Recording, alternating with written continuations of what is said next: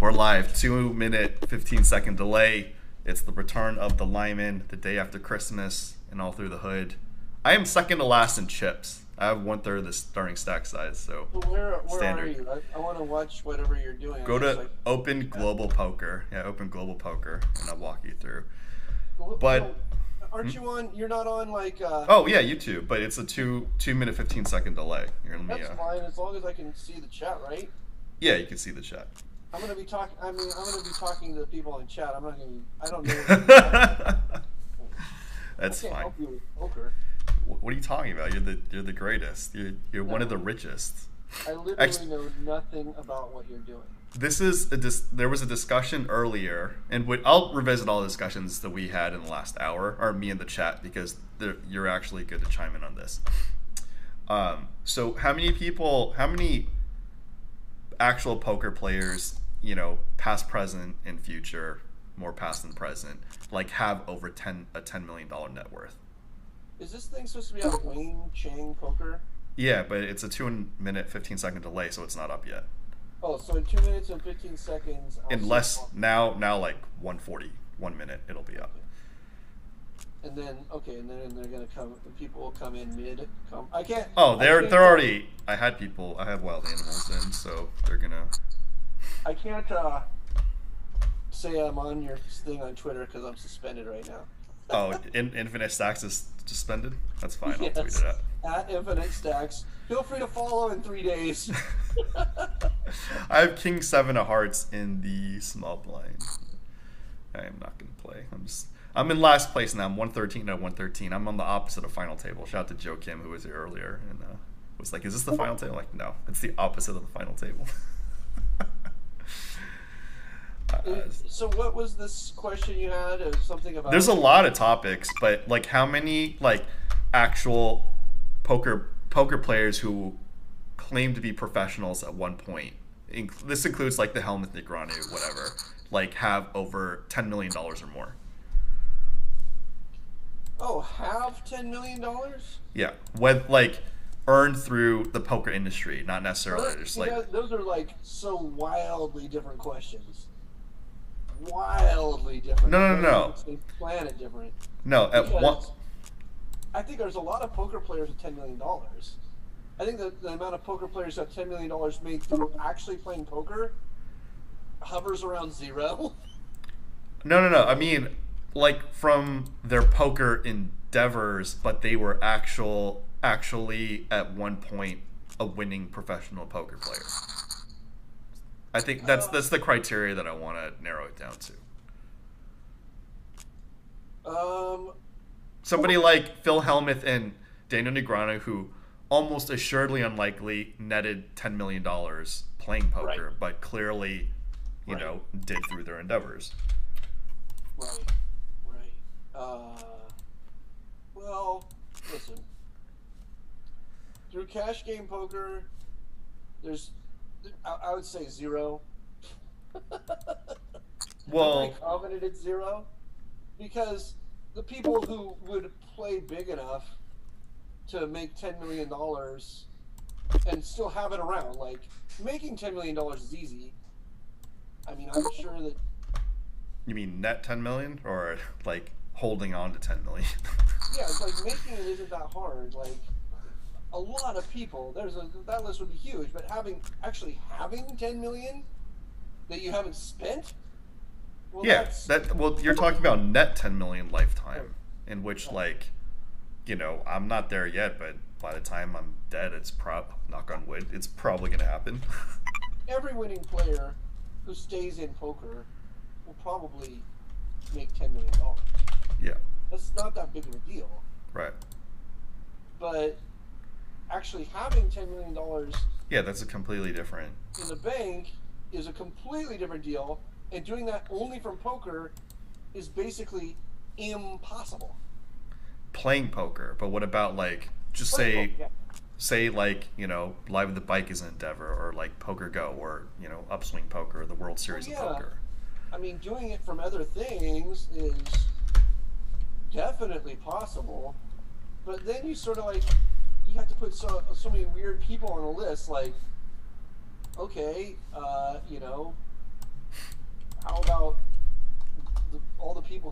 party poker. Like, I'm sure they played poker at least once or twice before they became multi-millionaires. You know, did they make it from Okay, poker? okay. What about like grinders slash TV players? I guess just narrow it to that criteria.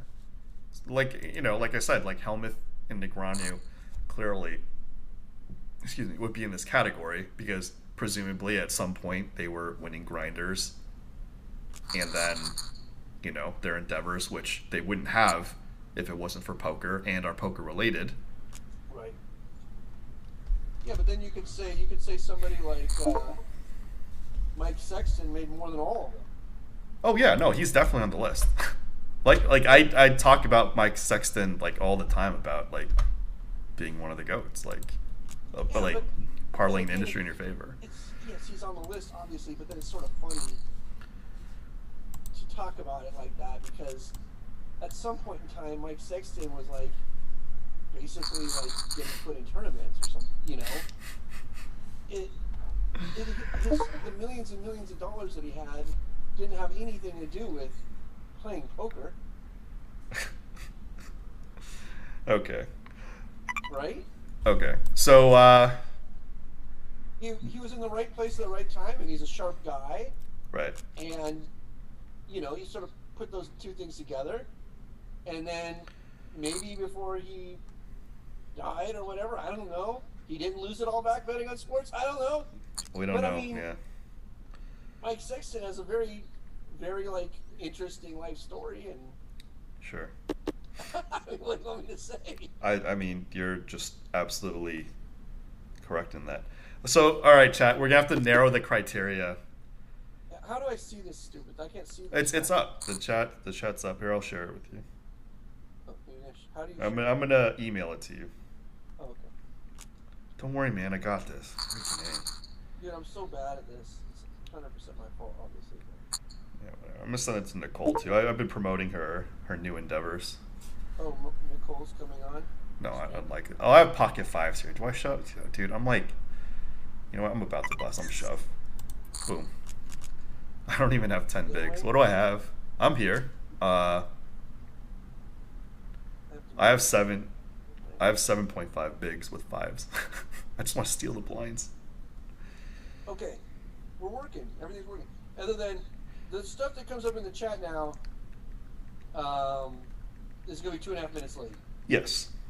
Well, no. The chat is live, but they're going to hear your response 2 minutes. In 2 minutes and whatever. It's close enough. I've tested it with the audience. Nobody's going to be like, oh, you know, you're ignoring me or whatever. Yeah, because we're going to be talking, and then you can answer whatever, you know, after we finish. So, how many? Oh, what's the threshold for like a winning poker player's lifetime net earnings from poker?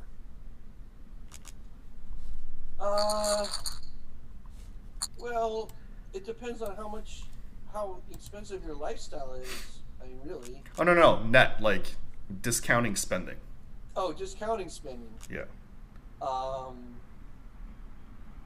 You know, I think it's probably somewhere around.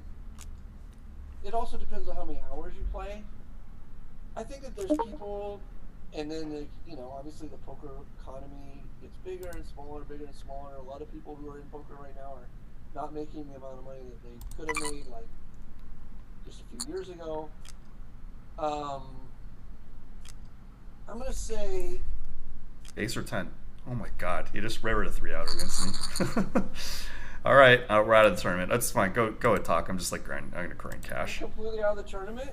Yeah, that's fine. Another one starting up in 20 minutes, and I'll just play cash. Don't worry, just keep talking. I mean, here's the thing. Everybody saw me get 3-outered, you know, so whatever. Ace 9 against Ace 10, Rivers 9.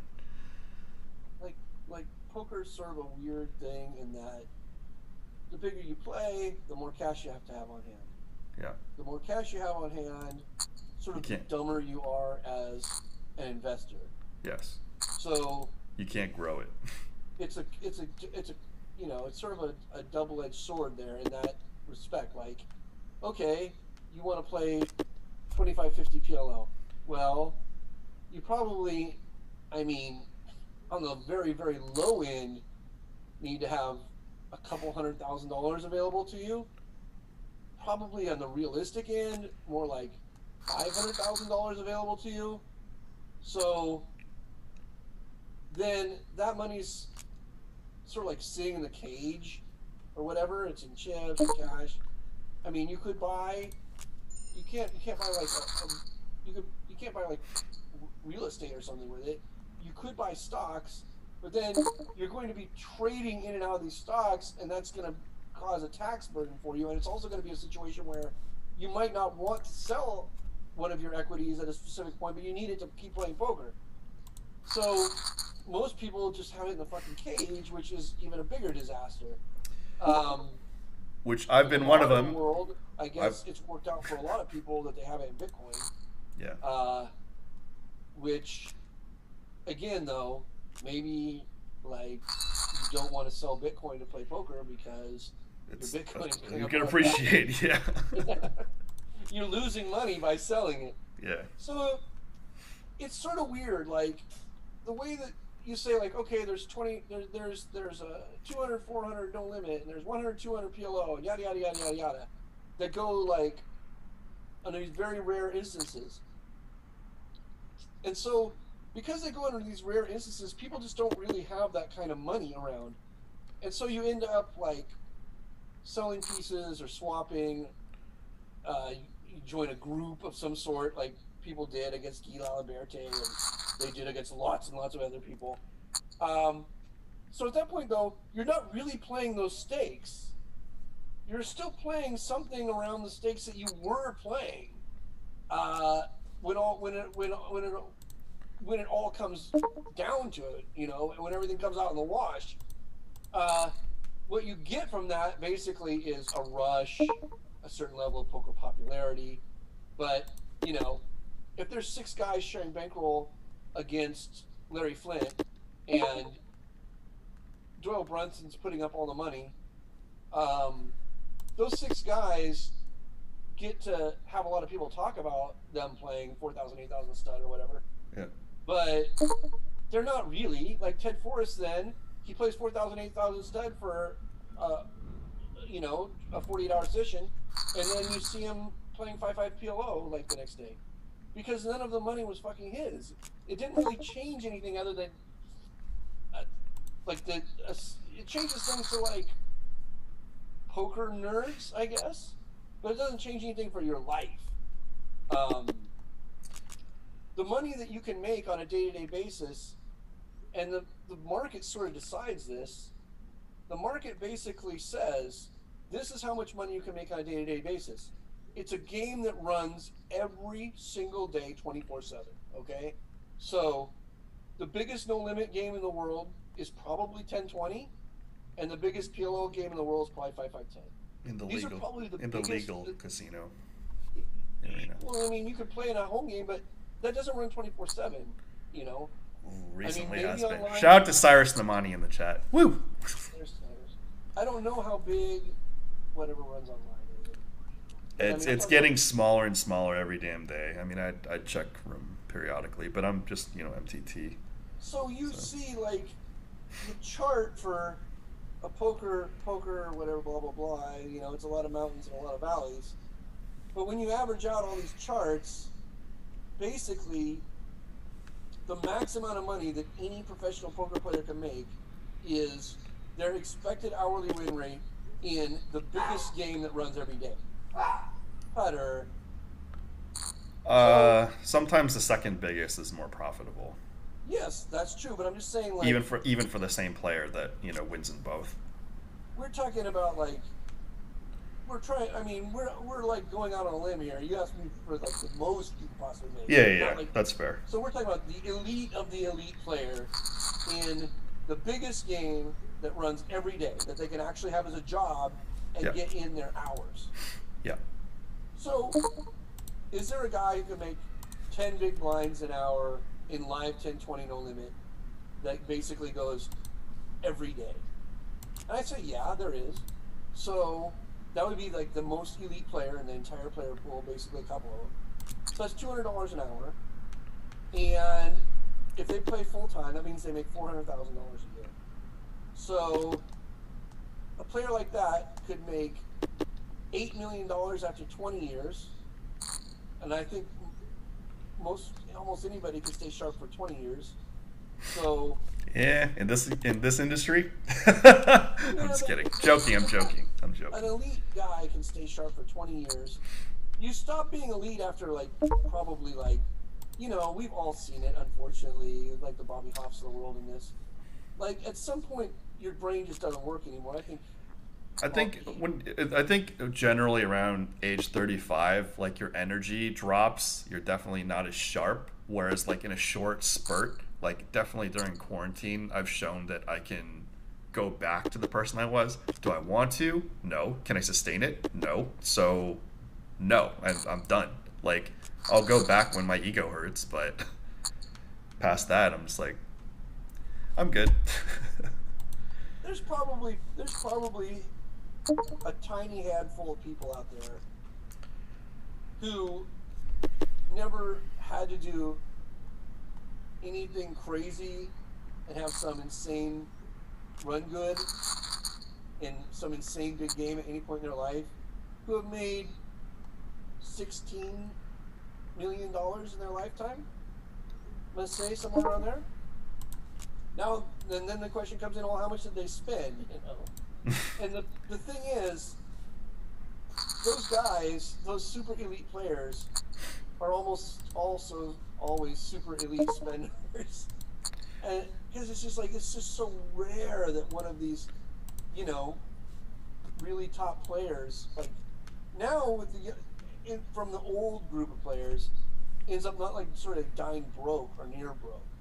Now, from the new younger group, there's going to be a bunch of people who don't die broke or near broke, and that's because they kept their money in crypto, and so they've made so much secondary money that it's like they just have so much they can't possibly go broke. I don't know about that. I mean, you could always go broke. it's some of the money that the dudes who I mean, I know a few of these guys, and it's just crazy 8-figure amounts that they're sitting on now, due to basically being in the right place at the right time. Sure. There was no possible way that Bobby Hoff was ever going to be sitting on 8 figures. It's just impossible. Yeah. Never fucking no amount of anything can change that. Yeah, sure. What about Mike Sexton and Negreanu and Helmuth? Mike Sexton did probably at one point. Negreanu, I'm not so sure. Well, you said 8 figures. Like, I mean, do you think I'm sure they hit low 8 figures, at least at some point. I don't know if they kept it, but I mean, hitting 10.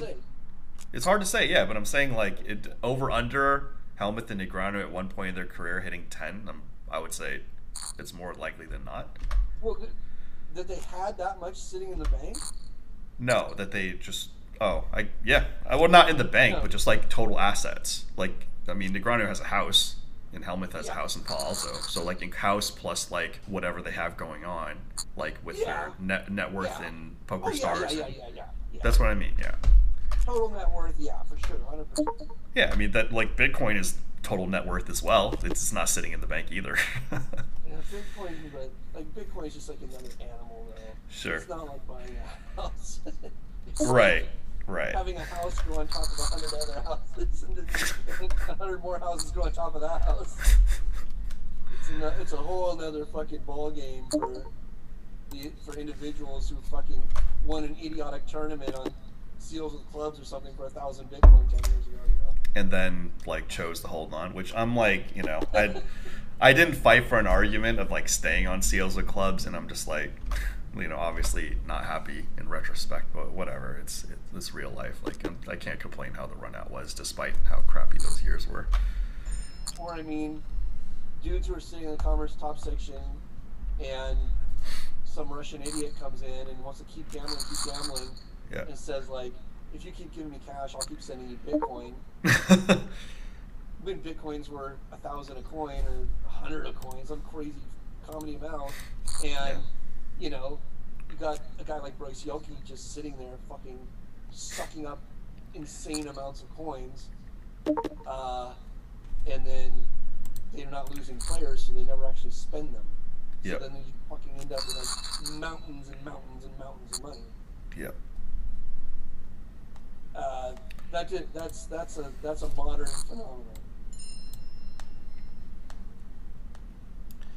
Going broke is fun. Being broke is not, says Matt Benjamin. No. Going broke and being broke, both not fun.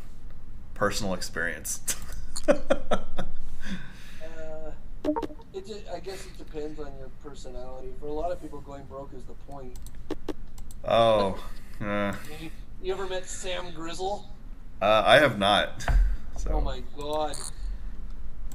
Like, going broke was the only purpose for living. If he wasn't going broke, he wasn't living. Got it. I was sitting one time playing with him at the Bellagio.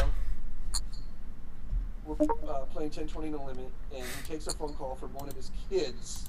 His kids. He's on the phone with his kids saying like, no, he probably has like 30,000 in front of him. He's like, no, I'm out. Like, everything went wrong. You know, the plane hit the building. I'm tapped out again. I'm so sorry.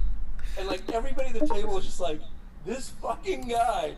He's like, honey, you know, you know how it works. This is the business that I'm in, and I'll come over and take care of these things that you need in like a week or something. You know, I have a couple of beads on the amount of money that's necessary. Blah blah blah.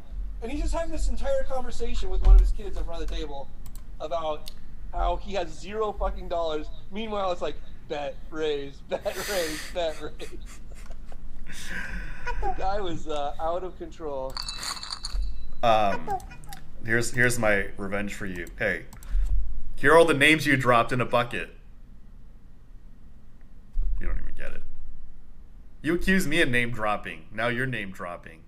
Sam Grizzle is not name dropping. It is. He's didn't he punch out Helmet? Yeah, he punched. Yeah, but that's not name dropping. This.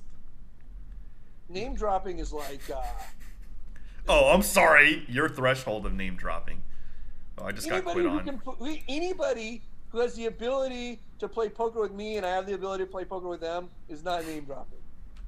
Name dropping is like, Dan Blazarian. I was fucking like me and Dan. I know several people who played Dan Blazarian. I was playing poker with Dan Blazarian. He had like 5 hookers with him, and every time he tapped out, he fucking pulled a $5,000 chip out of one of their badges. Yeah, now that's like name dropping. Dan Blazarian pulling 5K chips out of badges. That's a real story. Me and fucking Sam Grizzle is not name dropping. Okay, so how is me playing with Daniel Negreanu on Hollywood Poker not different from what you did? Daniel Negreanu is name dropping, big time. Anybody who's a member of a cult, if you got to hang out with them, you're name dropping. I don't know him. I never hung out with him. I play with him online. Oh, okay. You don't even know if you're playing with him now. That's true. But he was posting. Yeah, but he was posting on Full Contact Poker, and he talked about him battling Dream Clown, and I watched him battle Dream Clown. So it was his account. There was money. I got some of it. But yeah, I don't know if it was him. That's the best Wayne name drop ever. You're name dropping people that you never actually have met. Yeah.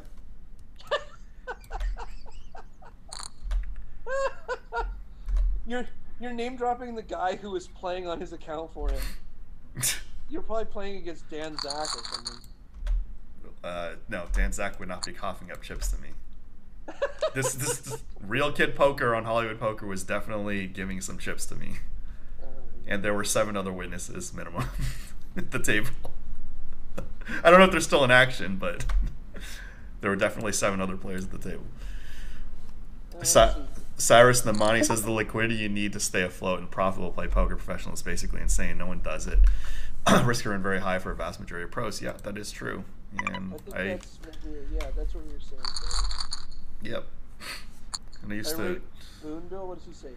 If I ran good enough to get $2 million, I'd quit playing. Being 26, I could invest all of it in safe stocks, work my job. Never have to invest another penny and retire wealthy in my eyes. Yeah, that's what everyone says. Irate spoonbill. But then you're 26 years old. If you ran good enough to win 2 million at 26 years old, you would basically think you're God's gift to poker, just like all the other douchebags. It's just you don't know. Now, if you were, I mean, even people who win the lottery think that they're good at the lottery. Imagine that. People who win the lottery think they're good at the lottery. So if you win 2 million playing poker, do you think you're not going to be God's gift to fucking poker? Give me a break. Okay, so I've suffered this once in my career, but I coach some kids, I talk to some kids, and oh my god, like when they run above par, they just think they're like God's gift to poker, like skill wise, and just like them winning had like little to do with luck. When it's just like, I tell people, however good or bad you are, if you win, it's the cards. Right. Like you could be the worst player, but you could win. You know why? Because the cards fell for you. You know. On any given night, the cards matter more than anything. Obviously. Yeah, but even then, I tell people, I'm just like, hey, win after a year, then win after 5 years, win after 10 years. Basically, in your lifetime, when you leave the casino at the end of the year, are you net positive every year? Are you net positive lifetime? Right. That's all you can really do, right? And like you and I, we don't like. I mean, you're more. Okay, I guess that's arguable in the future. But at the juncture of 2019, you had more vested income within the casino industry than I did. But like everybody focuses their energy differently and efforts to like whatever get revenue. But so it's like it's not like the same. It's always like apples and oranges. So like how much to try to profit from a certain industry. Well, I mean, I guess I never looked at it as profiting from poker. It's more like I sort of enjoyed it. I went from a level of really enjoying it to sort of enjoying it. And, at some point I would get to, like, just not wanting to do it at all along that continuum. Me too. So, but as long as I'm there, I'm going to try and win. I don't know. I don't know how else to explain it. Like, you got to spend your time doing something. Sure. But I mean, you can't just lay in bed. You mean play golf, right? No, yeah, it's just caught you. It's just the late Sam Grizzle. Yeah, rest in peace, Sam Grizzle. Limon name dropping, a legend. If that's name dropping, wow, how low of a name drop is that? That's in a sense. Me talking about Daniel Negreanu, that's a sad name. Like is that even a? No, that's not even. Way worse. Because oh no, I agree. It's worse, but like we're on a poker channel talking about poker stuff, and this actually happened. So I was at the table with the guy. Okay, maybe. Yeah, maybe it was not a real Daniel Negreanu. I don't know. You just read the name on the screen and got a little chubber. Got a little fucking Wayne Chubba. Whoever the hell it was using the Real Kid Poker account. I got some of the chips, all right? I did not get nearly as many chips as I wanted, but I got some of the chips. Okay. And I cashed out with them. Would you feel how good would you feel how bad would you feel if you found out that you got a chubber and the guy wasn't even Daniel Negreanu? I give zero fucks because I got his chips. I'll correct the story and I'll be like, oh, I thought it was, but it wasn't. But I cashed out chips from Hollywood Poker, so I don't care. All right, so I'll just amend my story. There's a bunch of people saying like smart things in chat. I think like all right, Sarah's just saying smart stuff now, and the irate spoonbill guys saying things. I mean, maybe smart. Yeah, like irate spoonbill saying, to be clear, I know I'm not that good. Like, I think that that's sort of true. Like, there are people who there are rare cases where somebody makes a lot of money in poker and knows they're not good. And that's basically when you bink a big tournament, right? Like, let's say I, for some unknown reason, entered the Chinese poker World Series event. I don't even know if there is one, but There is. um, The OFC one? There is. I don't really know anything about Chinese poker, but I could win the event if I just kept getting dealt like fucking Fantasyland royal flushes or whatever the fuck. I don't even know. Um, but then if I won the event, like I really would know, and I think a lot of people would know, like, oh, I did not deserve that fucking money at all. Oh yeah. Uh, No, I mean the same way. I say these things, and I tell people, I'm like doing well on these MTT streams, and I'm telling people I'm running above average. Like I'm final tabling like 20% of the streams I'm in. This is not normal. Seems normal for you, Wayne. Anybody with that many trophies behind them has to final table at least 20%. I have more. These are just the top two. I want you to put like 30 trophies behind you, including like world's best cat. I was on Tom Martell's stream. He has way more trophies behind him than I do. I want you to have a trophy behind you, Wayne, next time that says "World's Greatest Grandpa." What about #1 Limon fan? All right, I don't even think I win that. Like, I don't even know if I'm in your top like 10%. The #1 Limon fan of all time is Todd? probably Bear Jew. Oh, because he's so fucking obsessed with me and always trying to cause trouble with me, and it's just because he wanted me to have sex with him. And, I didn't have sex with him, and I know that it haunts him to this day, so that's basically the way that stuff works. Oh, man. Do you want me to text him? You're going to put this up on your channel, right? Yeah. I'm gonna if this makes it, if I make the final table, this can go on Live at the Bike, too, on Mondays. If you bring me on, you're going to get all the gold. Oh, yeah, I mean... I get all the good guests now. I got Phil Stark in the mix. I'm gonna get Cyrus on. Oh yeah, Phil Stark's great. Cyrus is great. Yeah, you do get all the guests. I have a bunch of Hollywood writers on. Those were actually like really good. What else do I have? I mean, a lot of people are just planning to come on too. Right. But you always #1. So. Thank you, Lee. That's no troll. So. I only come on your show, so you're #1 too. I have an ace and a jack in the small blind. My MTT started. I'm leaving the great game of Pot Limit Omaha. What's up, Jeff Farito, Zooted Paris, Matt Benjamin, Irate, Spoonbill, V, Nick Stonington, Joe Kim, Cyrus Namani, Mr. I Win, You Lose. That's it for now. I know Nick from Yuma will be in.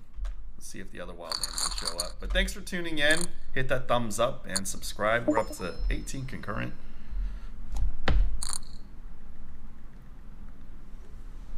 I alerted all the wild animals. I don't know if they're awake.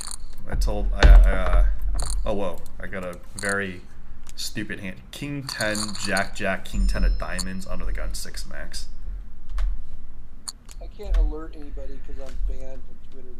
But it's only a I texted them, but it's Zach Freeman, as has a family, so he'll probably catch this later. I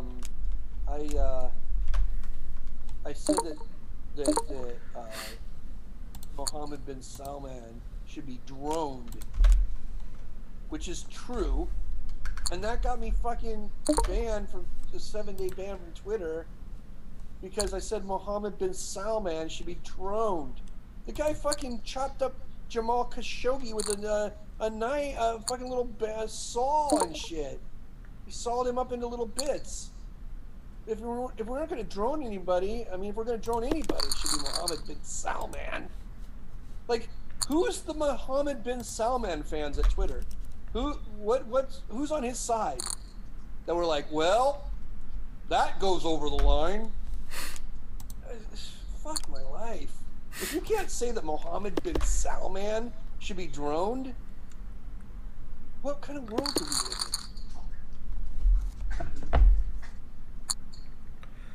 Nick from Yuma popped in the chat, so he's gonna hear our. Nick from Yuma, I shouted you out before you popped in the chat. He's asking, did Limon say what kind of wine he was drinking yet? Oh, here, I'll put it up on the screen. I have an ace and a king in the cutoff. I'm drinking Duckhorn. Duckhorn Decoy. Sort of a daily drinker. Zach Elwood might be coming in the chat. Sweet. They like the way I drink too with the pinky up. It's because I'm sophisticated. You're fancy. Because I'm fucking sophisticated, you idiots. And because you know Sam Grizzle, that's just like your social status just skyrocketed. Actually, I think it's because I have a broken pinky. I just got check raised. I have ace king. It's king 10-3 rainbow. I got check raised. Nice. He just checked the turn. Oh my god. I'm gonna run out of time. What's up, Mike G? I've had free Limon on my 2+2 account. He folded the turn. He tried to bluff me. Mike G. He said, I've had free Limon on my 2+2 account title since the day he got banned. Mr. I Win You Lose says, I own limonfanboy@gmail.com. See, I'm not even close. I'll settle for Limon Messenger. Oh. If you really own limonfanboy@gmail.com, send me an email to prove it at fantasyleague@hushmail.com. I want to see if that's true. Somebody from Instagram actually asked me to here, this D Conley 7. If people are asking why I would give out my email address on a live poker stream, it's because there's only 17 fucking people watching. Who cares? Well, what about the retro? The retro's gonna be like, you do hit like 1,000 eventually. Like all 17 of you could email me and I wouldn't give a shit. So this D Conley 7 asked me to point him in the right direction, which was to you, and I just messaged him replied to him on Instagram that we're live streaming now. Yeah, I know D Conley. Oh, you do? Okay. I mean, I don't know if I personally know him. I think we met in the casino.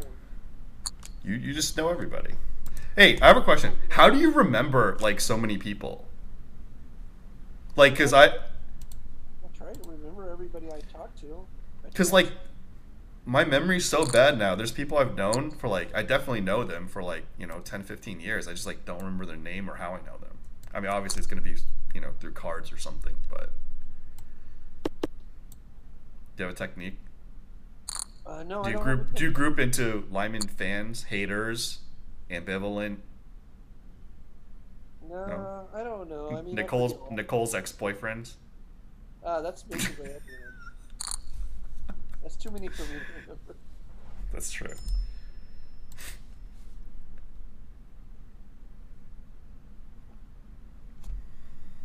I figured when I came on your show, people were going to be asking me about cryptocurrency. Oh no, I was going to get to that, but we have to hype it up. So what's it at now? It's at 26K? Let me see. I'm gonna look on my wallet. I mean, you don't need to. Just look on Twitter. Oh, your wallet. Okay, show off. Let me look at my wallet. Oh, it must have went down. It went down. 26.7. 26.7, yeah. So it's off its high for the day, which was 26.8. No big deal. No big deal. No big whoop. All right, so I have a stupid question. Okay. Crypto generally moves in sync with each other, right? Unfortunately, because that's like the biggest, stupidest thing about cryptocurrencies in general. So, do you... Digital assets, whatever, digital assets. I know, some dick is gonna fucking... those are digital assets! Okay, fucking utility tokens, digital assets, cryptocurrencies, whatever. You don't literally, like, if you're worried about this nomenclature, then you have a problem. I'm going to ask you, if I had to choose just one of the top 5, which one would you just like leave it in? Because I'm not gonna touch it. but It's Bitcoin. It's only Bitcoin. It's not even. Okay. There's no discussion. Okay. I mean, listen. Here's the thing you need to understand. I don't understand. That's why I'm asking you. I just don't care. I just trust whatever your opinion is. Here's what you have to understand about. Maybe I should go take a leak. This is gonna be like Sure. A long tirade. I'm gonna tell how all this fucking shit works. So maybe I should go take a leak and then start. Okay, go ahead. Here we go. I'll semi-entertain the audience. Okay.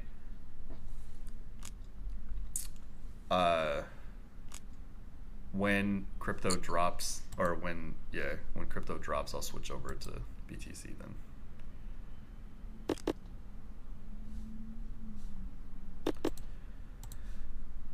Wow, it's the Limon household. So for those of you guys who don't know, that is Limon's living room. To the left is his patio. I've been I've been to barbecues at his place. He's got a TV to the right, which I think you can't see. And then that kitchen is to the far right. And his lovely wife is somewhere there. Probably, maybe not at this time. And I will confirm that she's very good looking. Objectively. Shout out to Kim. And he will never bring her to the casino.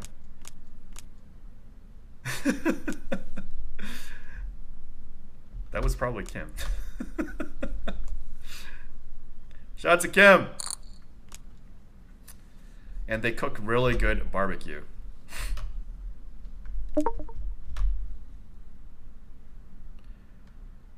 Okay, we're gonna let the timer go down even though the blinds are early. Huh. Shout out to Steve Kim. Oh my gosh, we have a straight into flush draw. Number one stoner, there was some comments on elite players or elite players.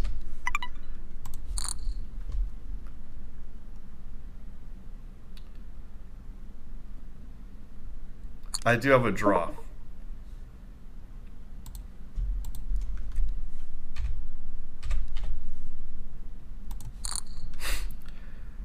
I got the Jack 10. Thank you, 7 high like a boss. The Jack 10 got there. Irate Spoonbill, yeah, I name drop you. I name drop all these. I name drop everybody in the chat. All live with the bike luminaries, Limon luminaries, D22 Soso, Wayne Chung luminaries. And the blind's gonna increase on the button. Timed that right. 7 deuce. Alright, he's back. Was Kim there?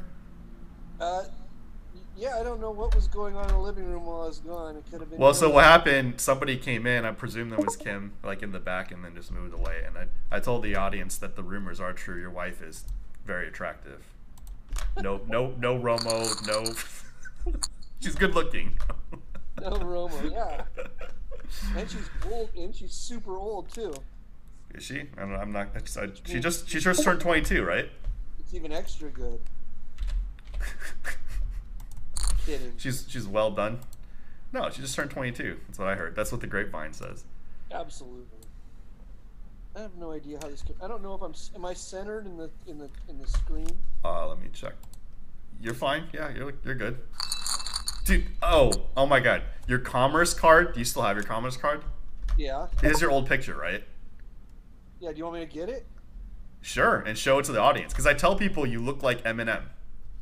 Let me see if I got it. You literally look like Eminem in your damn commerce picture. And like people are like, no, because they're always like, oh, crazy haired, like wacko, psycho. Yeah, I got it. All right. But I don't have the preview, so I can't see what I'm showing on my screen for some reason. It's fine. Oh, you see me? No, I don't see anything. Okay. I don't know what happened. Okay. Here, I'll tell you how to adjust it. You look fine. Okay. I look fine right now. You look fine. Now put the see guys, look. Okay, that looks great. Just hold it there. Okay, back. It actually shows your name, so I don't know if you want to. You don't care. There's again, there's nobody watching. You pull it up, push it up there. Push it up. Yeah, there. Stop. There. It's Limon M. There. See, guys? I wasn't bullshitting. That card's from 2001, I think. 2001, so 19 years ago. Yeah. You probably got your commerce card before I did. Oh, I'm sure. You were playing online or something. No. Oh, Nicole texted back.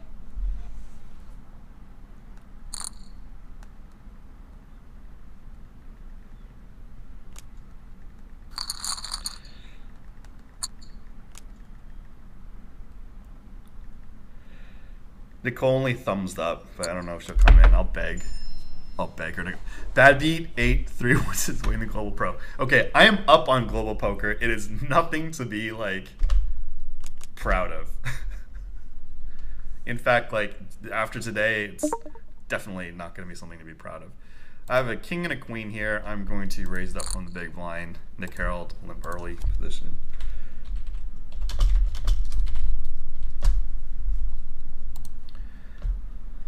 He's just gonna back raise Jack 10. So either he flopped the full house or he has an under pair, yes, or ace-x suited. I'm just gonna take it down with the C bet. Bad B 831 asks, can you ask Limon if he still has his PLO game? No, because of fucking global pandemic, you nitwit. I mean, no, sir. It'll be back soon. Hey, I get asked. I ship you to you know, when vaccine/reopen comes. No, What's up, PS3 shakes? When the fucking vaccine comes, then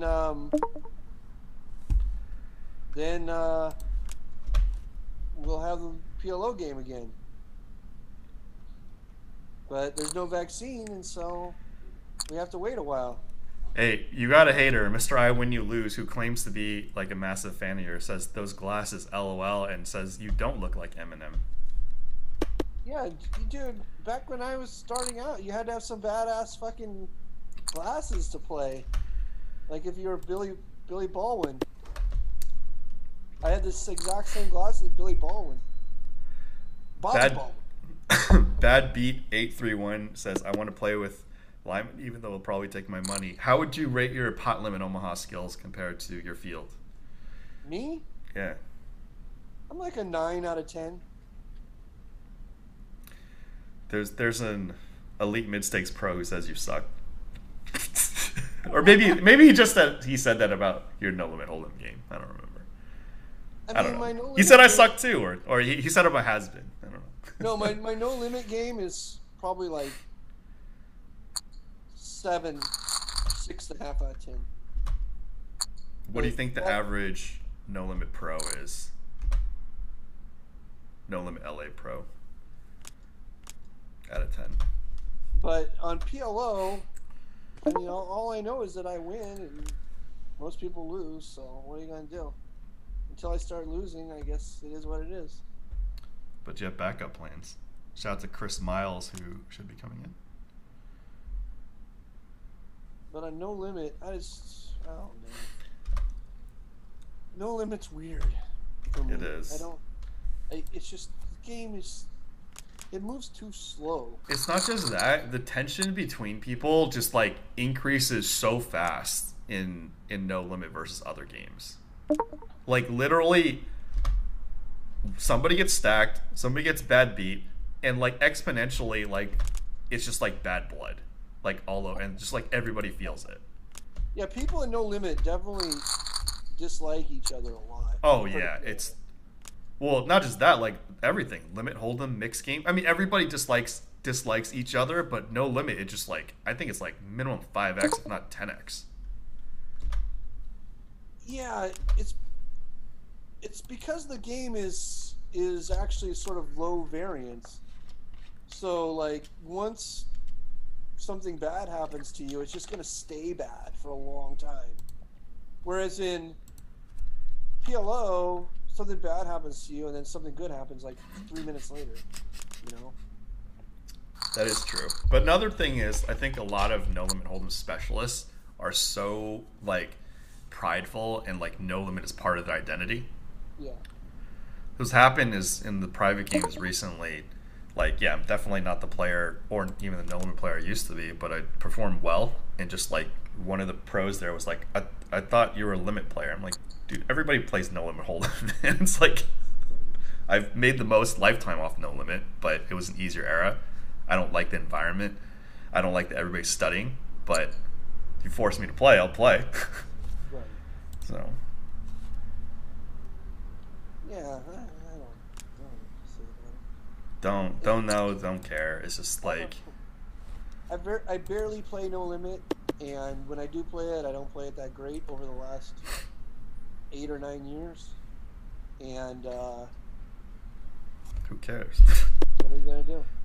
If anything, the biggest skill drop off for me would probably be limit, because like I soft play so many people now. Limit.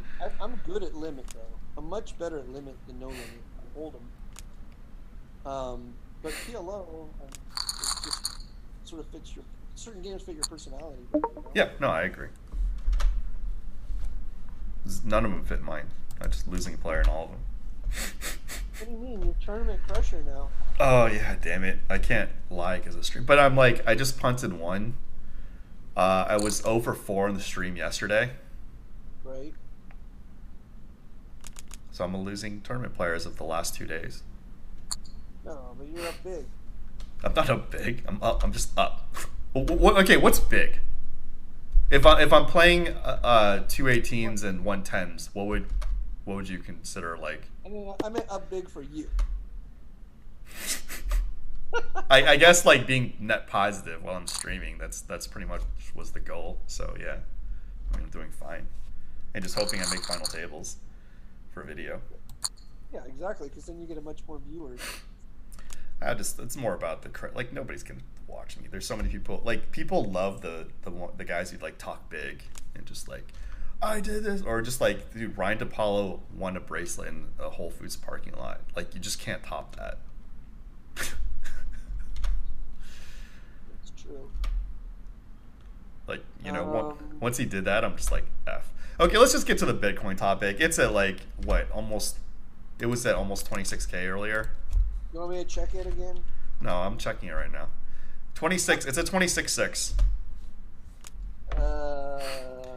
But it just like, I'll check it again on app too.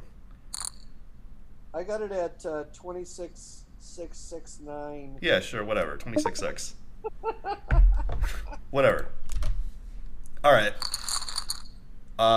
December 6th, it was at 19.1. And now it's going to the, maybe not to the moon, at least to the upper atmosphere, the ozone layer. Okay, so like,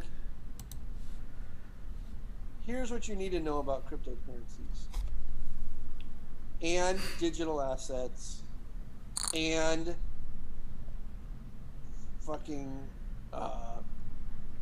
utility tokens. Whatever, how many fucking names there are now. Here's what you need to know.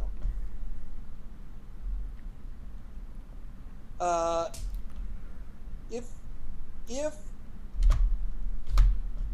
you are looking at basically a Bitcoin clone, so if you are looking at Bitcoin Cash, Shout to Roger. Shout to Roger Veer. Or Bitcoin Satoshi's Vision. Satoshi's Vision. If you're looking at any of these things, they're all completely worthless. And you say like, well, how can you say that that's completely worthless, but Bitcoin's worth something when they're the same? And that's the exact reason why they're worthless. It doesn't mean that Bitcoin is worth something. I'm not saying that Bitcoin's worth something. I'm saying everything that is a Bitcoin clone is 100% worthless. And the reason is that Bitcoin Gold 2.0 is a zero-sum game. There aren't two winners. Because one is the winner and one is the loser. One will always be better, and there's never any reason to keep even $1 in the one that's worse, okay? So all of the Bitcoin clones, all the way down the line, will basically drizzle into nothing. They're basically going to become nothing. That doesn't mean that Bitcoin will be something, but it means everything else is going to become nothing. And because that's the way the code is actually set up. That's the way the blockchain is set up. That's the way its use case is set up. They all are playing by the same rules. And the rule is one winner. That's the rules. Those are the rules they set up. Now you can say something like, oh, a Litecoin transaction happens faster, or a Bitcoin Satoshi's Vision transaction costs less money. But all of that is untrue. It's all fucking bullshit. Because Bitcoin is a living, breathing entity. There are the greatest minds in all of cryptography and code writing work on Bitcoin. So anything that anybody else comes up with that is in the Bitcoin fucking food chain, Bitcoin just eats it up. It just eats it up. So you layer on Lightning Network. You layer on Lightning DeFi pools. You layer on who fucking knows what they're going to layer onto it? Doesn't fucking matter. What matters is there's no possible way for the Bitcoin competitors to usurp Bitcoin because they don't have a killer app. All right? There is one tiny modicum of a chance for a killer app underneath Bitcoin if Bitcoin becomes so friendly to regulators that it loses all privacy. Because at its core, what Bitcoin is a privacy coin. That's what it is at its absolute, boil it all down to everything core, it's a privacy coin. The internet is for porn and Bitcoin is for crime. Once you wrap your head around this, it becomes very clear. The internet is for porn, Bitcoin is for crime. And what that does is it creates a bottom level, a floor at which it cannot go below. Okay? Now, yeah, don't worry. Whatever, somebody's going to argue with me, but they're whatever. That's fine. Let them talk. Let you talk. Let everybody talk. I have, opinions or whatever, but I'm just whatever. But go ahead. So, what'll end up happening is, and you're here's the problem historically. Bitcoin, for a while, Bitcoin was completely detached from the stock market. And we're talking 2018, 2019, 2000. Then around 2020, early 2020, Bitcoin, late 2000, it became attached to the stock market. There was no reason to own it at that point because it was moving with the stock market. Basically, Bitcoin started moving with the stock market after the market crash that was caused by the global pandemic. You don't want to own something as risky as Bitcoin if it's moving with the stock market. Okay? But then, about 3 months ago, I guess, I'm really bad with dates and times, it decoupled from the stock market. And I remember I was golfing with some guys, and I said, hey guys, I'm telling you something today, you should listen. Bitcoin has decoupled from the stock market. It's moving opposite the stock market. And you should buy it. And one of the guys who bought it at that time, his name's Joe, plays in my PLO game. He just texted me the other day. He's like, "How the fuck did you know that's fucking?" I said, "I don't know. I didn't know it was going to go up." I said, "I did not know it was going to go up. What I knew was something was happening." Because, and the thing that was actually happening was this guy, Michael Saylor, was buying so much fucking Bitcoin that he got it to decouple from the stock market. One guy, all right? P3 Shake says, okay, it might not usurp, but it can't even attain success, P3 Shakes. There's no fucking room for a good coin and a second best coin. There's no fucking reason to ever use the second best. None. This is a zero-sum game. Gold 2.0, currency 2.0 is a zero-sum game. This is the way the internet works. This is what you got to understand. This is why Amazon eats up every fucking competitor. Just eats them up. Because what the internet creates is a true meritocracy. In the old days, the river of finance would flow, and there could be little eddies. Do you know what an eddy is? An eddy is it's what? It's a little pool. Yes, I know what an eddy is. I didn't know if you were asking me or the chat. No, not you, the chat. Because I'm talking. Everything I ask is to the chat, Wayne. I obviously know you know. A man with as many trophies as you. Okay. So, in the olden days, alongside the river of finance, you could have eddies. Okay? And the reason was because of locality. So, you could have a pizza place that really made pretty fucking shitty pizza that was 10 miles away from a pizza place that made pretty fucking amazing pizza, and you would never ever in your life know about the amazing pizza place. It just wasn't in your neighborhood. It wasn't near your high school. It wasn't near your college. It was 10 fucking miles away, and that was like a lifetime away. Now, with the internet, there are no eddies. It's a pure meritocracy. Everything flows to the top. So that's why you'll have something like Amazon. There isn't going to be 2 or 3 Amazons. There's just going to be fucking one. And that one will take over everything. Now, the government can come in and break it up, and we can have antitrust laws and monopoly and all yada, yada, yada. But the truth is, the way that the internet works is it sucks all the best ideas together very fucking quickly. And because it's worldwide, World Wide Web, there's no place to hide if you're second best. And this is the problem for Bitcoin's competitors. Any competitor to Bitcoin that is second best has absolutely fucking nowhere to hide. It just gets obliterated by the meritocracy, okay?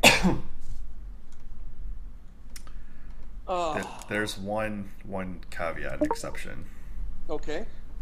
In China, they've blocked off everything, and they're making the RMB, crypto RMB electronic. And if they enclose and ban crypto usage in China, except for the electronic RMB, which this is basically what they did for like Google, Facebook, Amazon. China has their own versions and doesn't let the American versions in.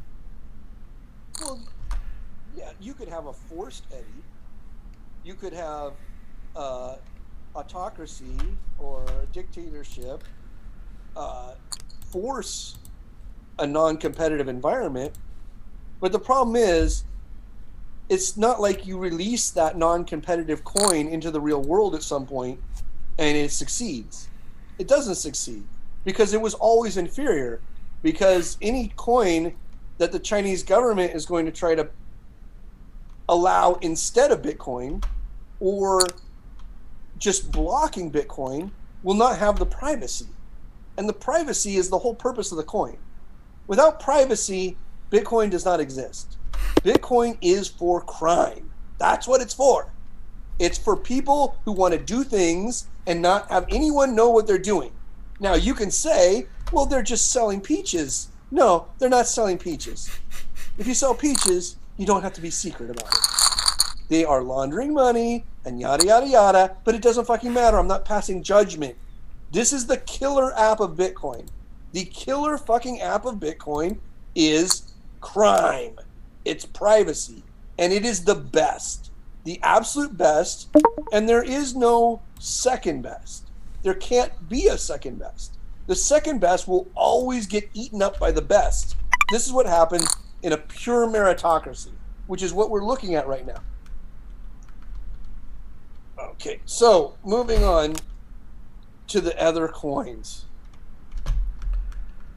Okay, so basically, Bad Beat wants to know if any Do you want my opinion or do you want Limon's opinion? Hey, Bad Beat, any games for shot taking? Any game. It's because if you're taking shots, you're just having fun. It should be money that's outside of your bankroll. So if you have $40,000 to play 5-10 no limit, and then one day you wake up and you have $50,000, the other $10,000 is just fucking gravy. You can lose it all and it makes no fucking difference. It doesn't change your earn rate or your job. So with the other $10,000, feel free to play PLO or play fucking the main event of the World Series Poker. Play whatever you fucking want. You know? All right. I mentioned this. All right, go ahead. What did you say is more important? I'll talk. No.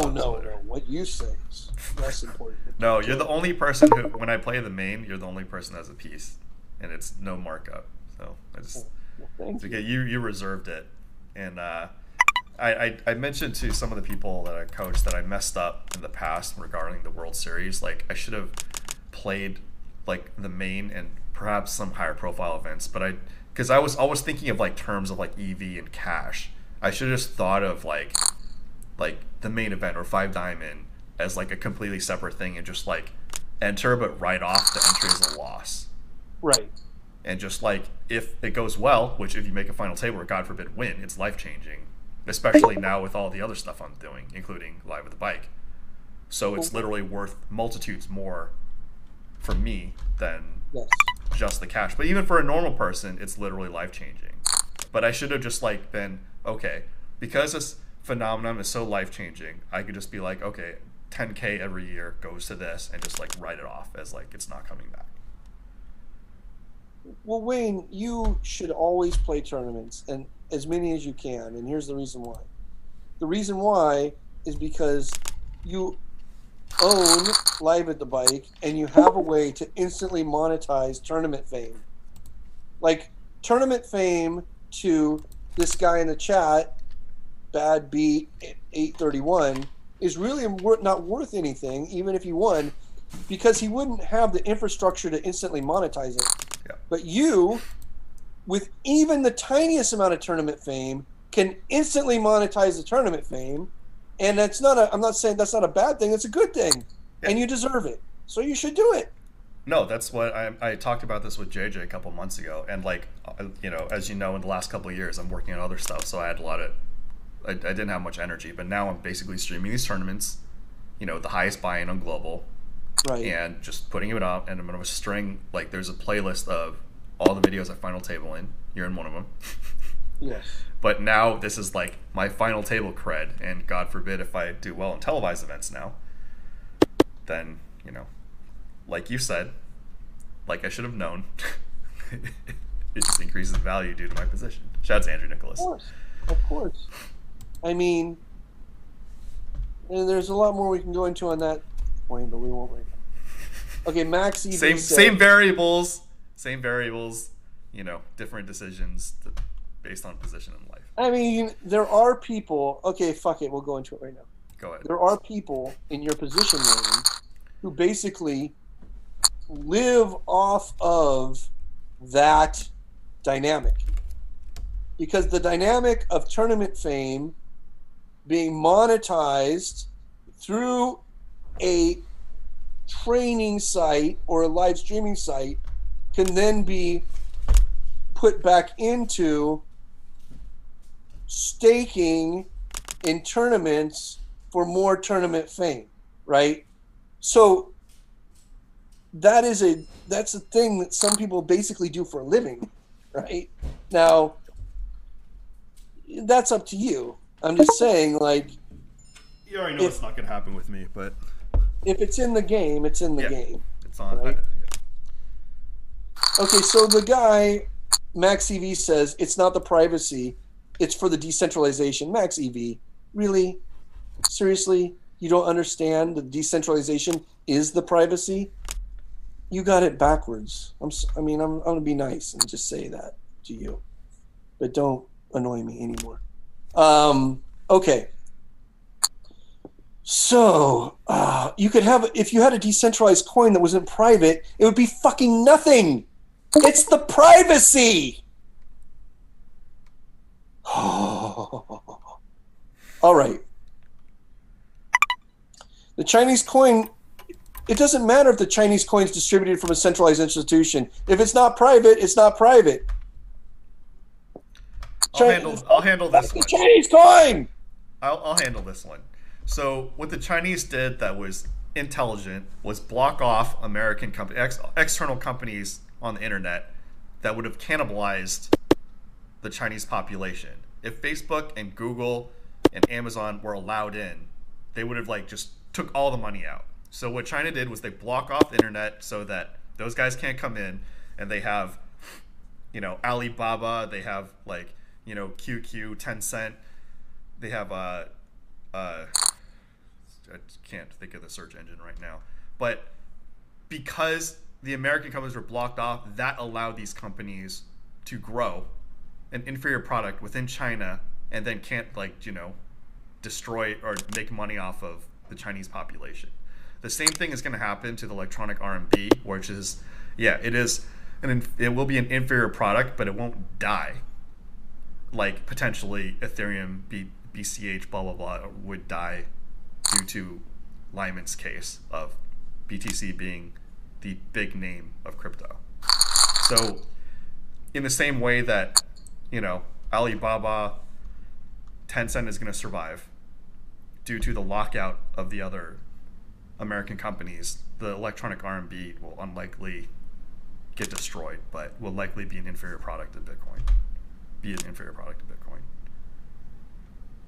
that sounds realistic. Listen, this guy says, Bitcoin, every transaction can be seen, so many criminals are in jail now because they believe they have privacy. No, that's not true. The reason that they're in jail now is because they did a really crappy job of covering their tracks. Now, you could have a lot of people bought. The next guy said it already. He already helped me out. They got caught through their networks like Silk Road. Exactly. If you have an anonymous wallet and you use something, an anonymizing way of using that wallet, spending, you can stay as anonymous as possible.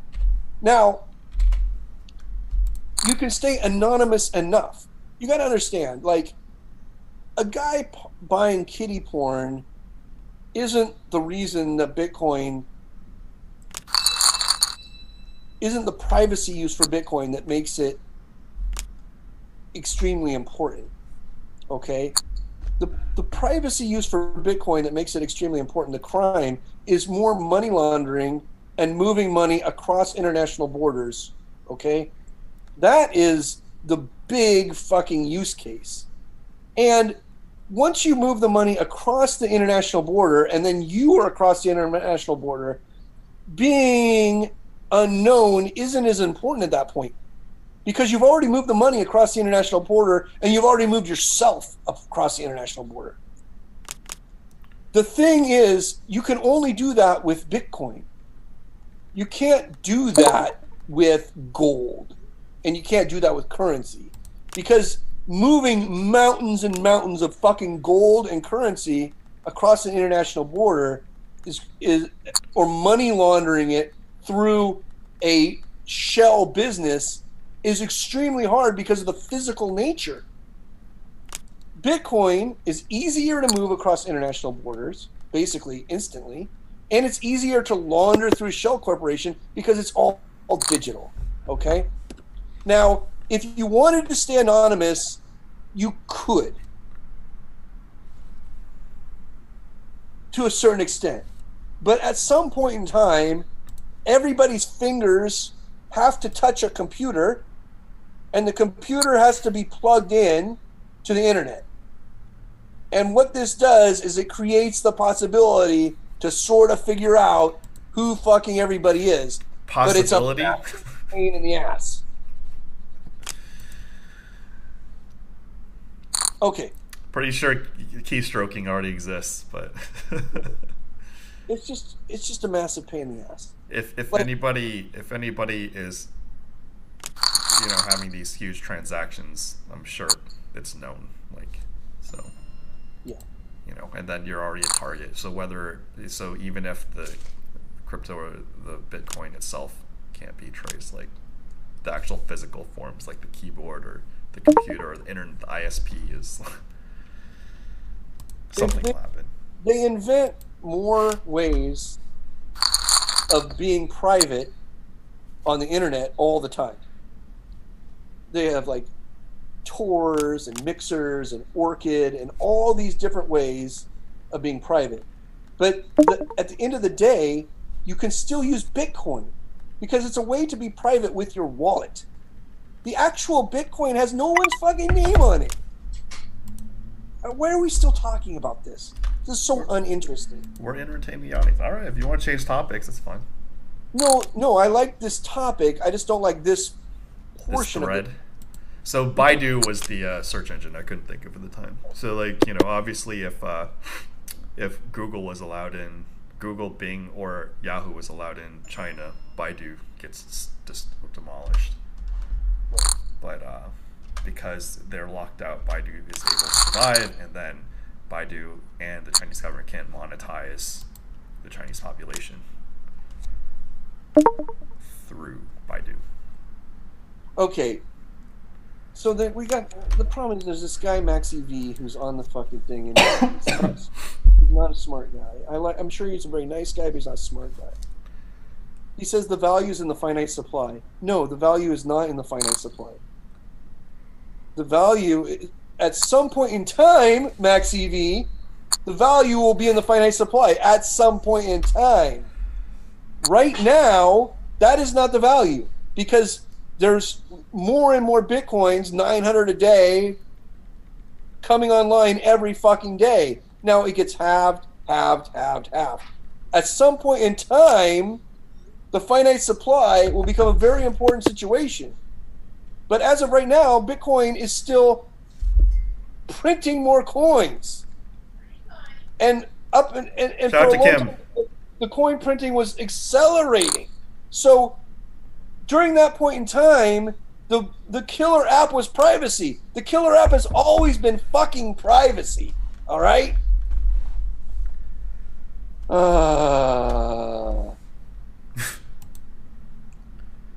All right. We have a poker question through text form. Okay. One of my friends was in a situation where guys check raised all in a massive overbet, then immediately started like spamming emojis on the app. Do you think that's nuts or bluff?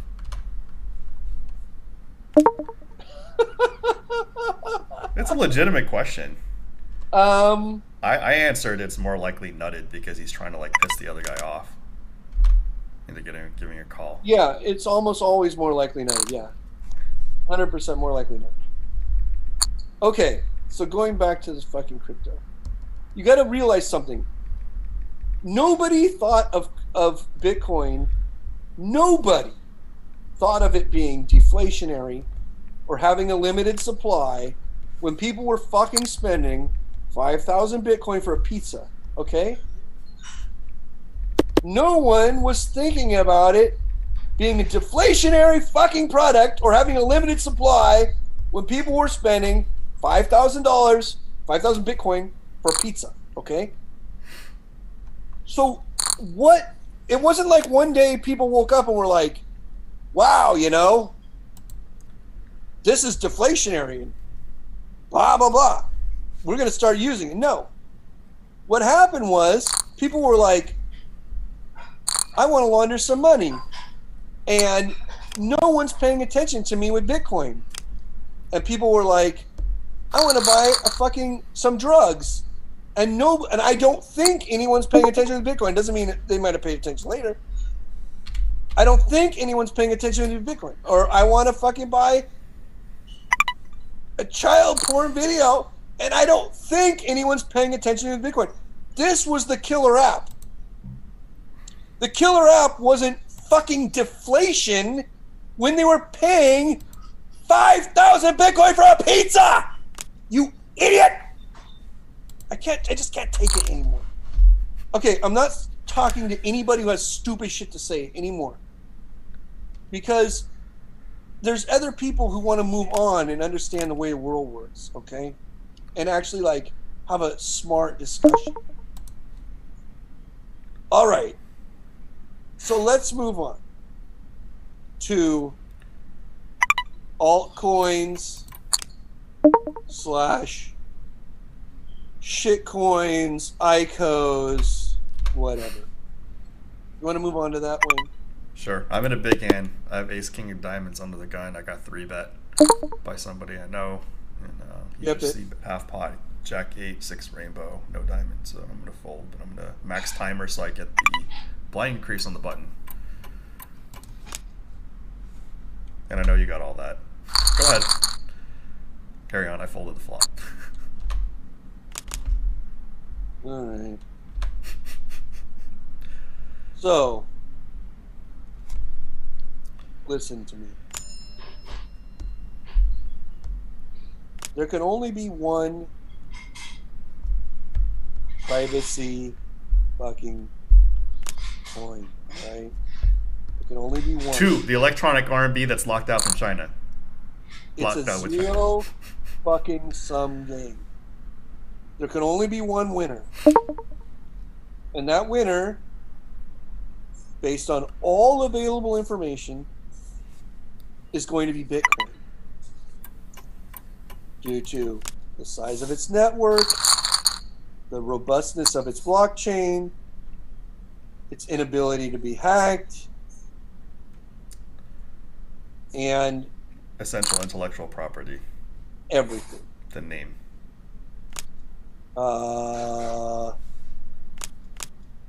Okay. Oh God, is Max EV surf and snowboard or something? I highly doubt it. I know who Max. It's got to be Damien. It's got to be somebody that's so fucking dumb that they just keep annoying everybody until the end of time. All right. Anyway, I got the blind increase on the button, guys. It's Damien. It has to be Damien. All right, because surf and snowboard would spell so many words wrong, I would know it was him. Do you want me to text him? No. Fuck no. I don't even remember who you have beef with. I know Surf and Bears you. I don't know about everybody else. I don't have beef with normal people, but I have beef with idiots. So ask yourself, is the person an idiot? I probably have beef with them. And Surf is an idiot. Let's just be honest. Even if you like it, he's an idiot.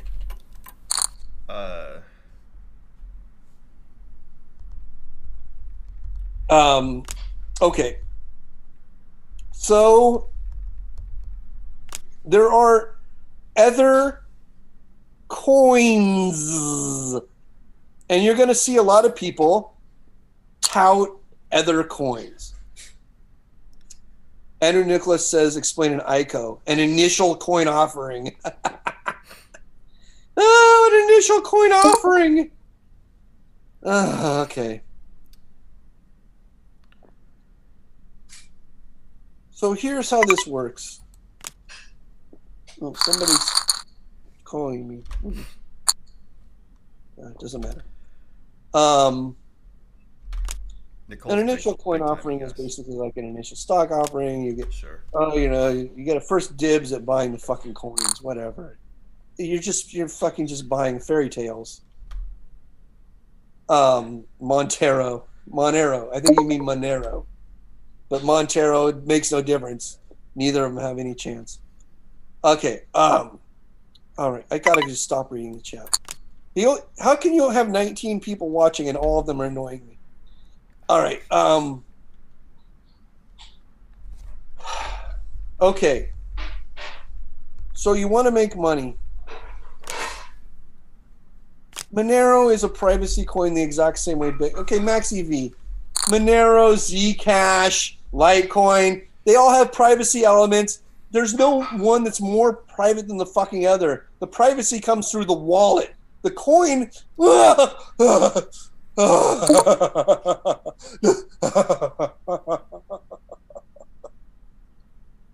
Oh, why me? Why me? Why did I even get started on this shit? You love it. Because people just say the stupidest shit. Like, they don't think deeply about these issues. They think at a very superficial level. And yet, now, they just come on to annoy the fucking shit out of me. It's not the fucking coin, is not the private part. All coins are private. It's just a list of fucking numbers. Your name isn't on it. It's the same as cash. The private part is the wallet. The wallet. Okay. Listen to me. I was gonna try to fucking go through how, like, economics and finance as it relates to what we're dealing with right now. So here's how it works.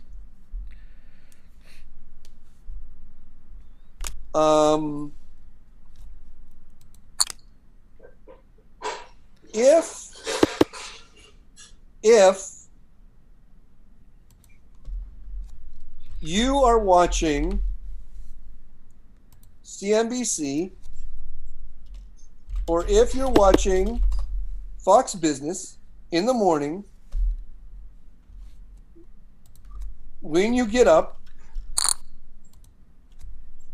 and you don't see on the ticker the price of Bitcoin, then there's no reason to believe that Bitcoin is going to go up or down, okay? So let's go back six months ago. 6 months ago, if you're watching CNBC, 8 months ago, if you're watching CNBC, or if you're watching Fox Business, you wouldn't have seen the price of Bitcoin. The price of Bitcoin wouldn't have been on the ticker right next to the Dow, the NASDAQ, and the S&P, okay? Then something happened. What happened was this guy named Michael Saylor, who owns a company called MicroStrategy, started buying so much fucking Bitcoin that it decoupled from the Dow. Then, when it decoupled, it started going up, up, up, up, up, whether the Dow went up or down, okay? At that point, Fox Business and CNBC started putting the Bitcoin price on the ticker. Now, no matter whether you believe Bitcoin is a transformational investment or not, or transformational invention, not investment, invention or not, if the price of it is on the fucking ticker every day next to the S&P and the Dow, it goes S&P, Dow, Bitcoin. What the most major media in the entire world is saying to your average dumb person is S&P, Dow, and Bitcoin are equal. They're equal. Okay? So if you were thinking about investing in the S&P, or if you were thinking about investing in the Dow, you should also think about investing in Bitcoin.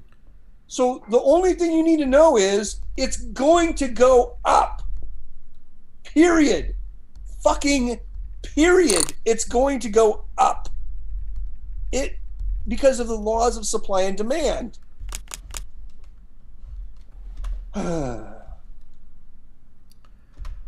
So that should have been the point at which your average person starts buying Bitcoin. Even if you think it's a scam. Like, listen to me. Listen to me. I'm going to tell you something fucking really important right now. Somebody could tell me that a cantaloupe is worth $1 billion. Okay? They could say, listen, a cantaloupe with sunglasses. They could say, look at this cantaloupe with sunglasses is worth $1 trillion. It's a cantaloupe with sunglasses. I say, fuck you. I don't fucking care about your stupid cantaloupe with sunglasses. It's a scam. No one's going to fucking pay $1 trillion for fucking cantaloupe with sunglasses. They're like, just put invest $10 into this cantaloupe with sunglasses. No, period. Never. And anyone listening to this also would never invest money in a cantaloupe with sunglasses. But if I fucking turn on CNBC and Fox Business and every fucking 30 seconds I see a cantaloupe with sunglasses, I'm investing. Period of the story. Did I become a believer in a cantaloupe with sunglasses? No, I did not. It's still a stupid fucking idea. It's bullshit. But I know that I'm going to make money. Okay? I'm going to make money because as long as they keep putting a cantaloupe with sunglasses on fucking CNBC every 30 seconds, people will buy into a cantaloupe with sunglasses. Okay?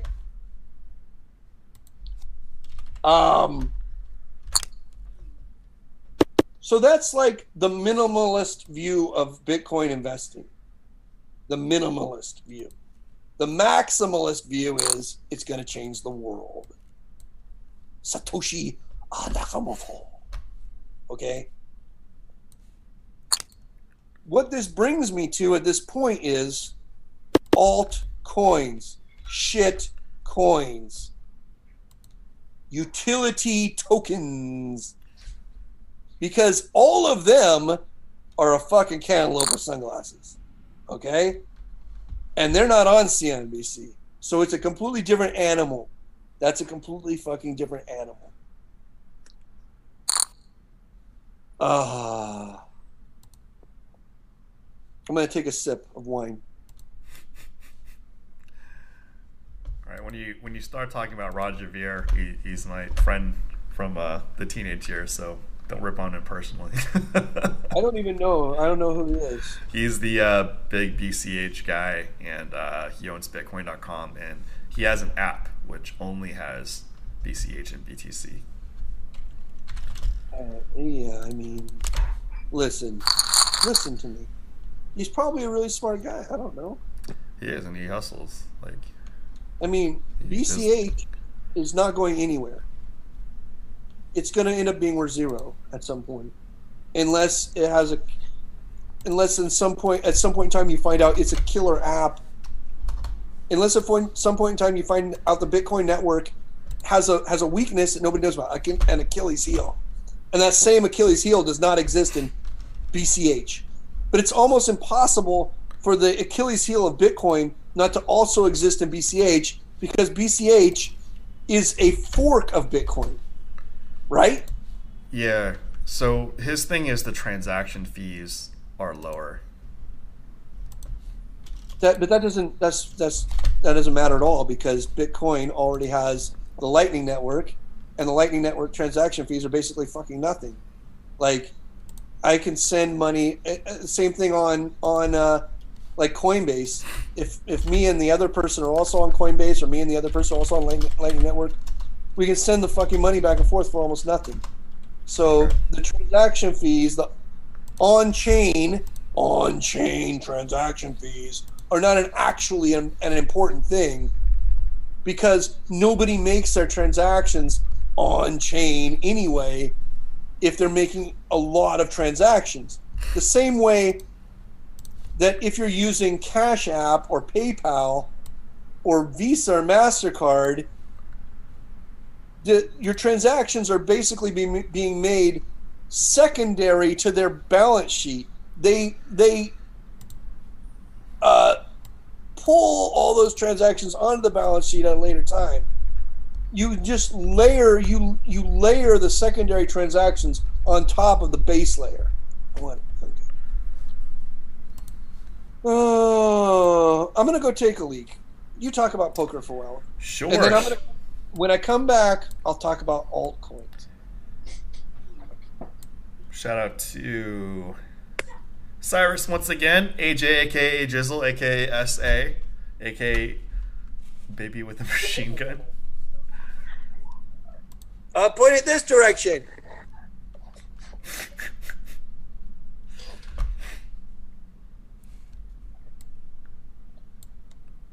And Andrew Nicholas, Jefferito. I did have a podcast with Roger Vieira, known him since we were late teens. As soon as we reconnected, he shipped me $100 in BCH and, shipped some stuff on Live with the Bike. So super nice guy.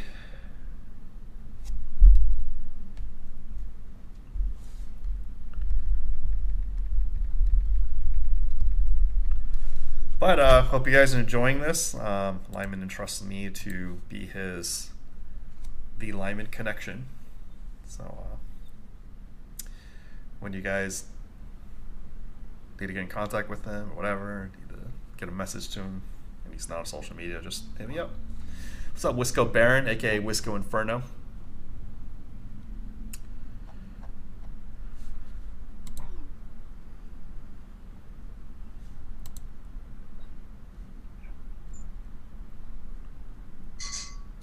You can't crush the Lyman. He'll come back. Haterade with the Lyman. Hey, Cyrus, do you think Lyman looks like Eminem in that commerce pick?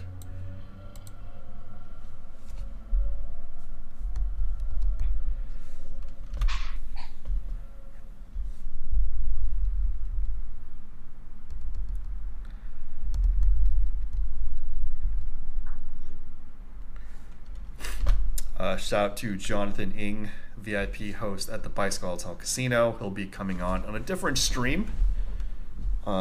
He says, what's up to Lyman as well, as we all are on the legal side of the casino industry with various things developing. What is the BTC exchange company that went under a while ago?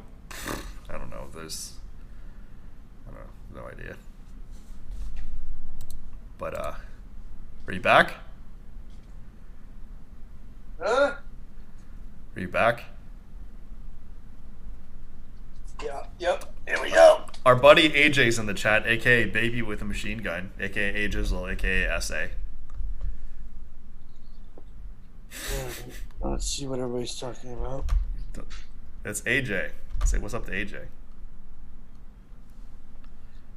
Guy says, don't buy Bitcoin because it's peaking. You have no fucking clue whether it's peaking or not. Pikachu. You have more clue whether a fucking turd is peeking out your own asshole than you do whether Bitcoin is peaking. Hey, Jonathan Ng says hi. VIP executive host at the Bicycle Hotel Casino. Hello. I gotta thank both you guys. You guys just when I was negative, you guys offered me jobs, both you guys. Opened my door to Live with the Bike. The rest is history. Live with the Bike changes lives. Jonathan Ng got me the prop job, in which apparently some pros don't value, but I do. When they tell me to show up or change shifts, I do it.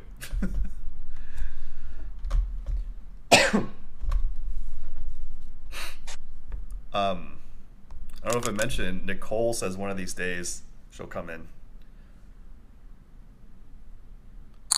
She says she wants to work her way up. Right now, cleaning up doggy diddle off her rug. So that's neat.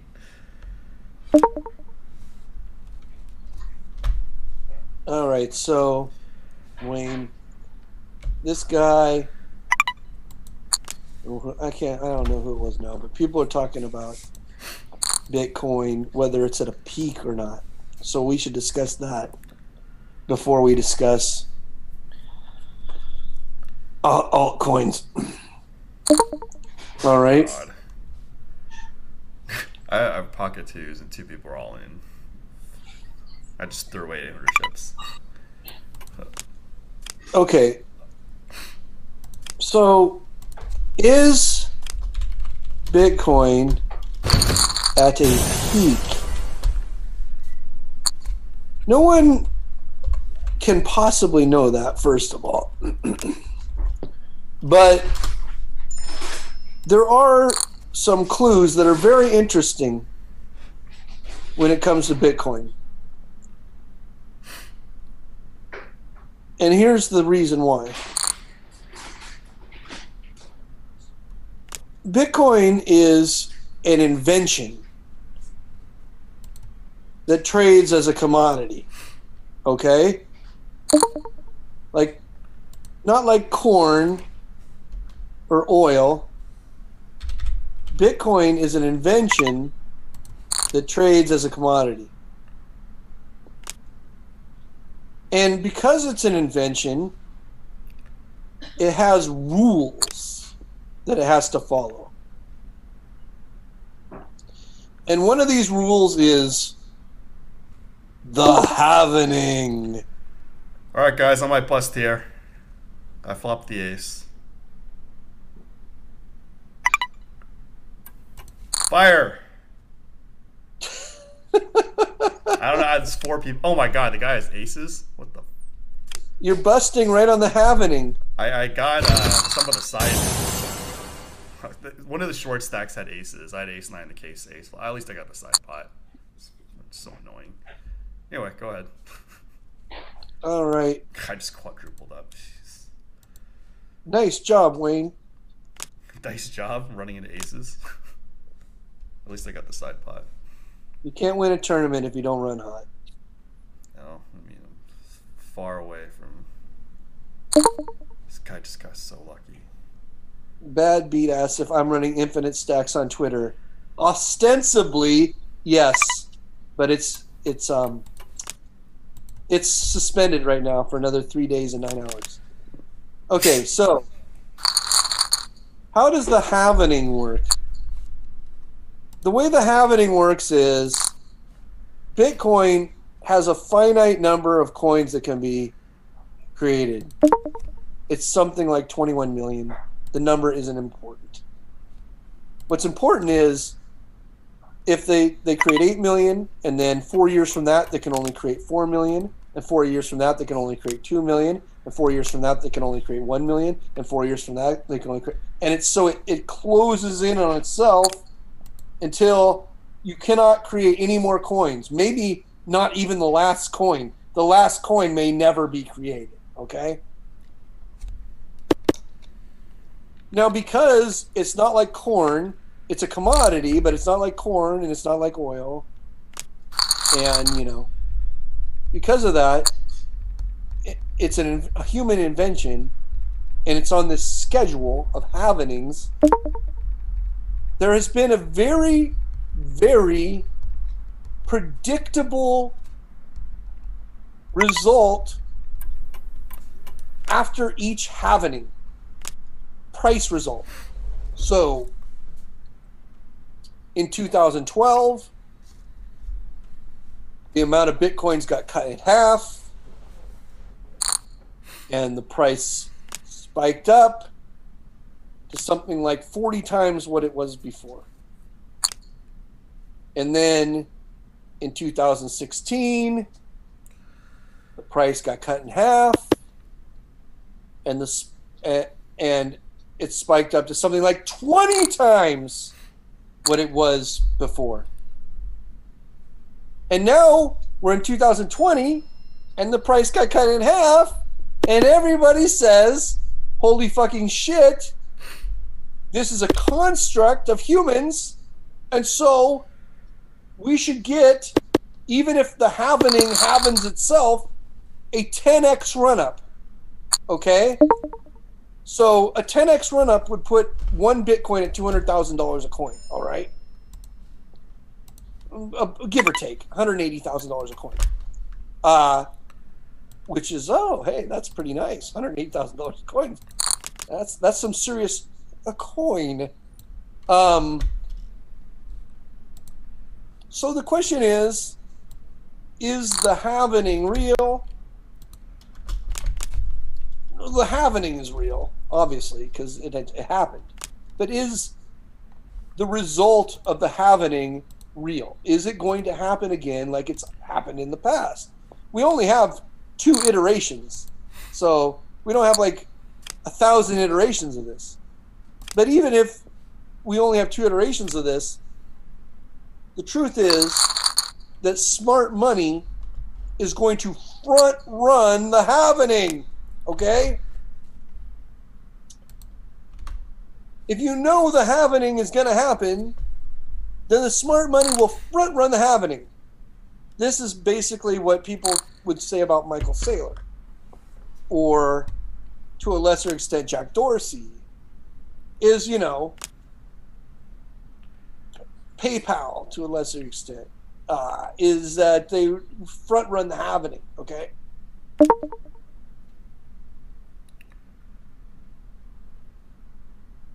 So if you front run the happening, then what happens?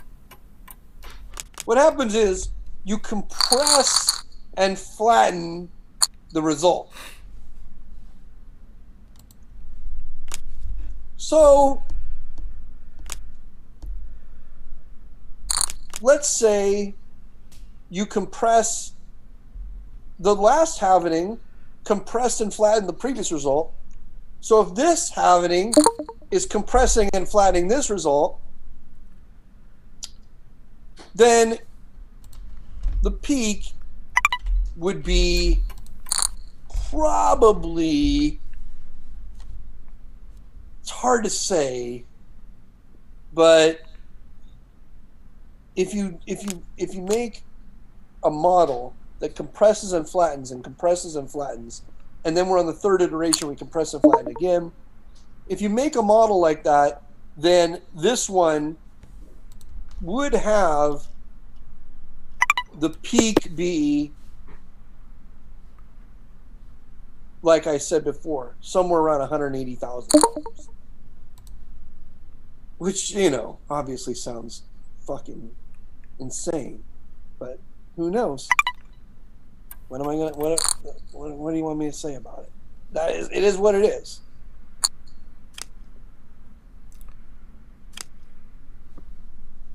That said, who knows?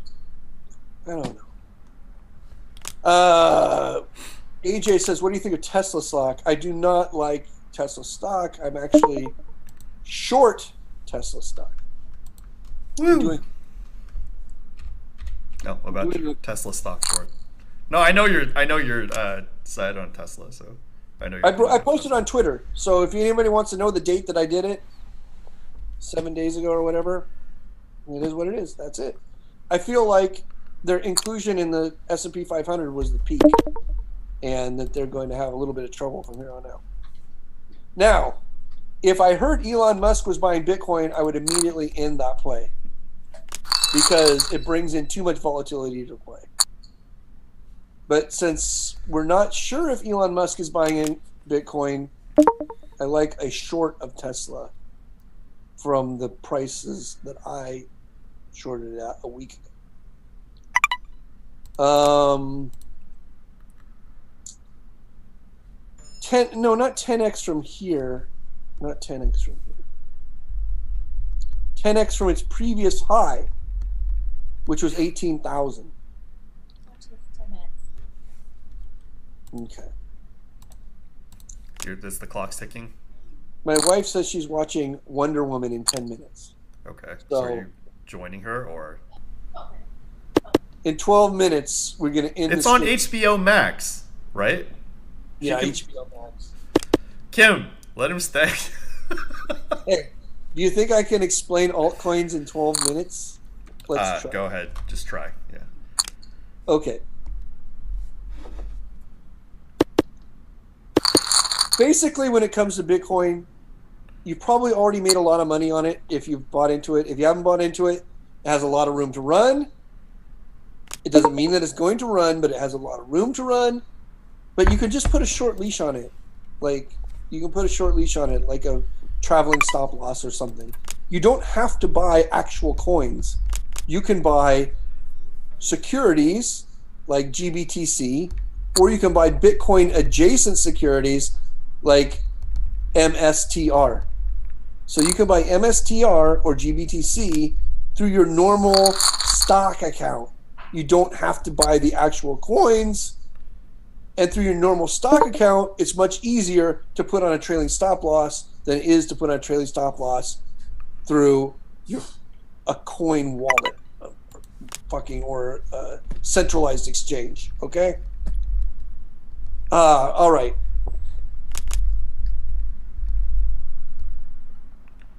Altcoins, shitcoins,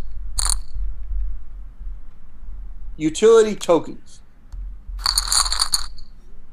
So there's this second thing right below Bitcoin that I'm sure you've noticed called Ethereum. And Ethereum doesn't compete with Bitcoin because Ethereum, it can't possibly be gold 2.0 or currency 2.0 in the way that Bitcoin can. And that's because Ethereum just prints more coins forever. There's something like 18 million Ethereum are printed every year no matter what. Ethereum also has other problems because it's basically centralized, whereas Bitcoin is decentralized. Ethereum will claim to be decentralized, but they're not decentralized. And if you want proof of that, look at what happened when they got hacked, and they immediately hard forked into a second Ethereum, and now we're on to a third Ethereum. It is a controlled project by the dude Vitalik Buterin or whatever the hell his name is. Okay.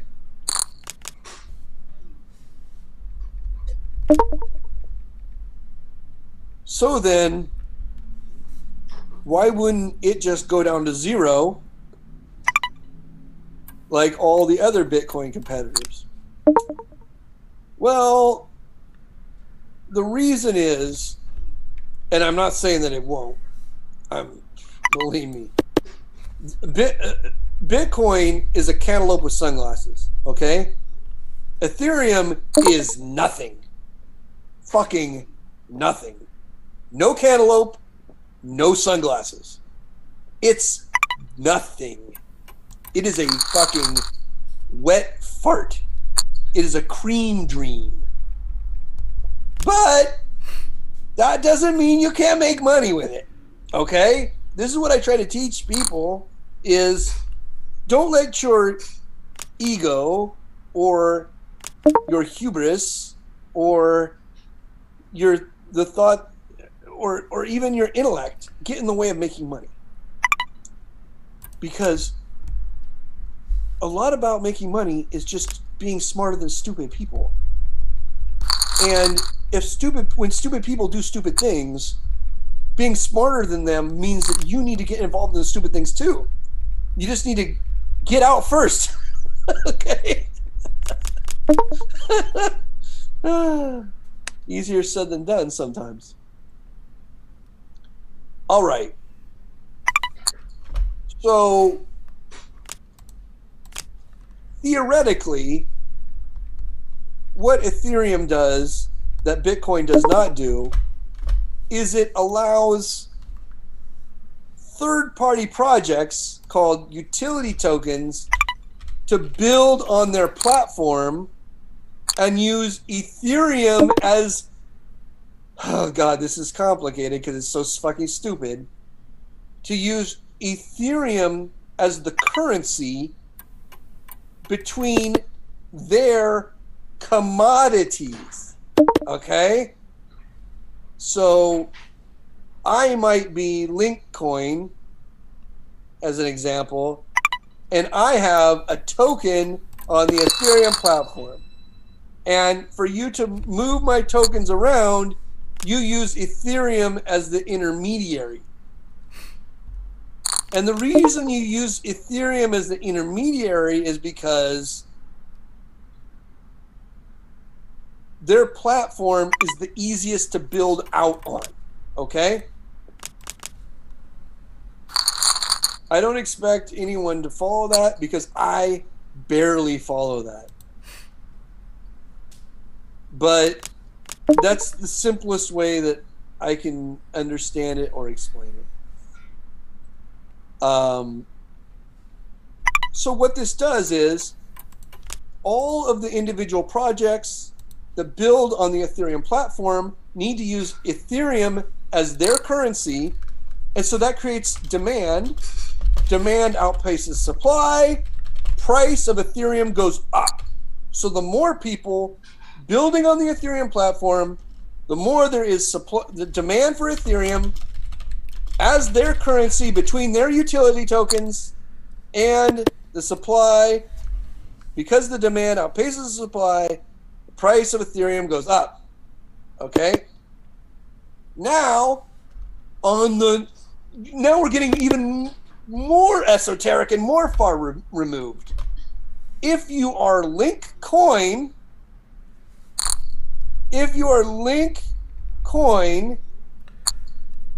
now you have a token on the Ethereum platform, which uses, the token is more like a commodity, they try to claim.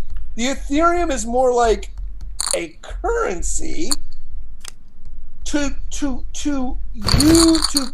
exist in the Linkcoin universe, you need to use a Link token universe, or the Link universe, you need to use Link tokens. The demand for Link tokens causes the price of Link to go up relative to other tokens in the fucking universe. You get where we're going here. We're fucking almost to like how many angels can dance on the head of a pin, okay?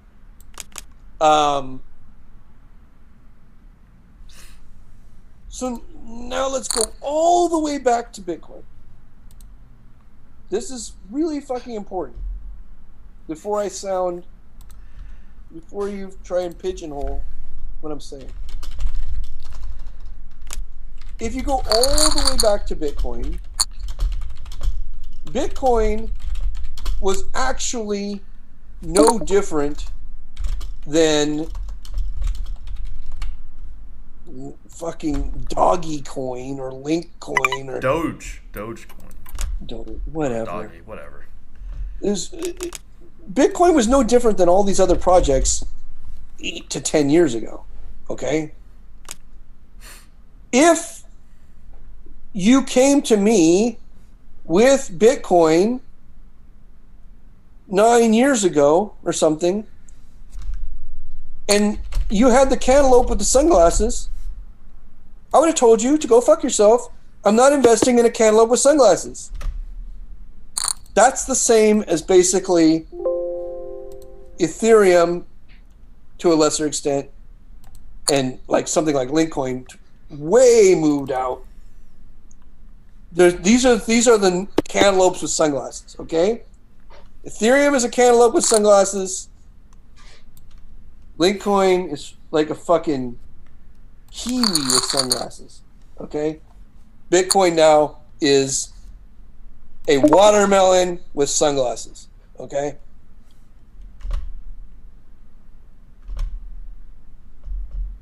So it gets very fucking out there. You get very out there. But it doesn't mean you shouldn't invest. This is the part I'm really trying to impress upon you. It means you need to just be smarter than the dumbest person, okay? So, how dumb can people get? Very fucking dumb, all right? So Ethereum has a lot of fucking problems. It has an unlimited supply. It's easily copied. It doesn't have a super high market cap. It's had a boom and bust cycle, much worse than Bitcoin. But it's seen a resurgence in recent times because of this thing called DeFi. And that's the same for something like Linkcoin.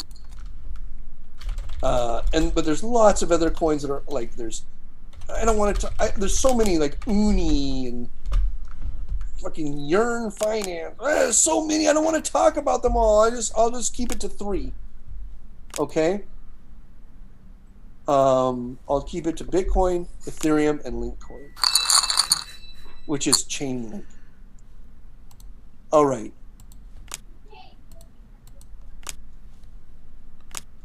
Well, I guess it's movie time. I've been told it's movie time, so. All right, we know who the boss is there. We'll do this on your next show, Wayne. Sure. People can stay tuned, and I will explain how altcoins work and which ones to invest in. Shout out to Live at the Bike Coin. Until then, win your tournament, all right? I'll try. You know it's a skill game, right? All right, talk to you later, Wayne. All right, later. What's up, Kim? Hey. Bye, Kim. Bye. All right, later. Later.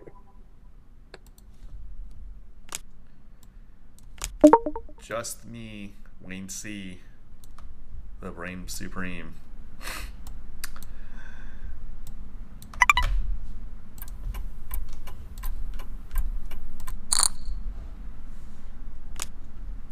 This Steven guy gonna call a lot of stuff, so he plays good cards, but he's willing to put chips in. We want to get people out of position. Hella tight, eh? If you're hella tight, I'm not gonna call with King 10 suited.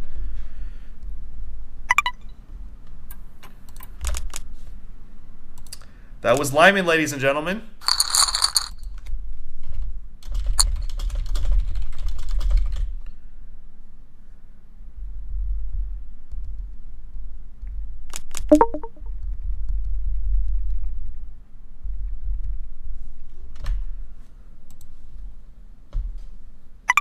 Six out of 40. 12 pay. One of the important ones.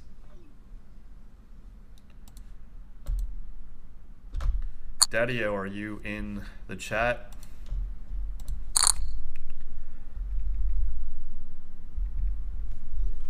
Show yourself, Daddy-O. Jonathan Ing says you're in the chat. I don't have my Live with the Bike phone with me. I have too many phones.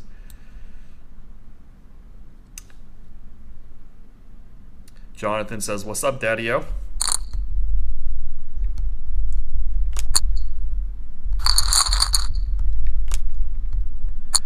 AJ, Jonathan Ing says hi. He says, saw you in Vegas. You guys are all too cool for me. Oh my gosh, another tournament.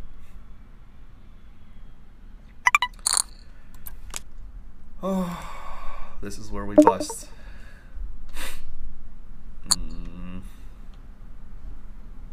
Let's smoothie.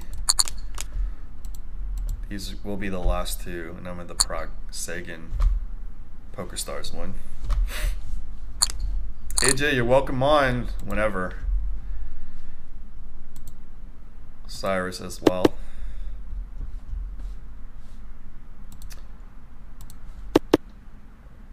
Cyrus is with the wifey. We'll get Cyrus on and you know, have some laughs.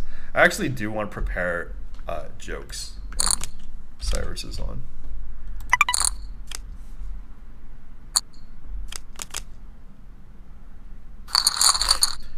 All right, take a stab. Not gonna work.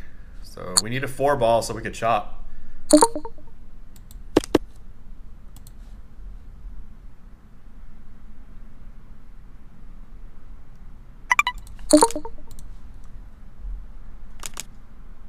You got it, buddy. I could be a 6-7. Had to try. No problem, Cyrus. Just saying you guys are welcome anytime. I'm chip loser now. These will be the last two MTTs. I hope I cash. I'm fairly tilted.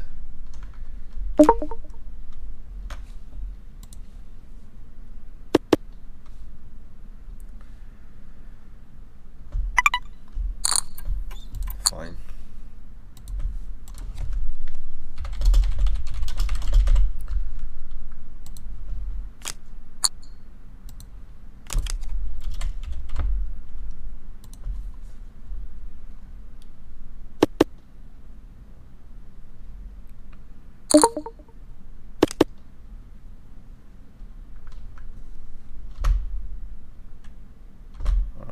gonna float for sure.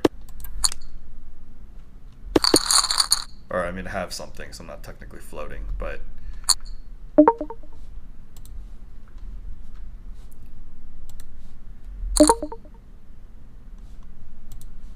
I don't think he's folding and he actually has the hand, so I'm just gonna call. We got 10 outs. Or if he has a heart, we have far less. I'm gonna check behind. In case he does have a heart. Oh, we were good the whole way.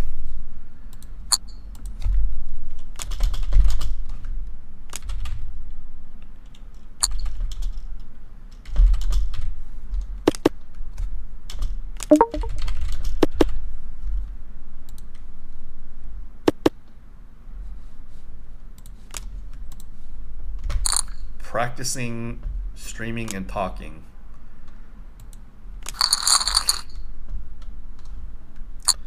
Ajizzla, aka SA, aka AJ, aka Alejandro said, John and I were grinding at Bellagio. No homo. Good friends. Jonathan, King, AJ, and myself.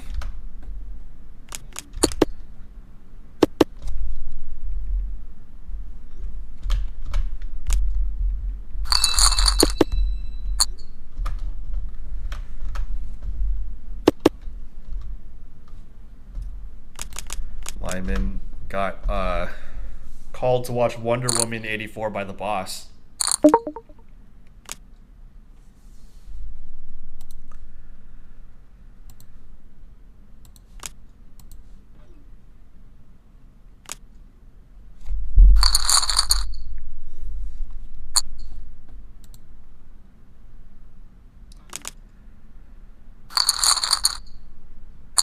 What's up, Dan Deming? AKA Daddy-O.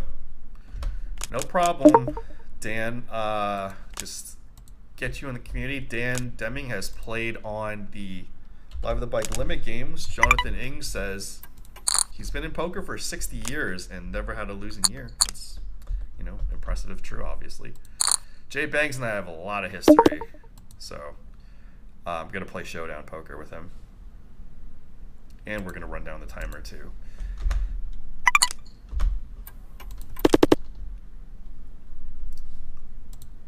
Derek, we can get you on the Zoom, not today, but in the future.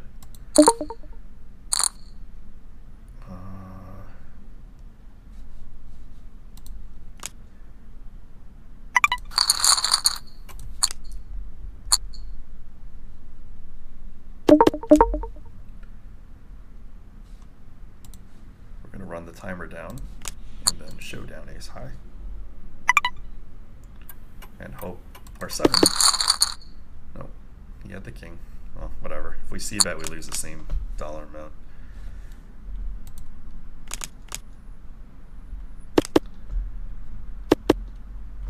Daddy-O will, you know, get you on a different stream, and then you can introduce yourself.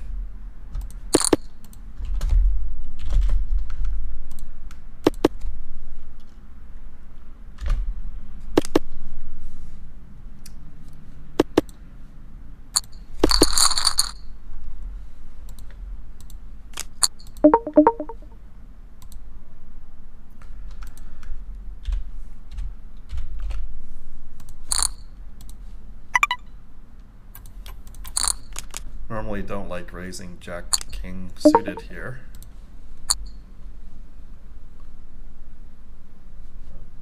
CCV, I don't know. I mean, he's probably not bluffing, but you know, this is the bust out tournament.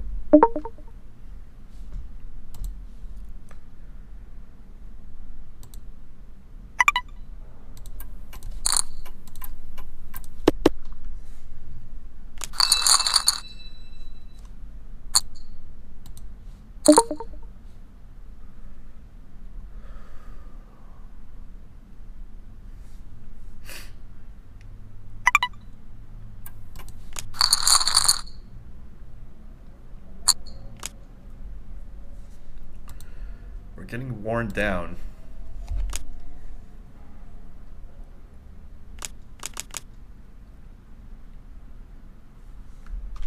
Smash that thumbs up, hit subscribe. Thanks for tuning in, guys.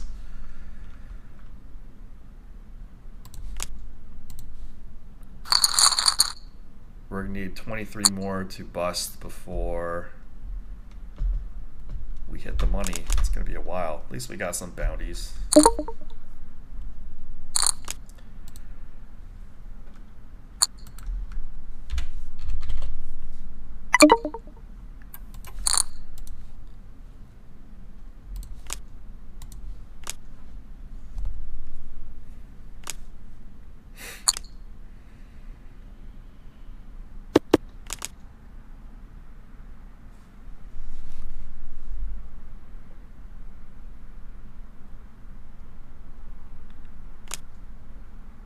We like uncontested money, especially with these lower and medium pairs.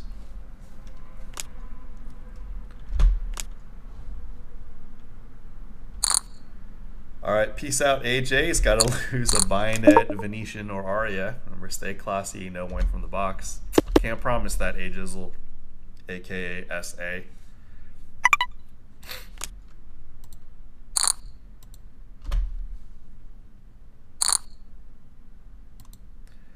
Classy and myself don't go together.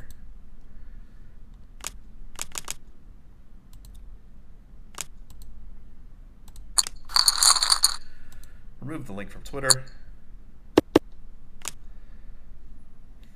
Yep, Jonathan Ng, VIP host of the Hotel Bicycle and Casino, excuse me, executive VIP host at the Bicycle Hotel and Casino. Good buddy of mine, got me my prop job. I am forever indebted to him. And need to continue kissing his ass. But in all seriousness, you know, good buddy, good dude. If you need any hookups at the Bicycle Hotel and Casino, or just need information, contact him. I'm gonna have him on the this format too, the Zoom. Got the ace and the king.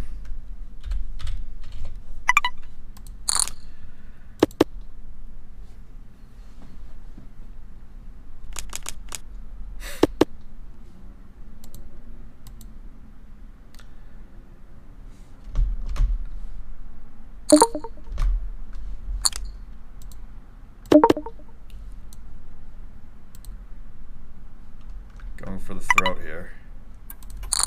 Don't want a guessing game if, you know, a 10 or jack comes out.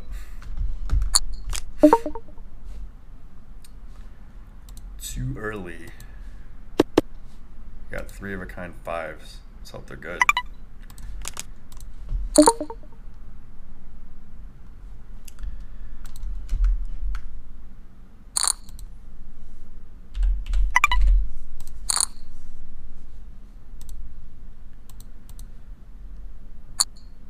Whoa, a lot of action.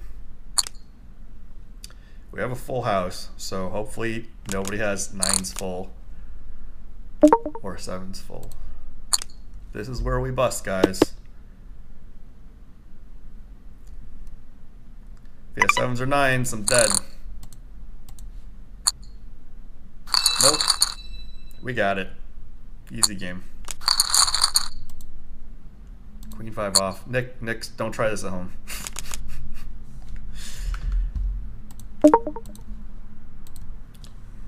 And of course, he's going to be mad, so hopefully he 3-bets, and we're definitely going with ace 10 if he does. And he is disciplined enough to fold after cooler. Who's this guy? Maybe bluffer, okay.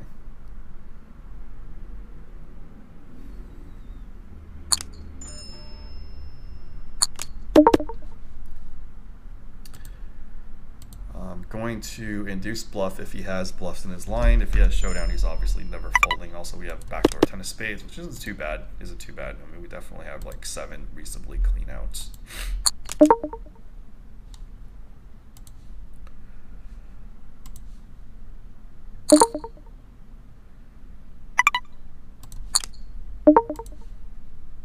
Definitely not folding here.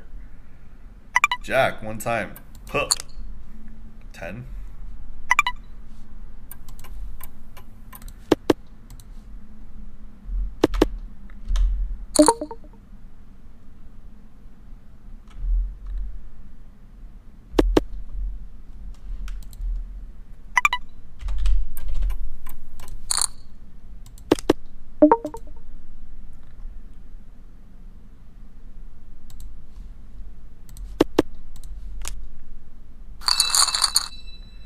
Bluff raise for the win.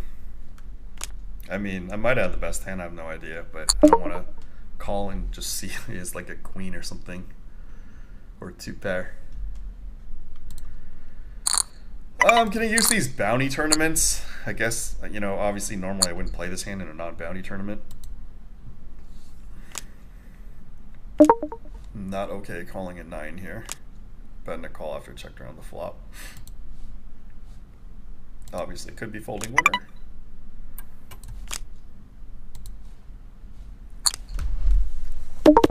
Way ahead, way behind. Only a king really hurts us. I guess a diamond too, but I'm okay checking here.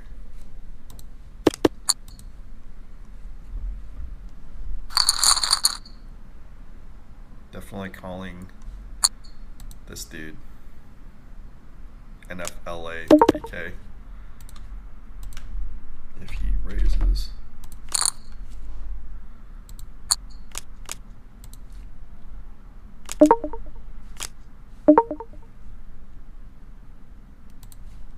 Definitely not folding. So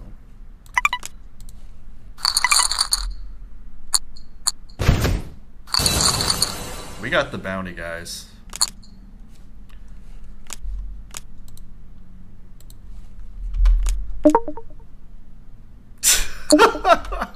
Just joined to see the queen 10 hand. Yeah, you are good luck.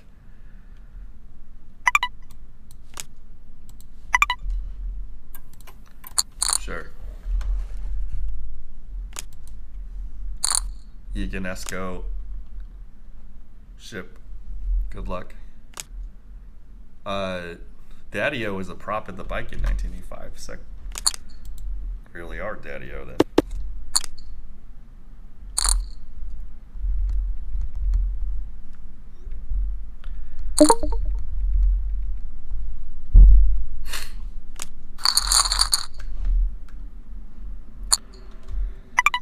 I'll probably club draw, just not gonna bother.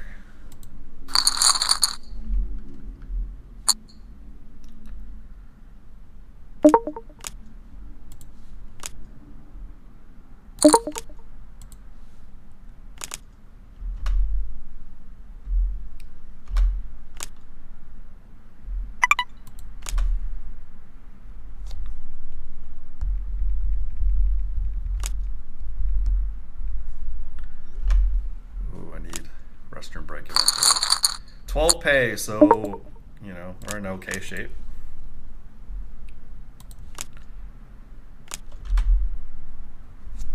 What's up, host up, Lee?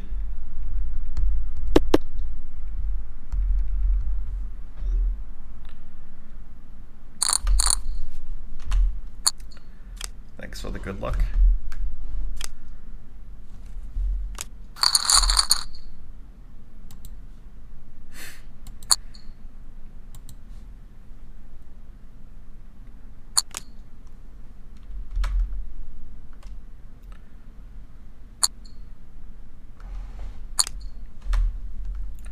Oh no, I flopped it.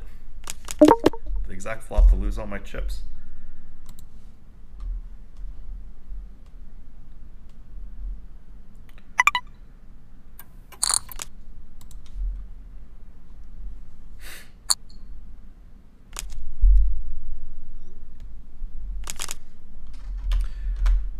There it is, my money card to lose all my chips.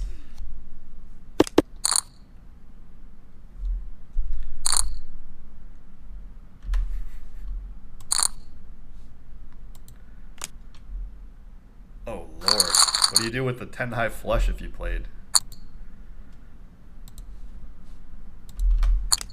How much is the bounty? It depends on the tournament. I think this one the bounties are bigger because it's 218. The other one, it's 110.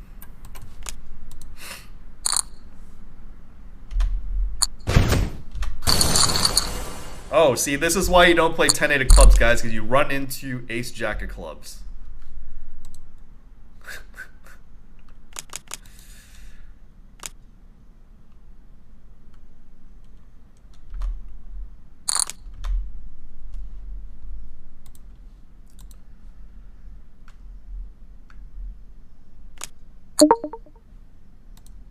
We actually have a real hand, but you know, can't sustain that much action.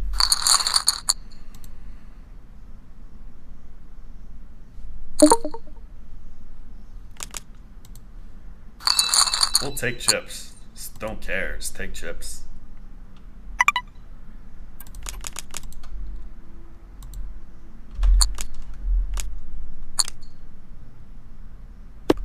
How much is the bounty here? Which is progressive bounty. Each bounty in this one's probably 100, and the other one is probably 50.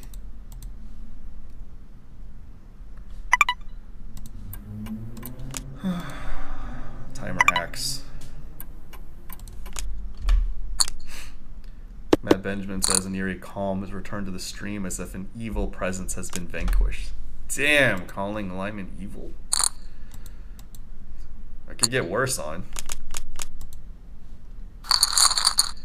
Shout out to Mike Lamosse in the chat, who is my co-host on the Californication podcast.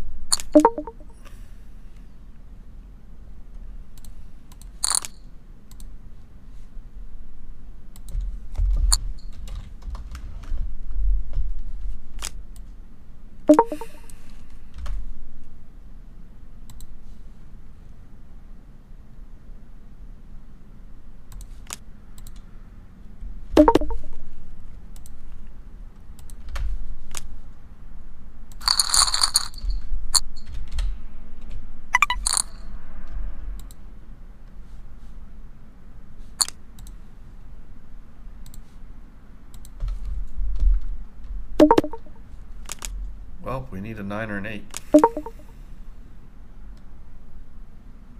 don't know, man. I'm just gonna bet larger. Give up on if he calls.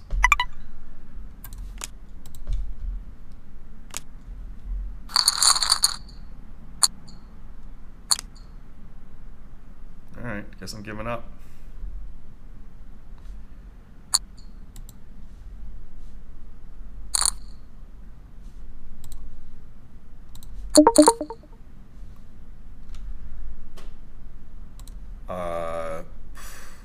Definitely going.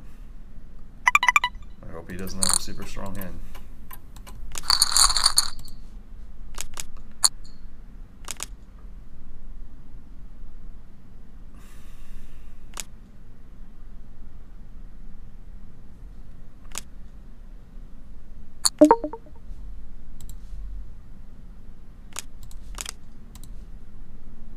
There's the ace.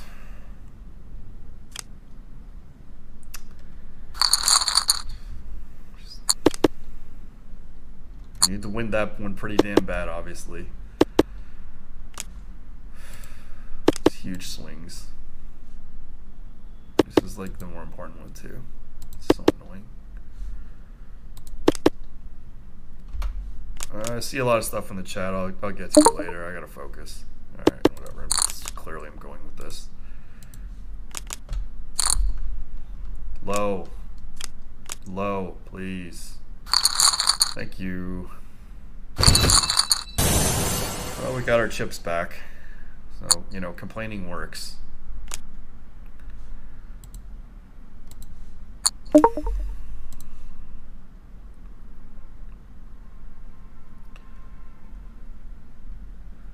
Oh, guys, I'm doing decent in these tournaments, so probably going to ignore chat for a bit. I really need to do well.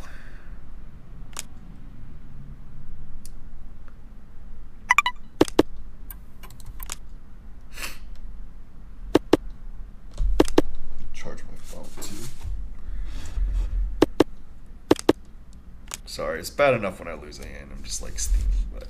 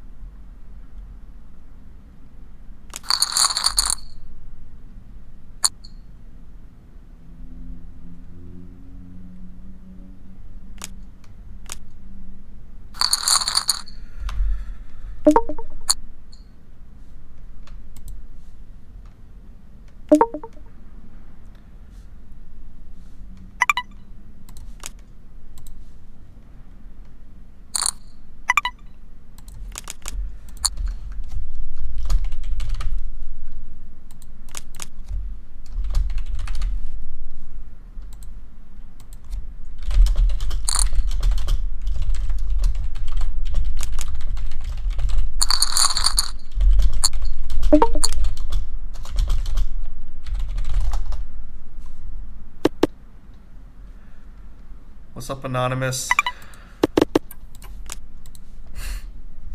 Don't worry, man. This game has swings.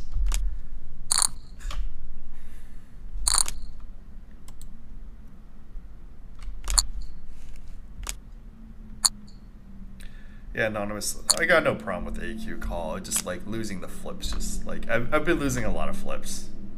Everybody's losing a lot of flips. It's just the nature of the game. So. And I won with the 9s right after, so I just can't complain. It's just, you know, frustrating in certain key spots. Let's go. Thanks for tuning in, guys. Still far from the money in both. 12K in this. Obviously, we have some bounties to counteract some, but... You know, we want the final tables.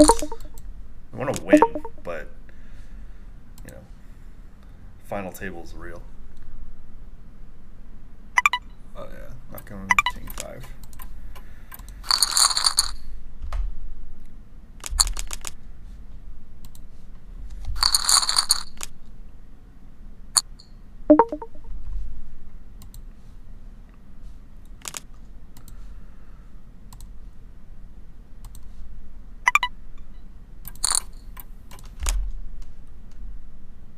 Yeah, poker is an emotional game.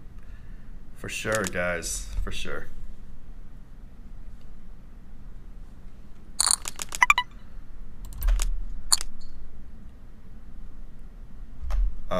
Mike, I'm not gonna ignore chat. I can't help myself. I was just super. It was super intense losing the 8s, the ace queen hand, which is obviously just like a normal hand. I've just been losing a lot of flips. We got a min raise here, so definitely not gonna 3-bet 8s. Definitely worth flatting. It's not Lee's. Ekinesco is Mike Lamas. He's my co-host on the Californication 2020 podcast.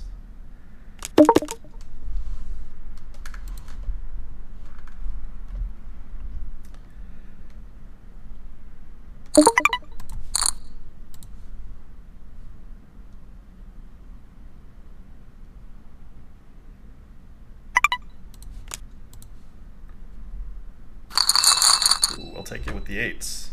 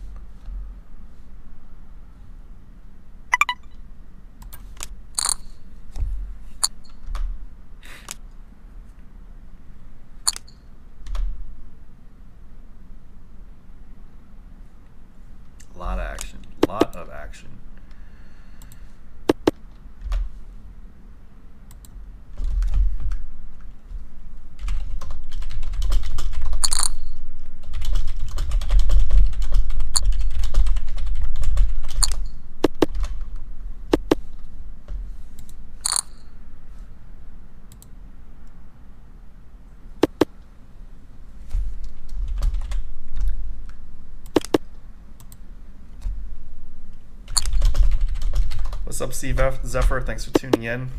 Smash that thumbs up, hit subscribe. Thanks, guys. Hope you guys enjoyed Limon. We're going to have a lot of people in the chat in the future come in. AJ, Michael Moss, Daddy-O. Anybody else who wants to come in, you know, just behave. Don't get too out of line. It's all good.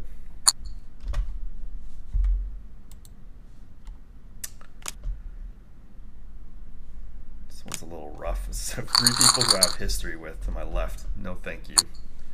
King 10's going straight on the muck. Jack King off, on the other hand.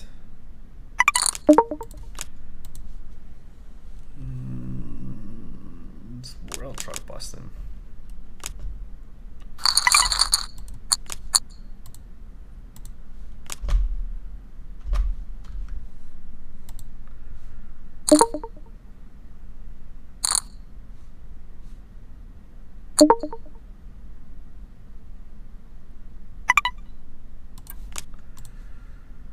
Whoa.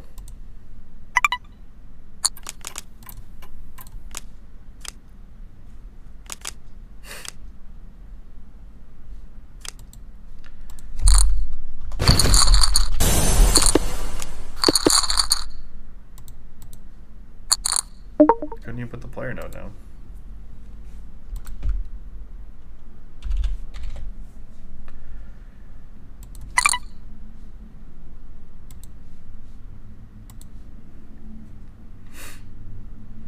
It is a really weird spot with ace queen, considering the stack sizes.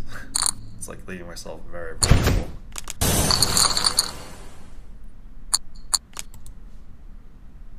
Yeah. I'm okay check folding this. I don't want to jeopardize any more of my stack. Even Jack 10's got a double gut shot, which I unblock like everything I don't want to see.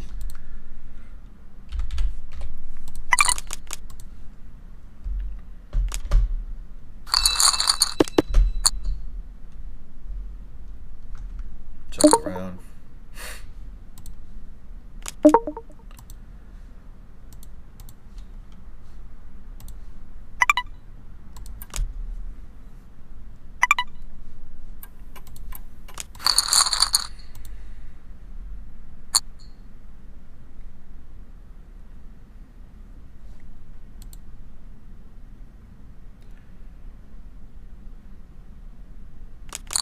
All right, good luck, Mad Benjamin.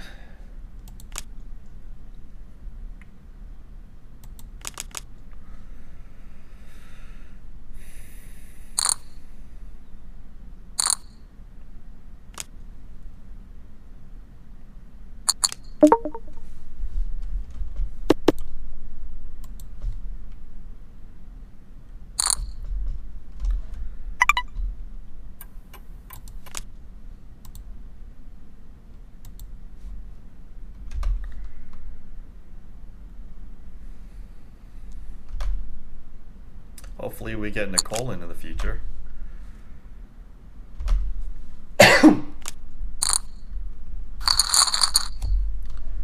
Alright, we need 11 more people to bust.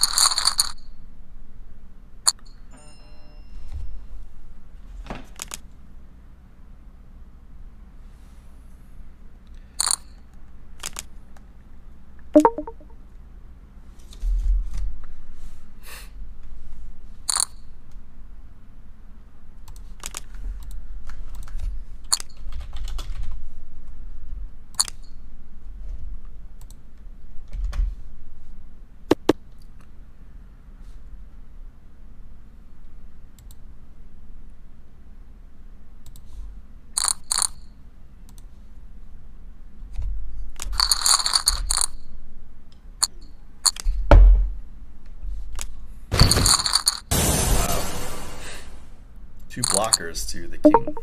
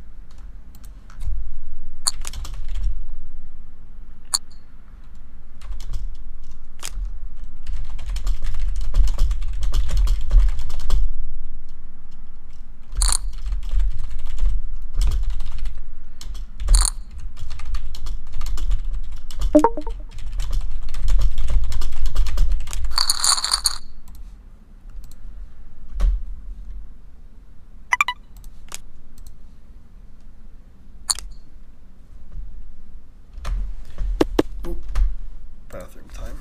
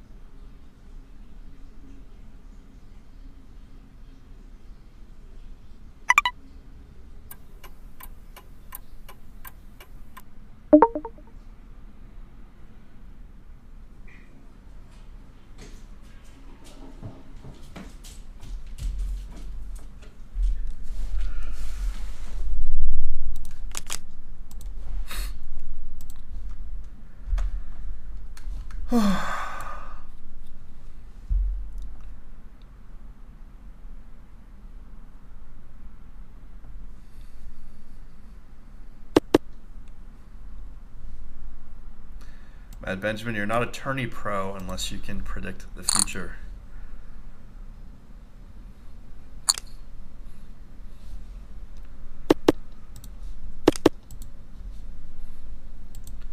Anyway, as I was mentioning earlier, I was surprised. One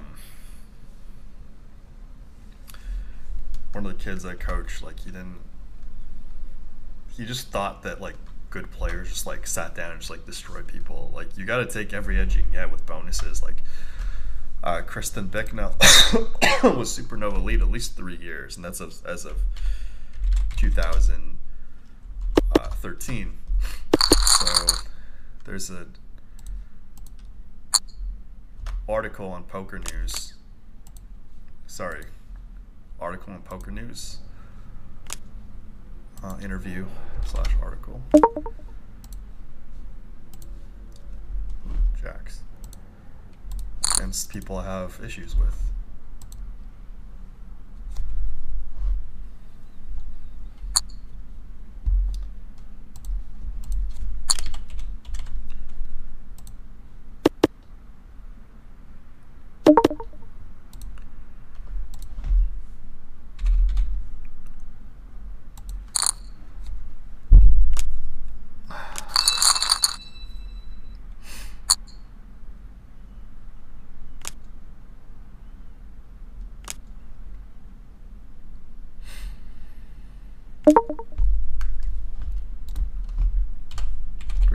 Bicknell, obviously. Very well-respected player. Man, this guy's...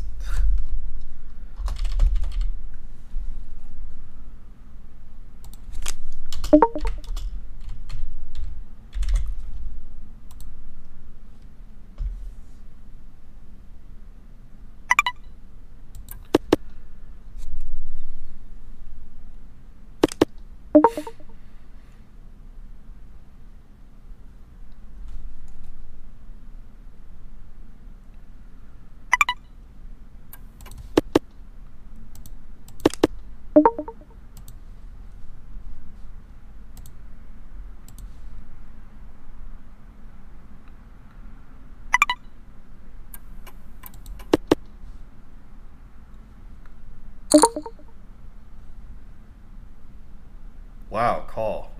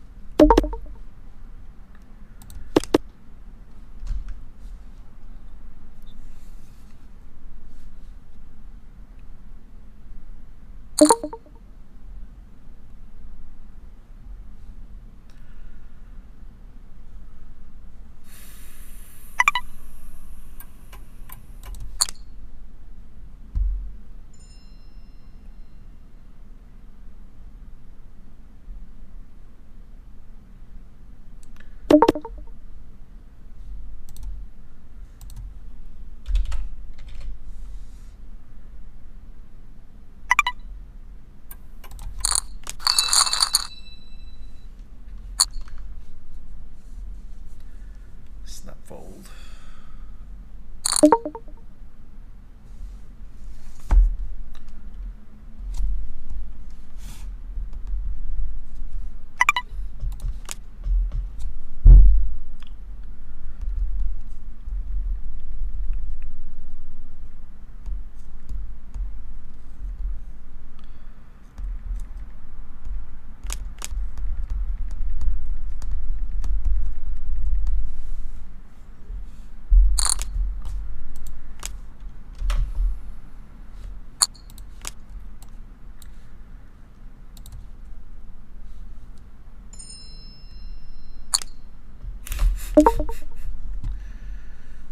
What do we got here? I mean, this is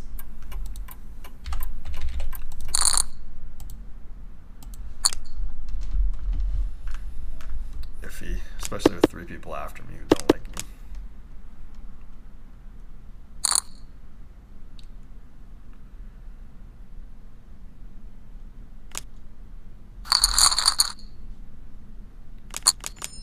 I'll take it.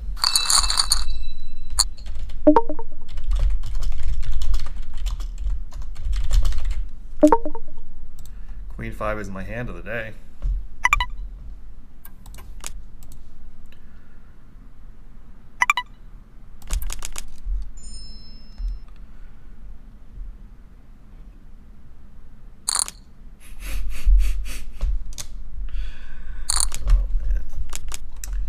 Anyway, yeah, Kristen Becknell, Supernova Elite and Poker Stars back in the day before they yanked it from under the rug from some poker pros, was worth about $130,000, give or take. So there were players who were rakeback pros, so to say. You can even lose slightly, and I know somebody sued Aces who's also played Live the Bike. He lost some, not a large amount obviously, but because he makes $130K a year from Supernova Elite, then I'm actually going to limp here. I don't want to jeopardize my stack. I'll obviously call a raise. This guy seems passive enough. Definitely not folding.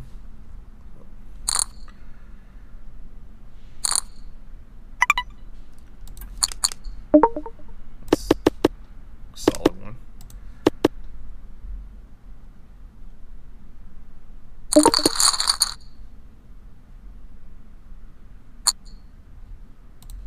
I'm going for the throat, so.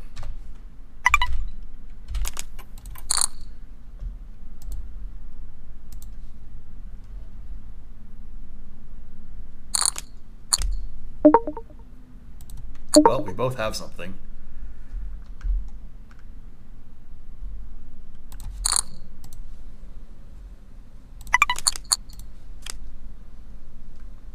And I got lucky.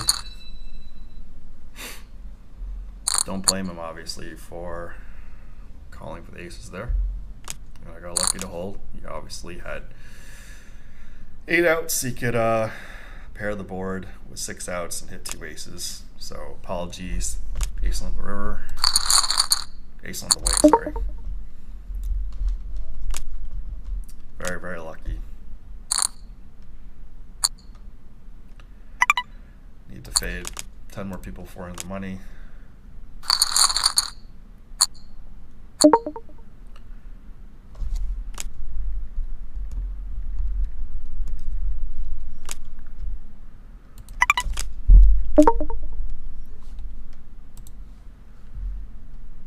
Definitely don't want to agitate somebody who's already not happy.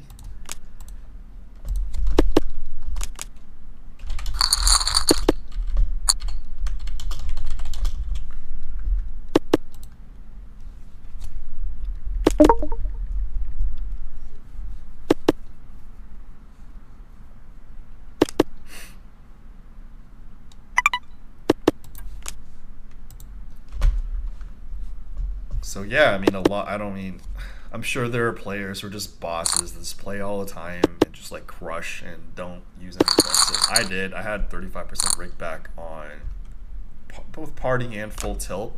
I never got anywhere in Poker Stars because I knew I couldn't commit to Supernova Elite. So I only played on there when the game was good. I got a decent rake back deal for Take Network and some other stuff. WSCX gave 100% rake back. I had a decent deal on Absolute, but I didn't play there that often. And of course the Scandal. But yeah, I mean, bonus digging is a thing. Like Kristen Bricknell's playing $1, $2, and $2, $4 in Poker Stars, for a living. I mean, she says that she didn't want it to be a career, just want to be a hobby, but she does well, and whether she's a pro / winning hobbyist.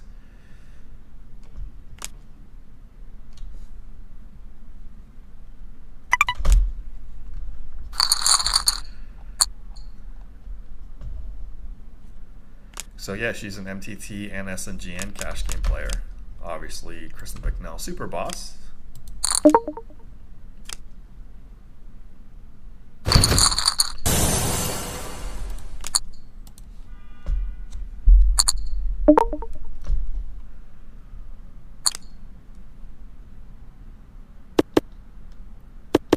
I'm okay folding 5s here.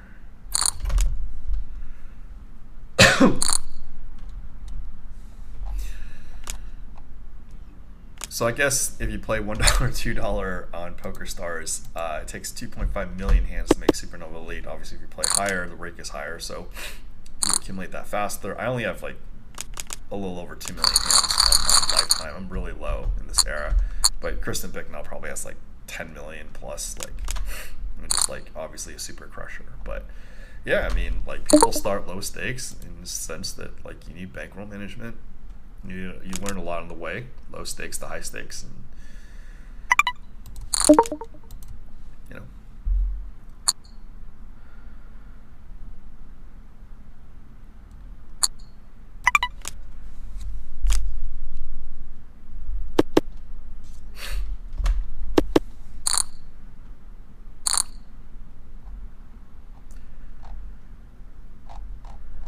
but yeah, I'll read the math that Poker News put up. Whoa, it's a big hand here. Oh my god, not flush, jeez.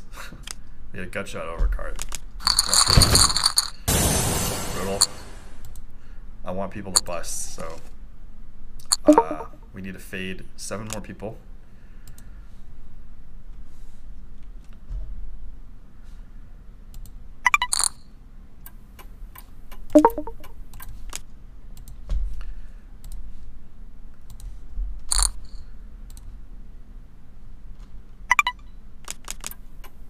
I'm not even gonna contest this. This is like really wussy, but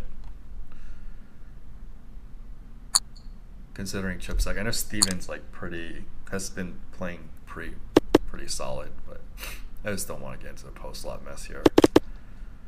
King Jack suited, obviously in a decent shape range. Very dependent on stack situation. I'm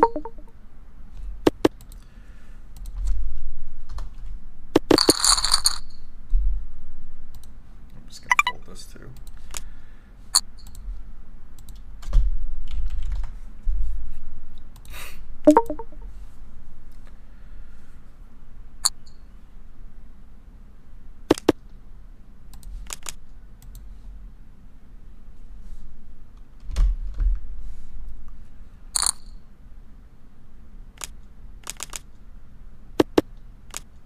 So yeah, Chris and Bicknell has reached Supernova Elite status each of the past 3 years. This was written in 2013.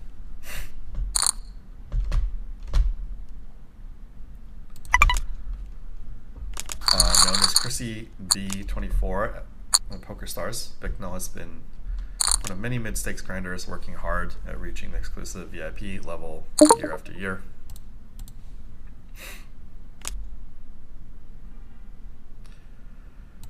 I'm gonna risk. Oh damn, it's probably not gonna work, but hope the hand ends quickly. Fold, fast fold. Nope. Check by fold. Fast.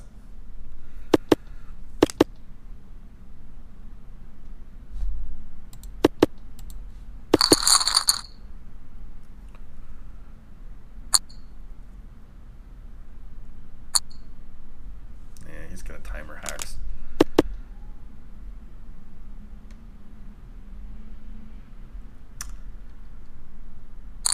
Actually, yeah, that was. He's gonna. He did that. He did the big blind stuff well.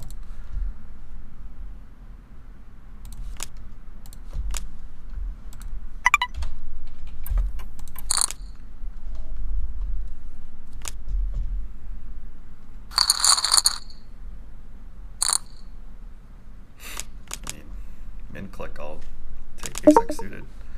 Give me some clubs. This is obviously a loose open. The deuce very bad. Deuce not so bad anymore. Hope he doesn't have sevens.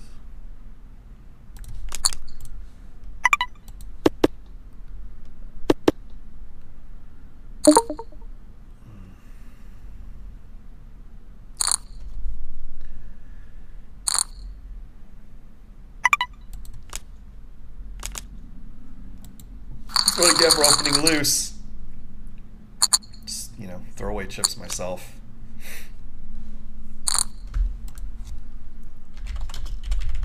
Really hope it gets limped around.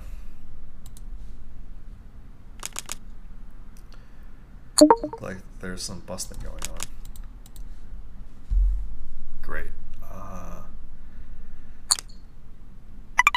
Looking for that third three. We didn't find it.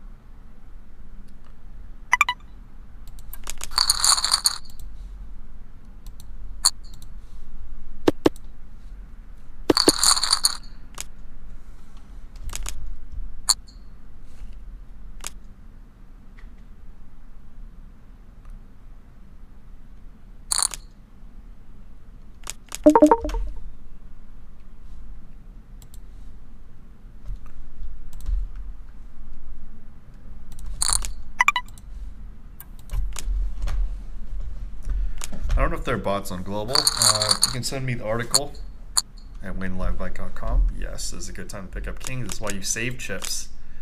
So when these things happen.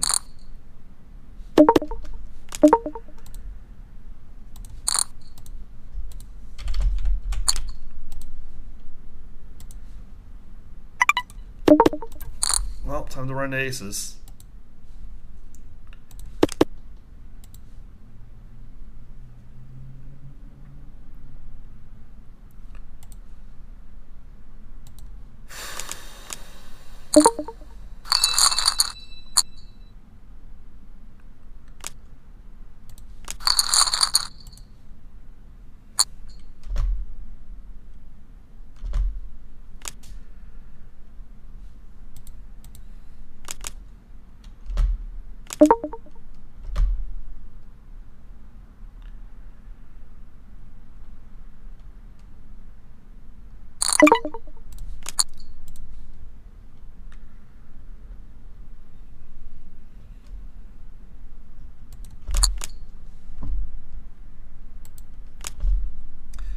So yeah, Bicknell spent most of her time at the $1, $2, $2, $4 cash games. No limit on PokerStars, playing as many as 24 tables at a time. Her blog she called Ultimate Grinder, deservedly so. For a 1-2 player, it takes approximately 2.5 million hands per year to reach Supernova Elite.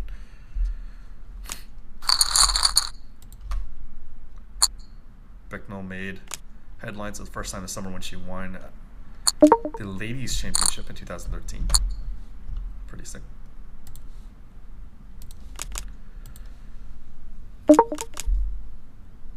Hopefully we don't run into trouble flatting here.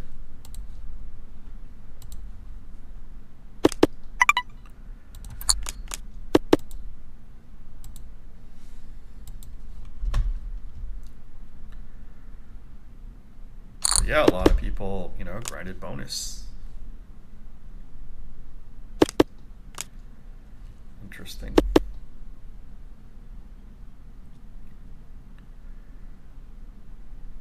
So 6.8, we're getting 3-1. I mean, we don't really have odds, but it's fine. You know, we get lucky, so we need to get lucky in tournaments.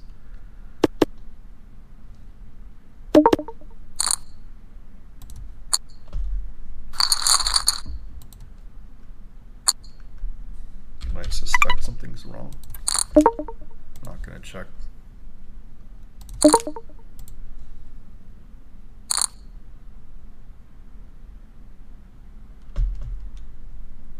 Well, it's all going in on the turn, so let's hope he doesn't have tens.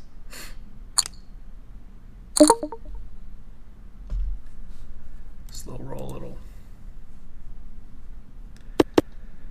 Let's hope he has a two-outer. We're drawing dead, but whatever. Sorry, man. Bounties plus, this is a tournament, we need a YOLO. I got set in Prague Sagan's tournament. But, you know, obviously with the bounty, it's more important. 4 more people, then we're in the money.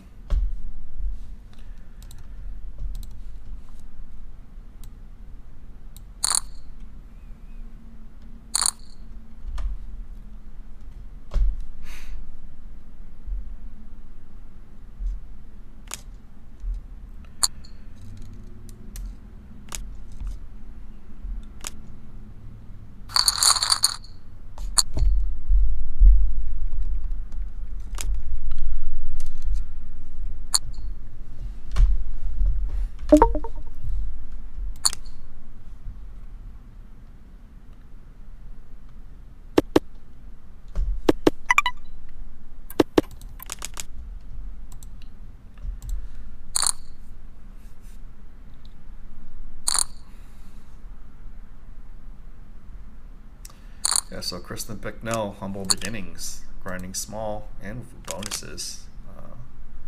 So for people who are too big for bonuses, not the right attitude, guys. You gotta take whatever you can get. You guys see me grinding the free and the 11-cent ones. They don't offer rake back on global, so I'm gonna take whatever I can get.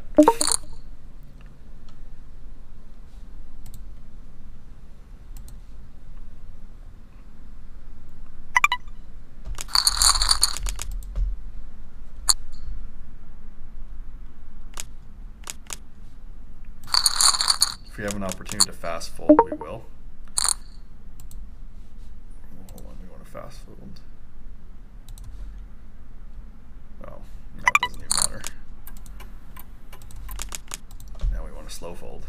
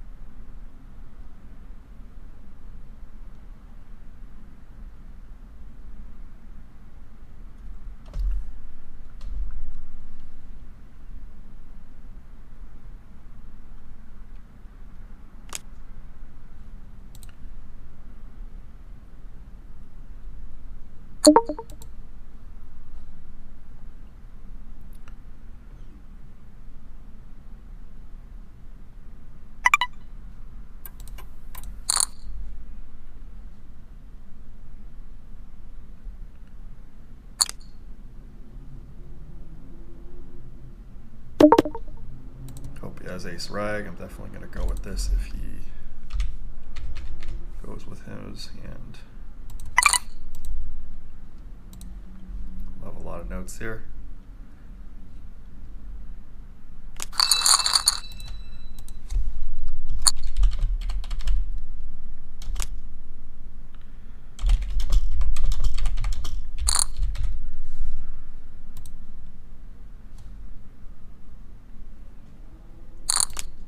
We got good blind timing here.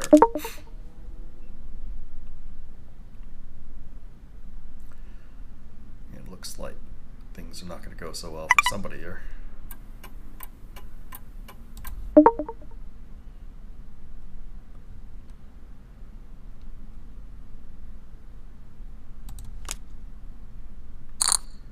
Whoa, lot of action, lot of action.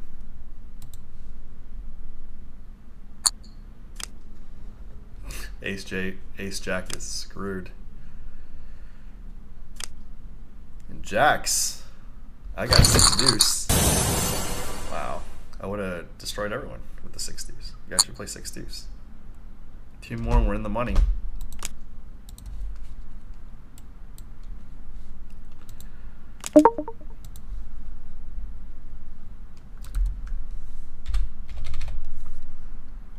No mercy.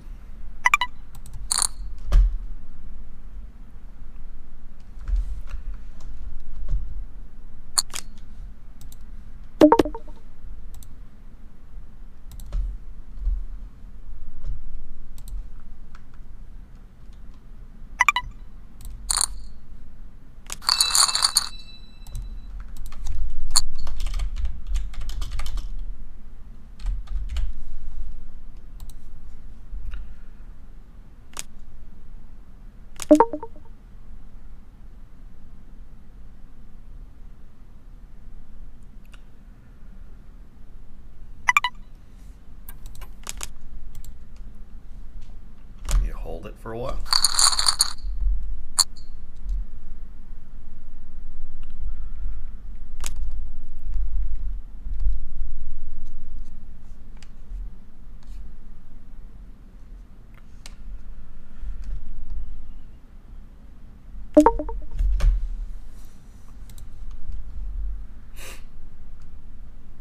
Yet, not tonight.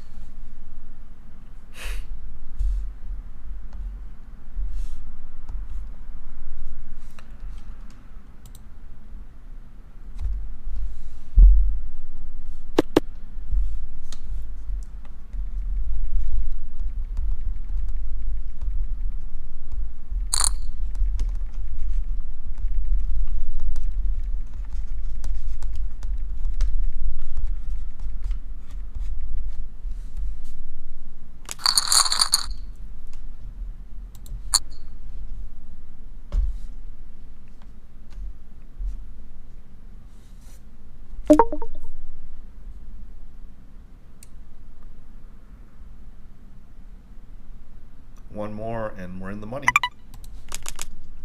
And then we can change the title. Not going to do it for then. Whoa.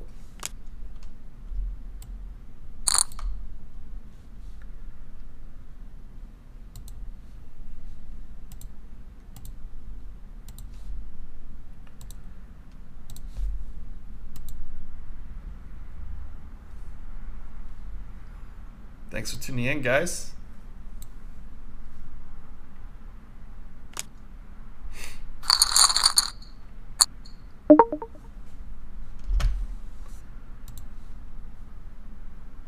We're in the money. Congrats to us, and we're no longer chip leader. But,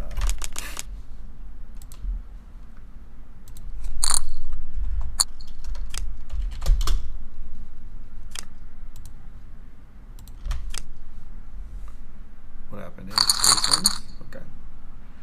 Almost final table. Let's go. As the kids call it, LFG. You know what? I'm just going to tweet final table. I'm just calling off. Especially since it's bounty.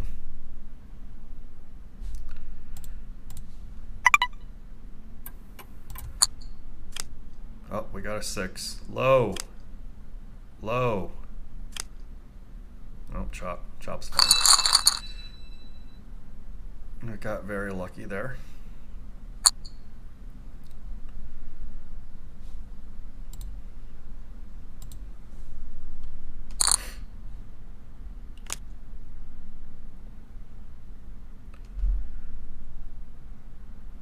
Wow.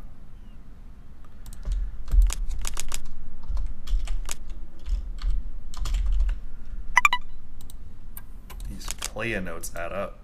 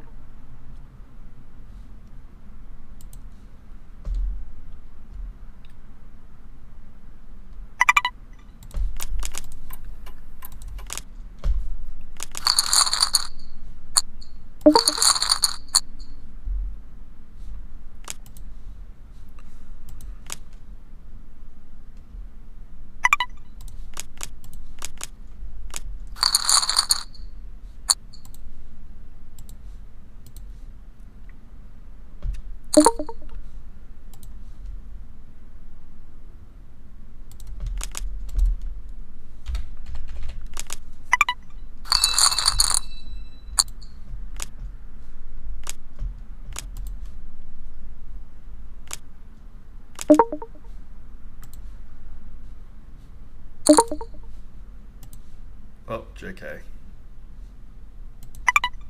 He map hacked me.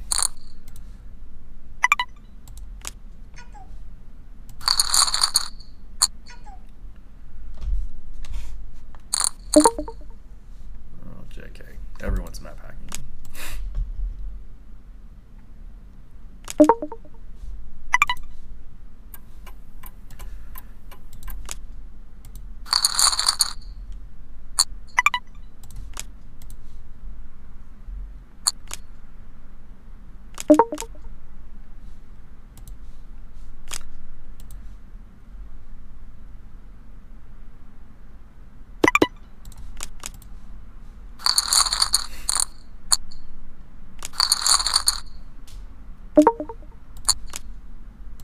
Quick folding this so I could try to get button blind increase.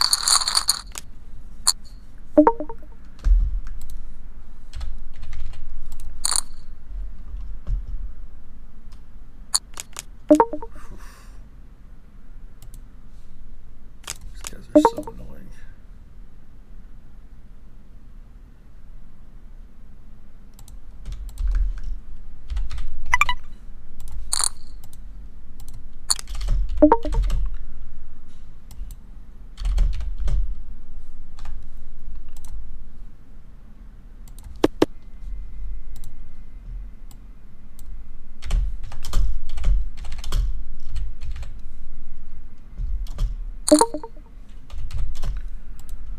You got it, man.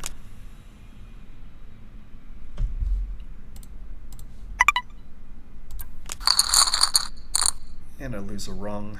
I'll try to quick fold if I have the opportunity this hand. Or at least, you know, time it okay.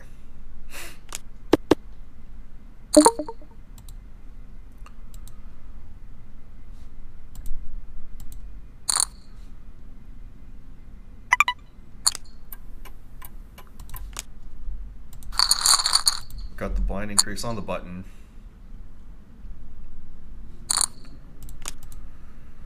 It'd be really embarrassing if we don't final table here, because I didn't announce it on Twitter.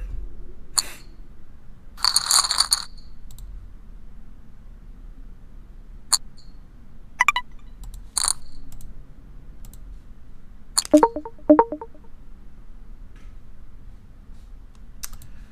gonna check bottom pair on the ace-3.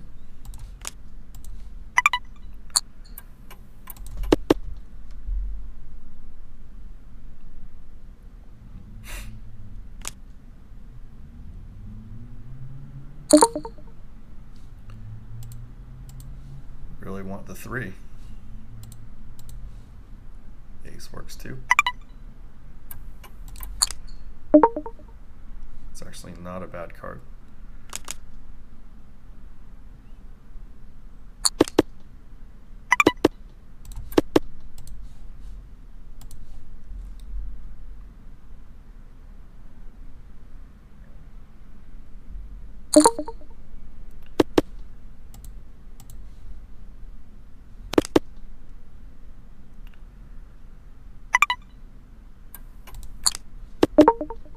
That is a bad card. Let's see what he does.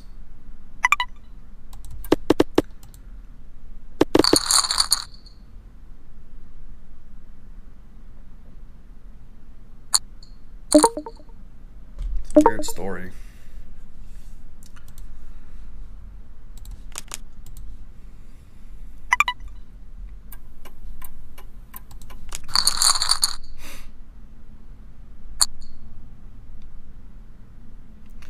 Lost a lot of chips there.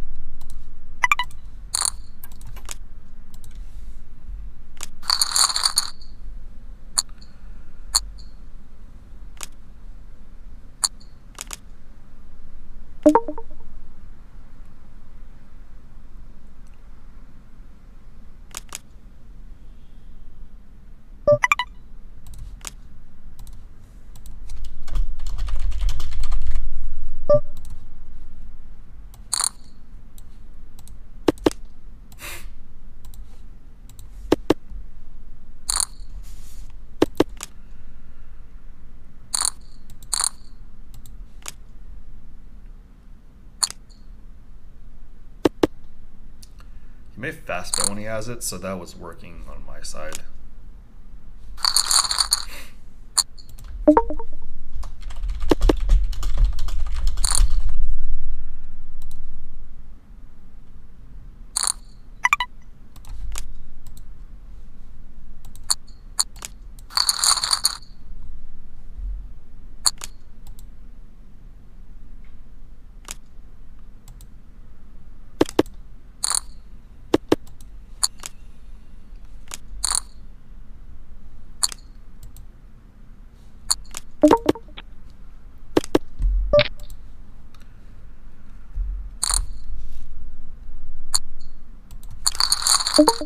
Spades.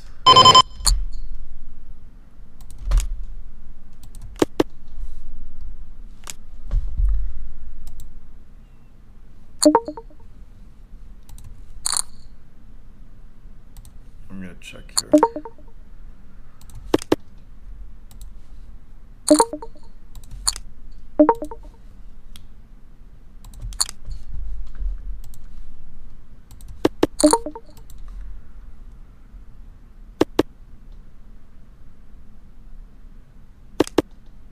You could have an ace, I guess. It's not a good river for me. I've lost. If he checks there, I lost.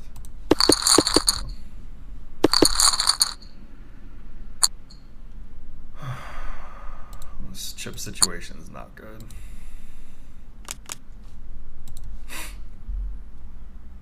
Needed some winners.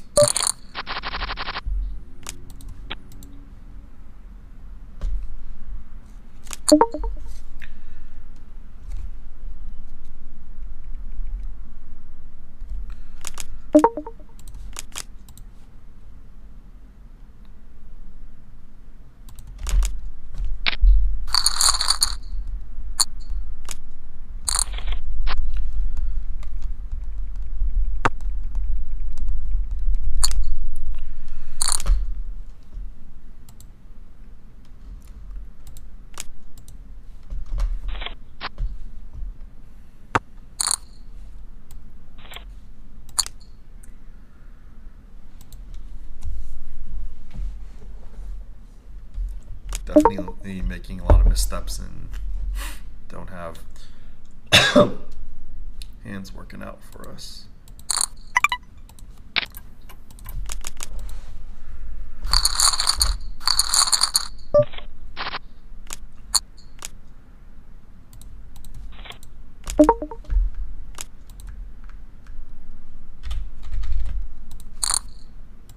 Six out of 10 is not the worst, but we want more.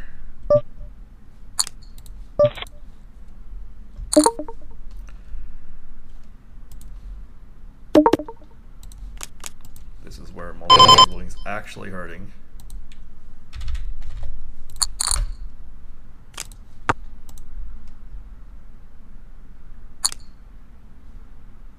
It's not good. People are picking up cards.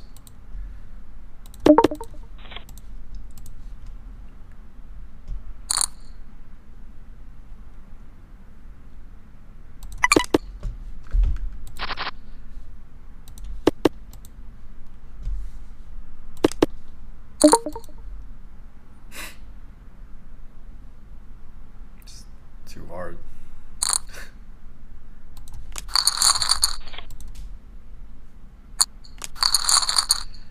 Alright, it'd be pretty embarrassing not to make the final table. Well, the big blind is short, so let's do it.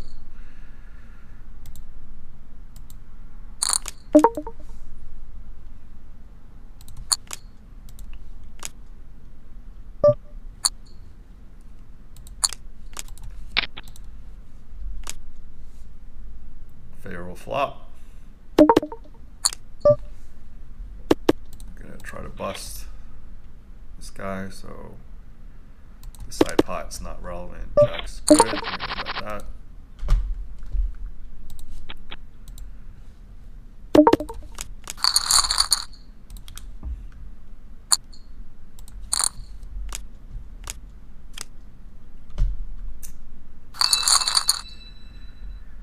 Can't even hit a 10.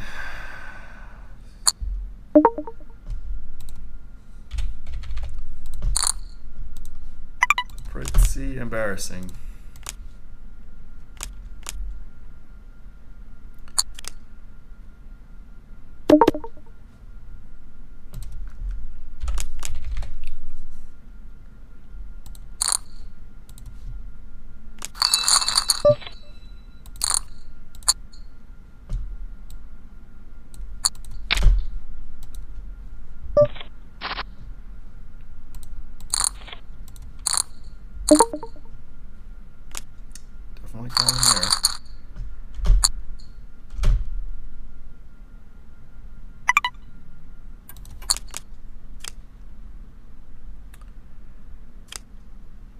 Low or high? Good.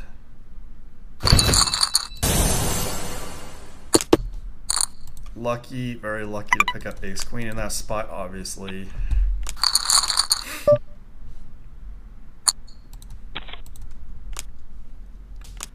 Final table, LFG. Got a lot of bounties too.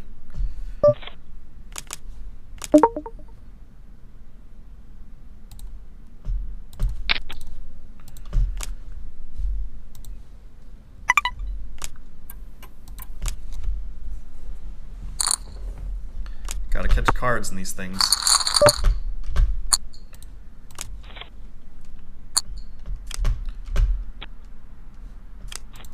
We want the guy with more chips to do better.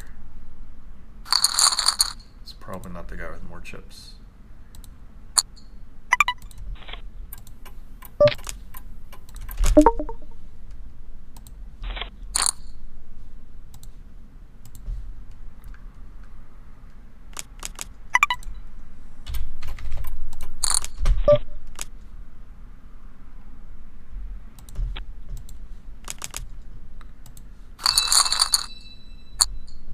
We like the chips.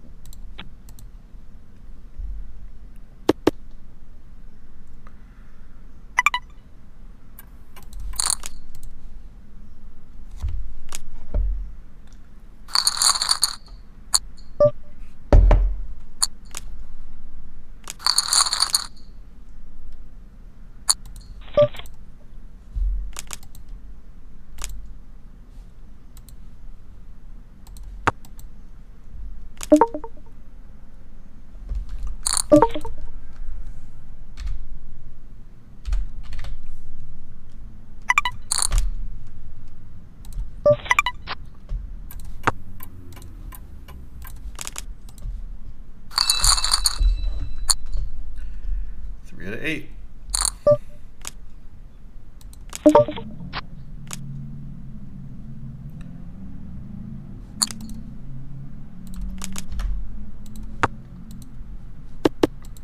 It's a table you guys can't see, which is the poker stars. You guys still betting. Wow, turn to set. That's what I get. Probably not my day on poker stars. It's the least important of the tournaments.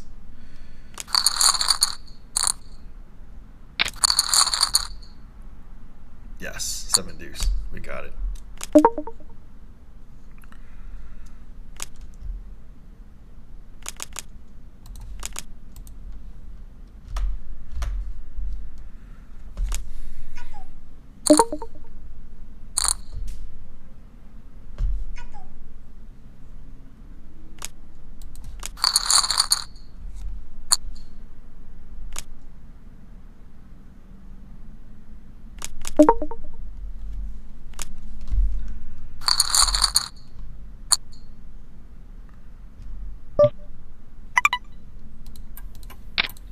I don't want to jeopardize my stack here.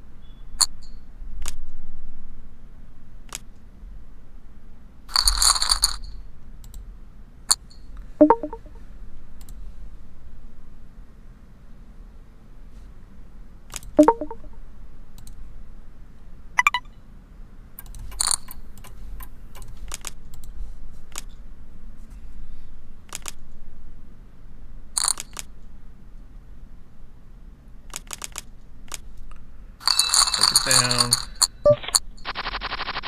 Better than losing. I'm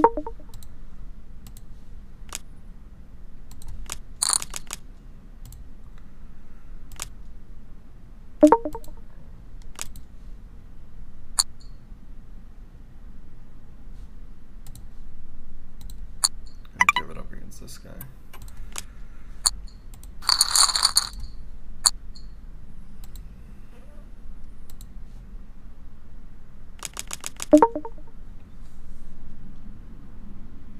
Oh, he's got like 10. Okay, I'm just shipping this.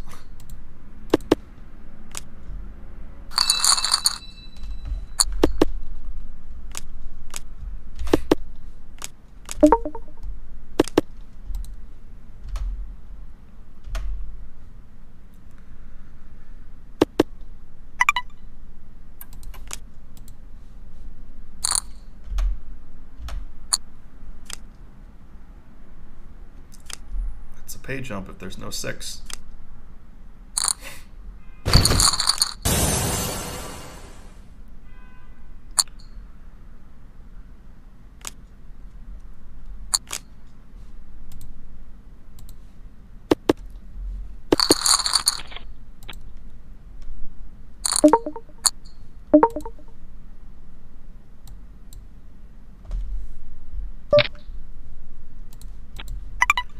This is a weird spot. I'm gonna flat.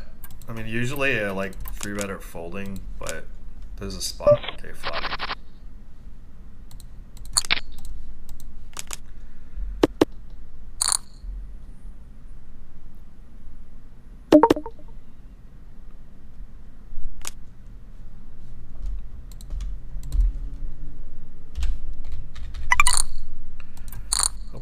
Check raised.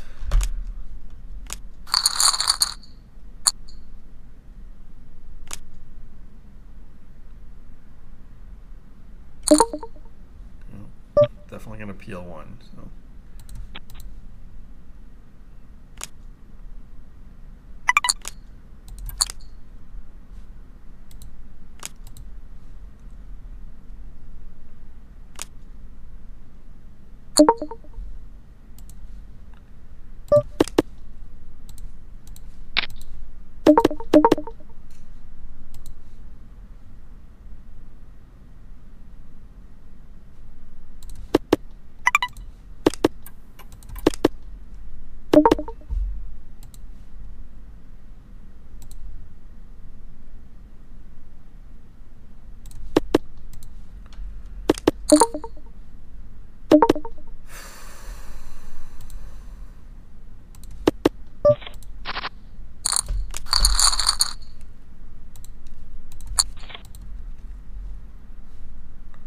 Five out of 7, losing chips.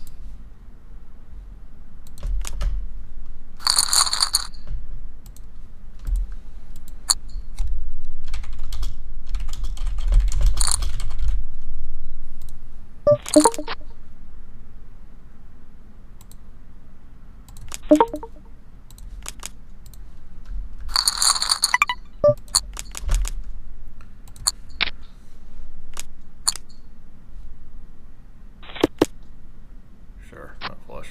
You guys don't see the table. I just busted a $62 one.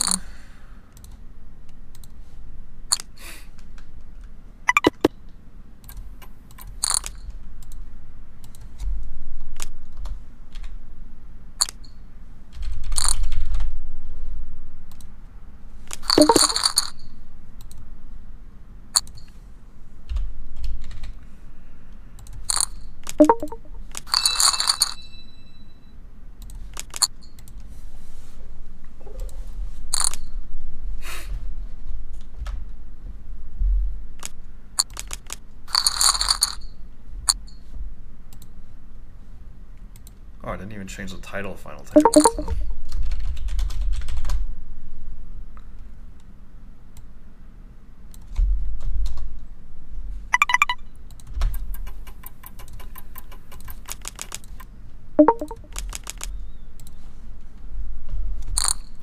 Five of 7, need some cards.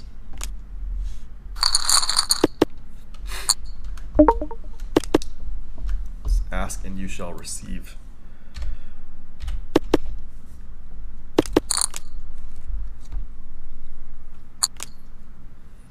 Fire Island guy really wants to bust people with cold calling a lot. He's Attorney Pro, he's got the emblem. Oh my gosh. This is where we bust guys. 4-way, I'm just gonna open rip. This seriously might be where we bust though.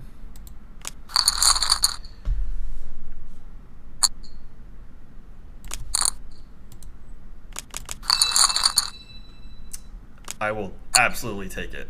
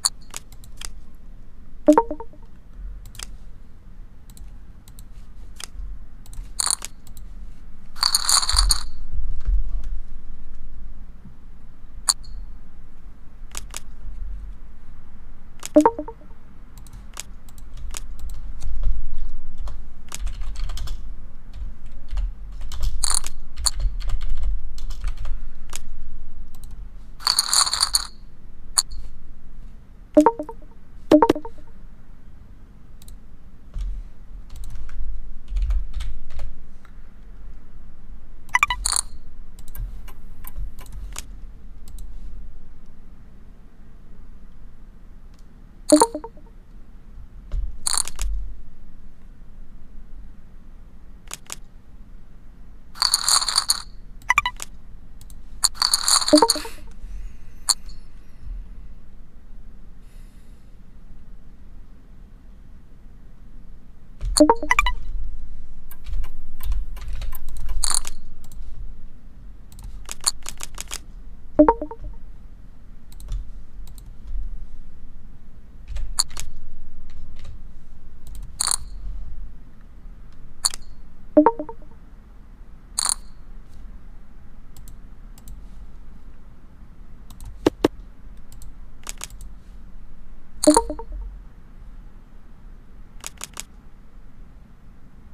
I could, like, rip his bluff. I don't know. I guess maybe he might not fold an ace. But I mean, I could definitely reliable check fold river.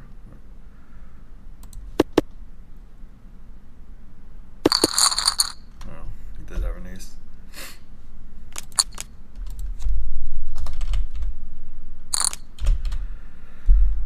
I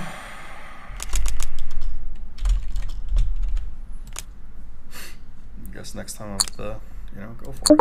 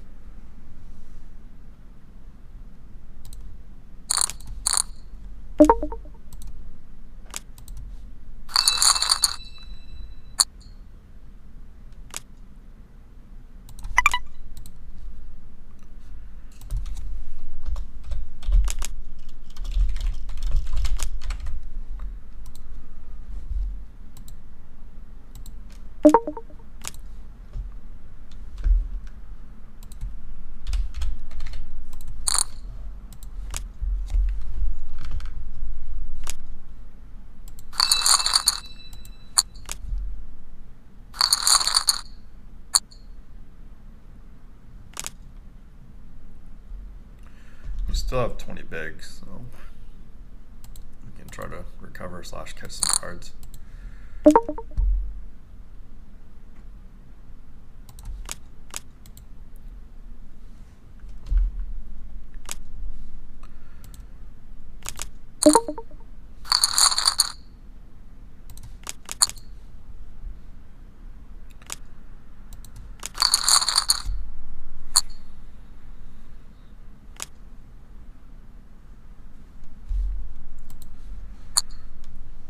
Two chicks at the same time.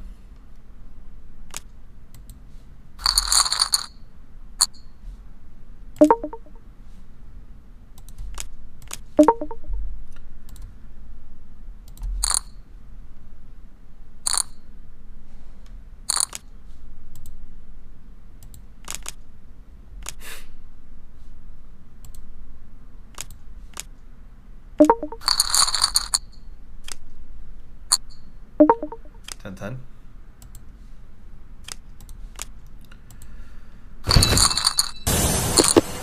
Get blind increase on the button, final table.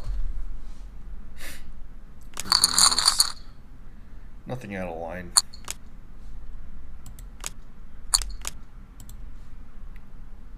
Well, need them to, it would be brutal to blind increase on the big blind.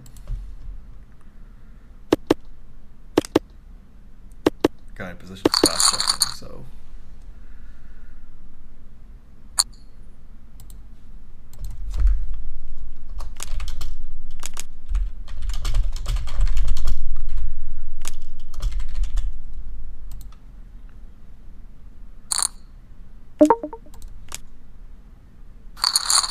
Snap line increase button.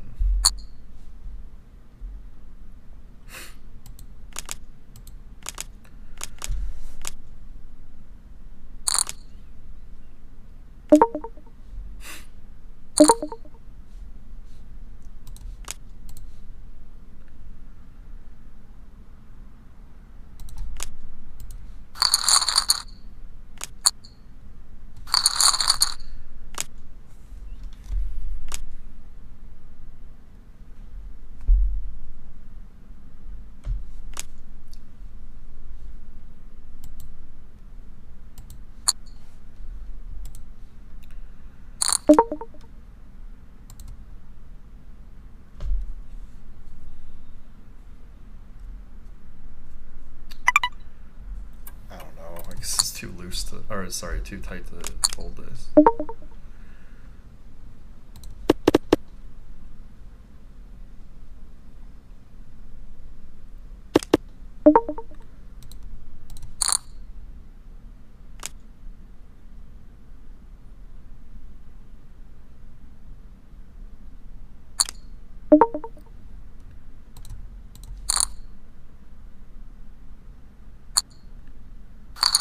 Flop a set. Well, good job.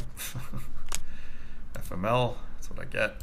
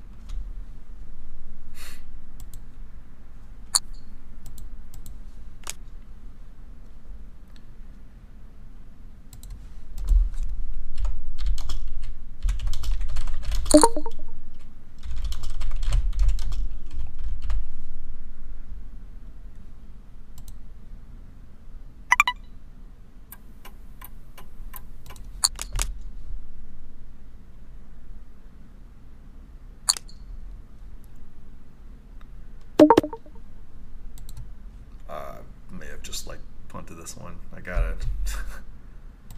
Whatever. Hope he doesn't have anything.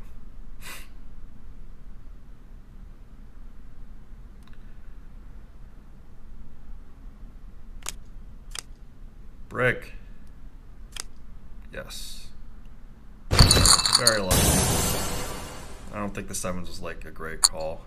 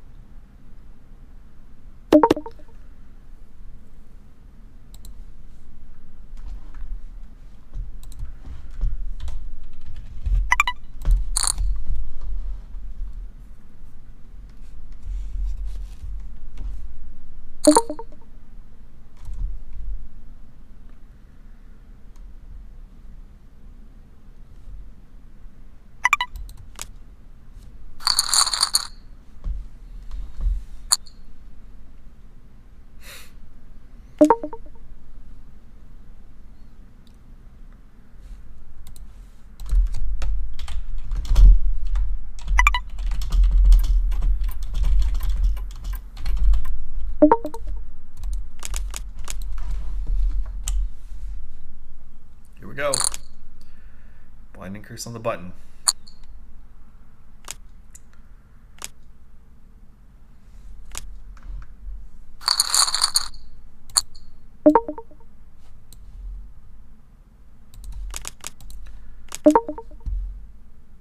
This Fire Island plays a lot of hands, so I can stay out of his way for a bit.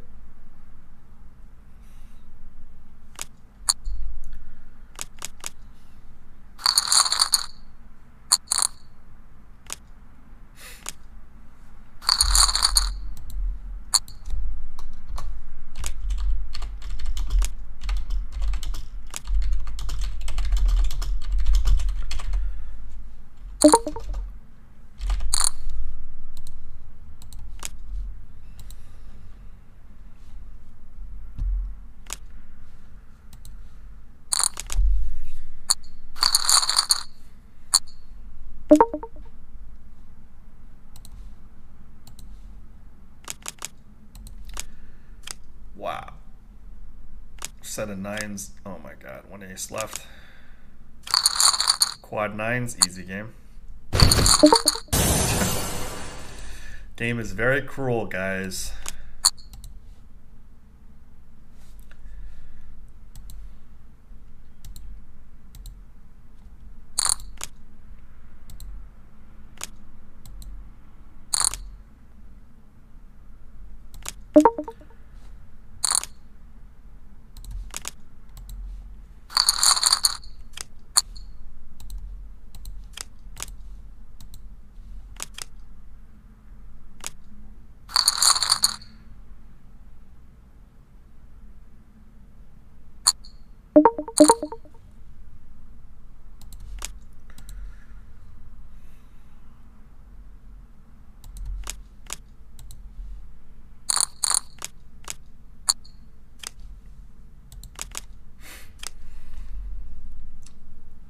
I don't know who has recovered.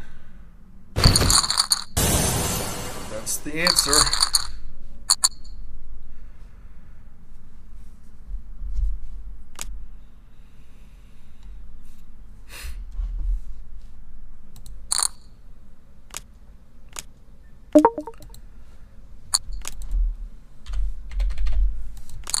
Need some diamonds.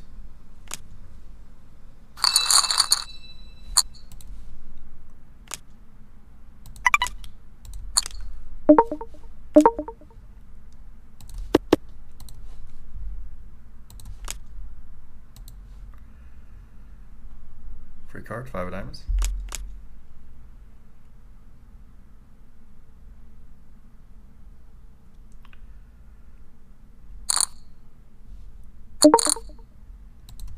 Oh, we got some action here. It's a pretty crucial card.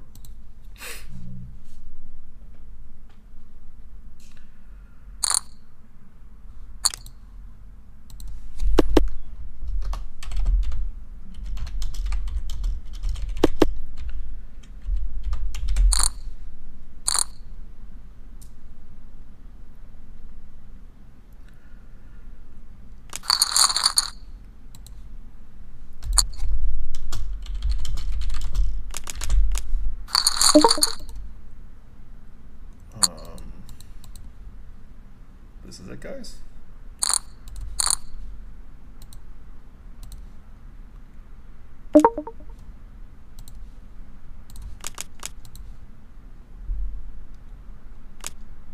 I'll take it.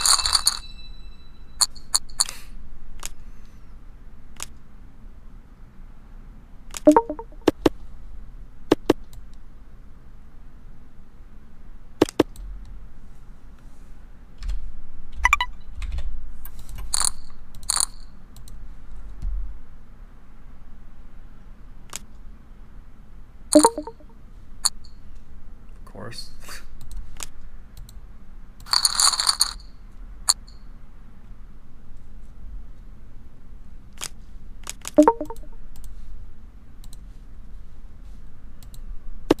Look, guys.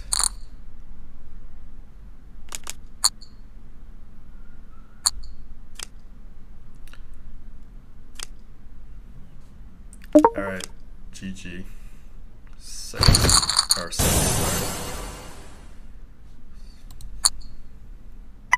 You gotta run so good in these things.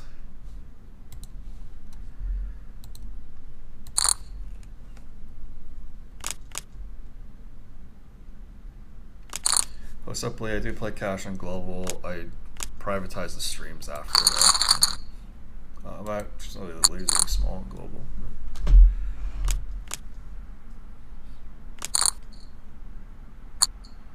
Thanks, Andrew Nicholas, for the support.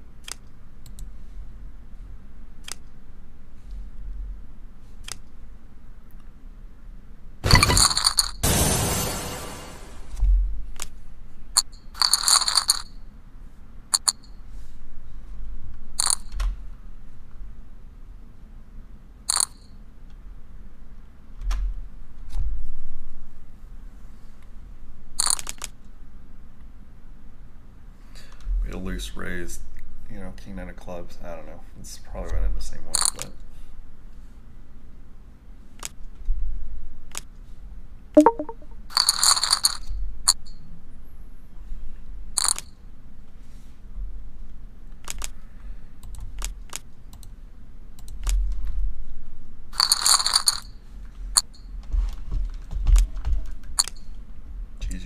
ridiculous.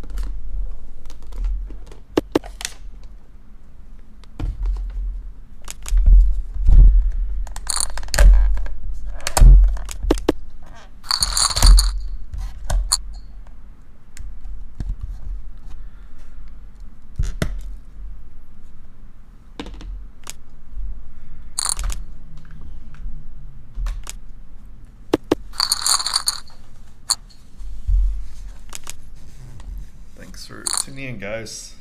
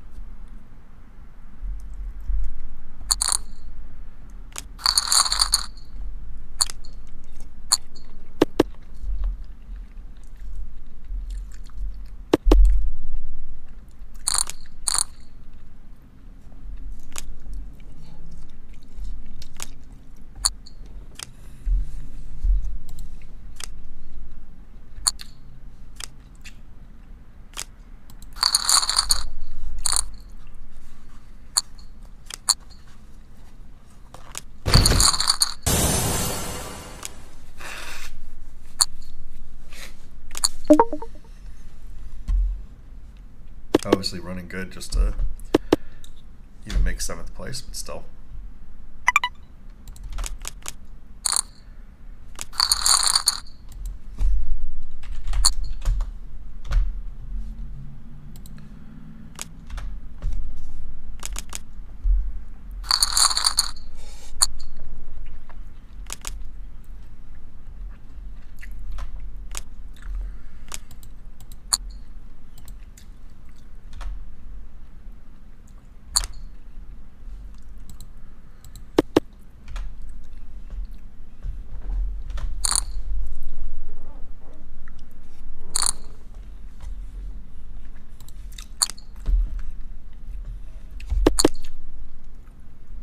Considered stealing this one.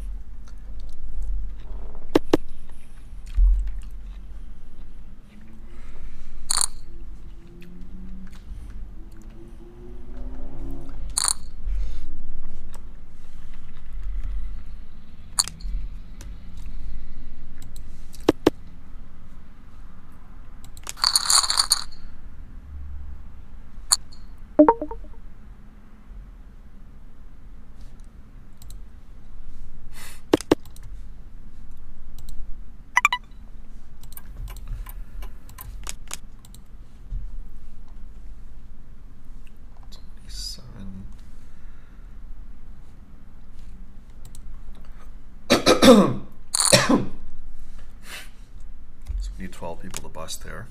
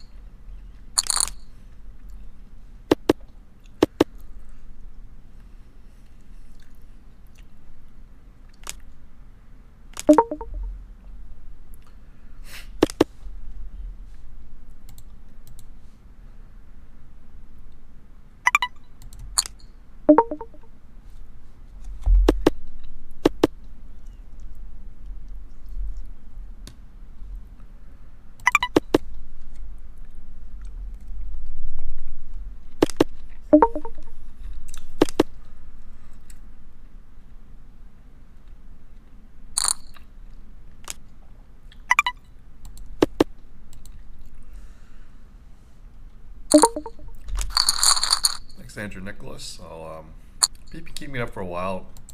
When the bike reopens and or I prop, I don't know what I'm going to do, but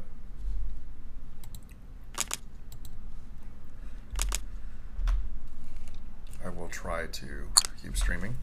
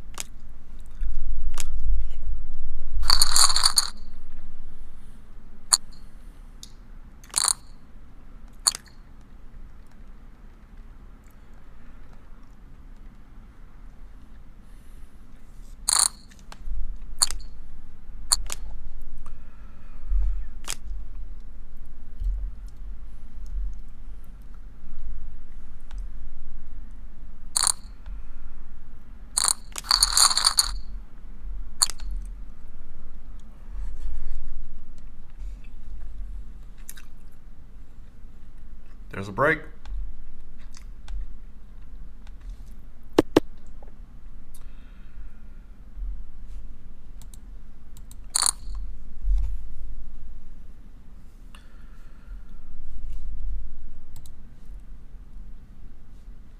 Forgot what the ITM was. 27. So we need 11 more to bust.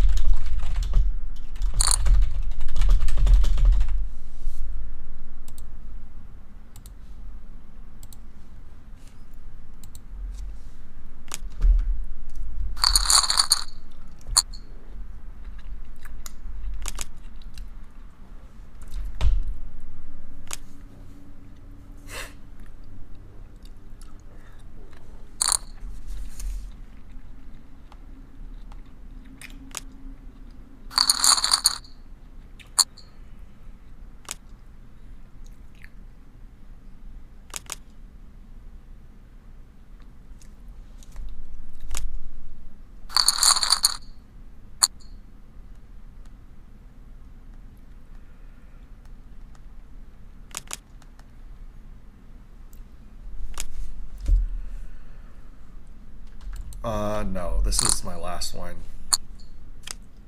Andrew Nicholas. The Saturday Swift is my last one today. Because I know I'm gonna start from noon tomorrow. I'm gonna have Barry Woods coming in.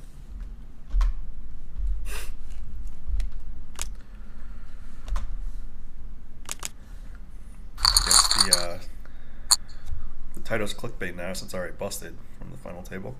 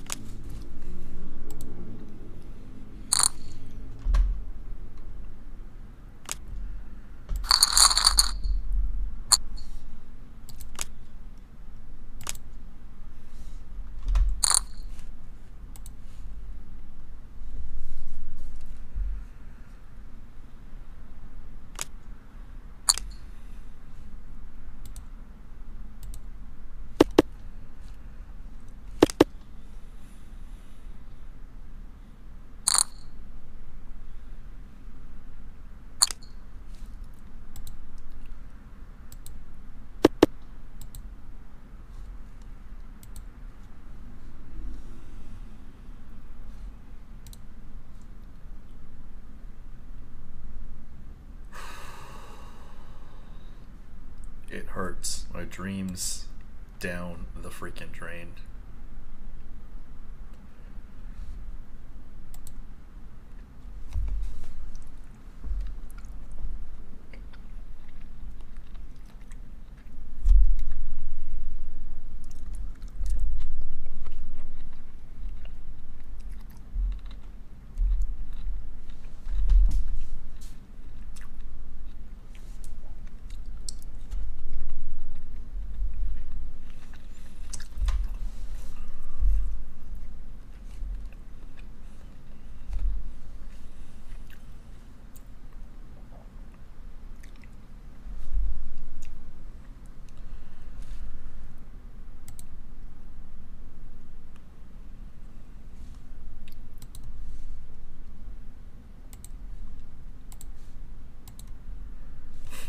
Five seconds.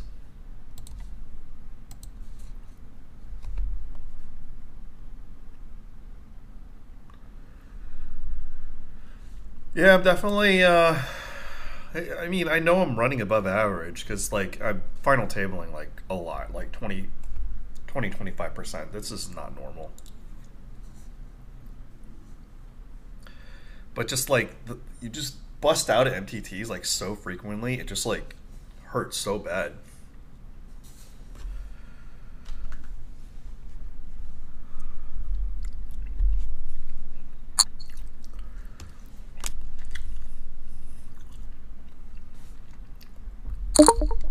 Honestly, shouts all MTT grinding. I might bust here.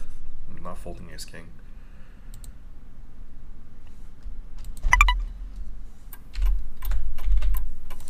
Or I mean, sorry, not fold. I mean, I'm definitely stacking off ace king.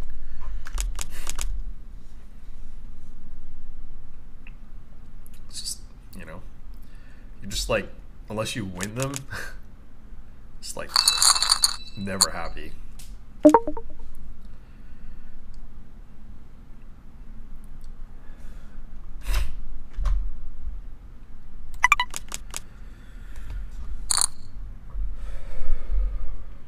I mean, I definitely learned a lot. I have player histories now.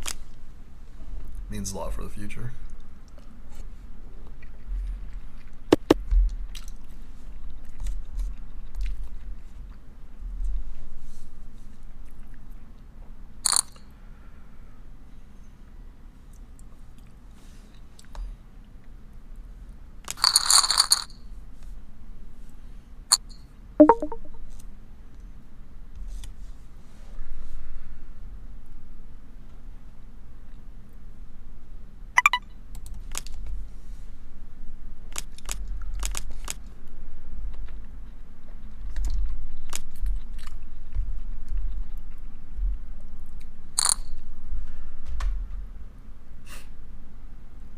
PS3 Shakes, that's a very, very long-winded question. What Lyman does for a living.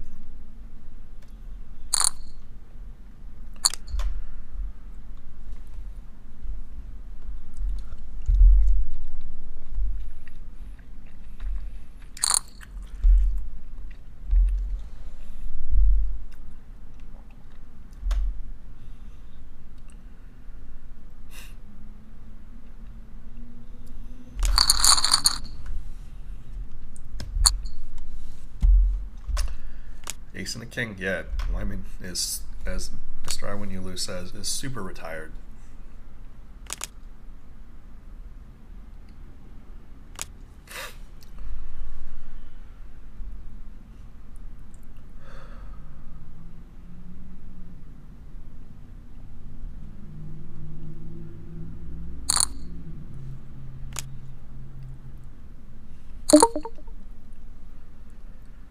That's what we wanted to see.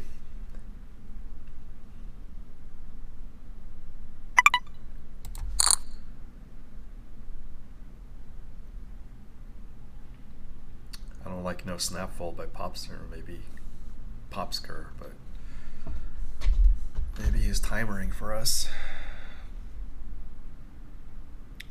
If he folds, we definitely don't bust, obviously. We want these to go. We want these to hold.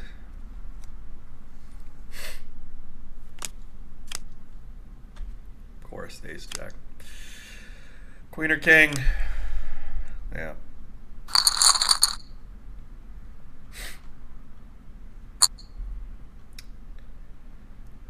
And now we have chip loser.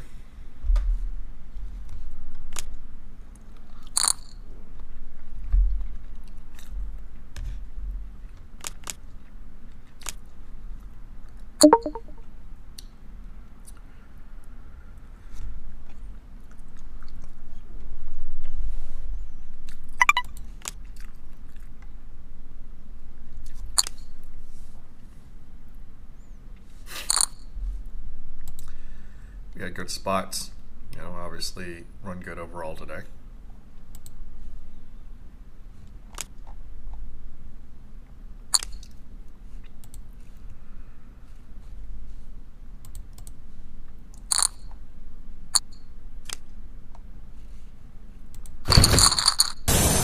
Mix of faces, easy game.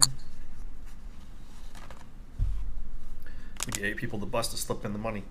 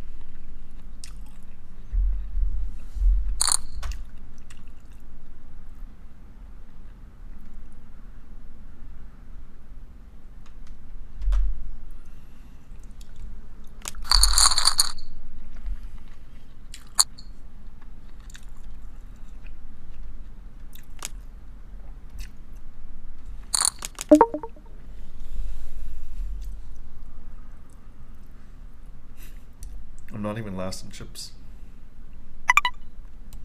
Yeah.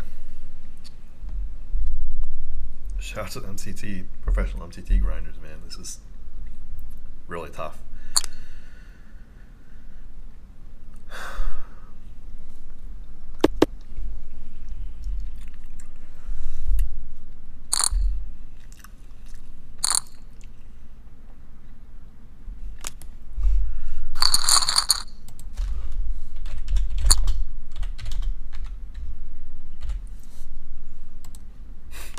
Wish we had more chips for this hand, but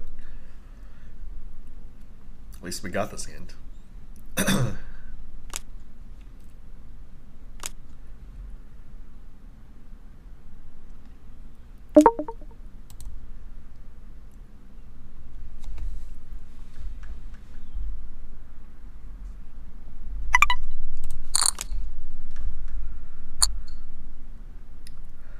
Got some action.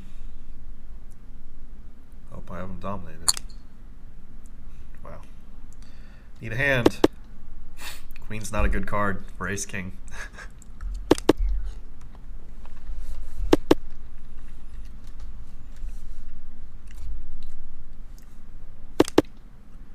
It's a good river.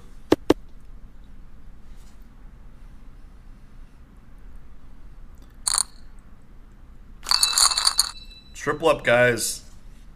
Well, I had King 6 the whole way. More than triple up, actually. But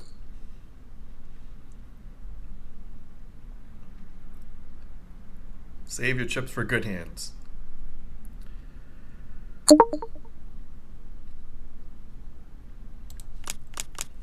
going to try to quick fold and I don't know.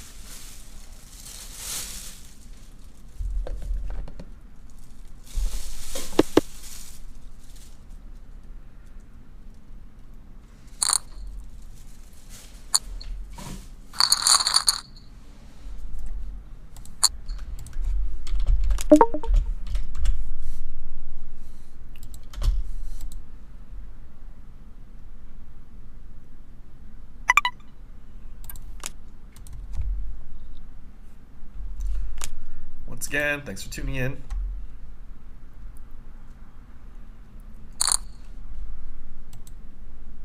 Smash that thumbs up, hit subscribe.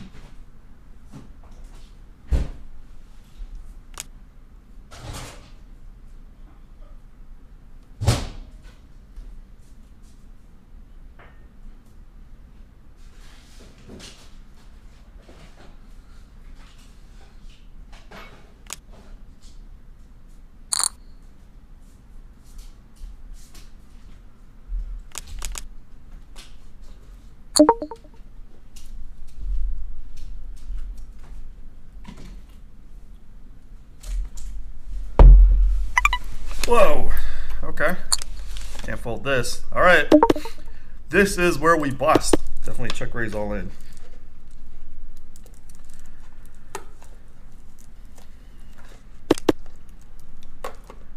Definitely betting here. Or I mean, I just open shit since I'm never folding. I want a higher spade to fold. Okay, well, definitely call. He's not folding a bigger spade in my stack.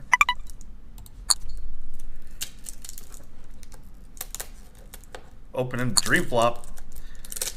Brick. Maybe we should have raised. I guess he's trying to fold a bigger spade. It was a mistake.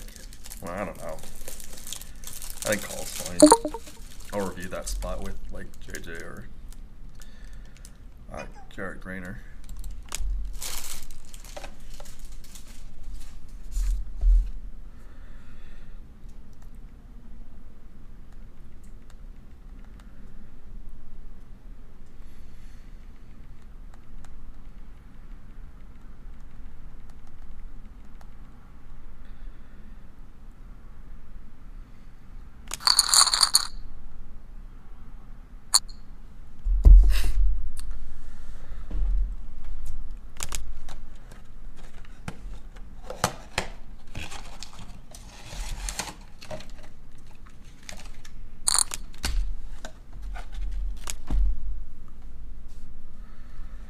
That's scary when this guy close to min raises and you know, has a shoving stack.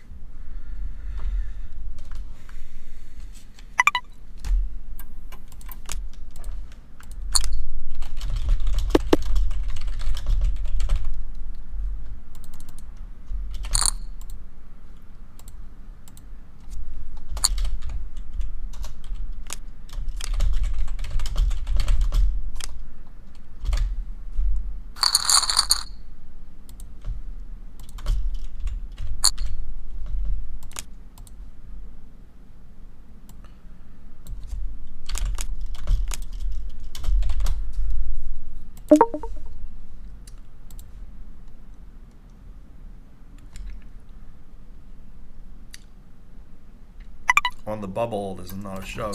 We're not on the bubble. That's it, guys. Oh, king. No spade. Oh, 10. We're out. Alright. Thanks for tuning in, guys. I mean, can't complain with the final table. Let me see how many bounties I got.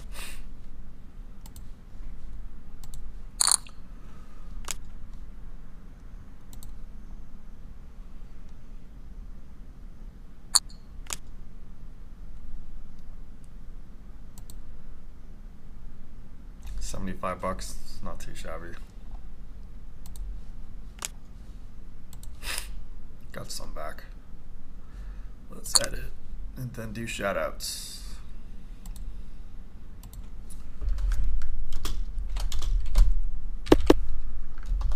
And we'll do the math.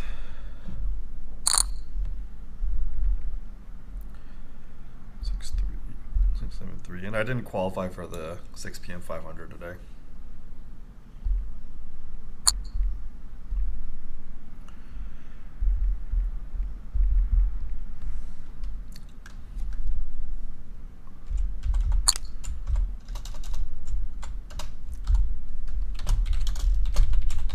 So we netted 310 on stream. We also lost a $62 tournament that you guys did not see, but I'm not counting that in these results. These are purely on stream. All right, gonna do shout outs now. Shouts to Andrew, Nicholas, Mr. I Win, You Lose, PS3 Shakes, Mike Lamas, Host Up Lee, how's it going? Thanks for coming in, Anonymous. I'm not Joe Ingram, so I can't hype it up, but I'm gonna try. Shouts to number one stoner, Nicholas Stonington, for coming in. Joe Kim. Shout out to the California Kids 2020 podcast. Also, shout out to AJ, aka A Jizzle, aka SA, aka Baby with the machine gun. Shout out to Jeff Arito. Dan A. Deming, gonna have him on stream at a future date. Same with AJ. Hopefully, Nicole comes in. Shout out to Max EV as well. Thanks for coming in. Irate Spoonbill, thank you for the normal donations that you guys do. Thanks, Gary C, for coming in. Bad Beat 831. Kevin Seo, who's usually here. Shout out to Mad Benjamin. Cyrus Namani, definitely getting him in the mix. Wisco Inferno, aka Wisco Baron. And I hope I didn't miss anyone. Obviously, Mad Benjamin, Nick from Yuma isn't here, but he's usually here. Shout out to him as well. Thanks for tuning in, guys. Tomorrow, noon, Barry Woods. Let's get it. December 27th, Sunday, a long tournament. All right, peace out, guys. Thanks for tuning in. Final table. This is going to go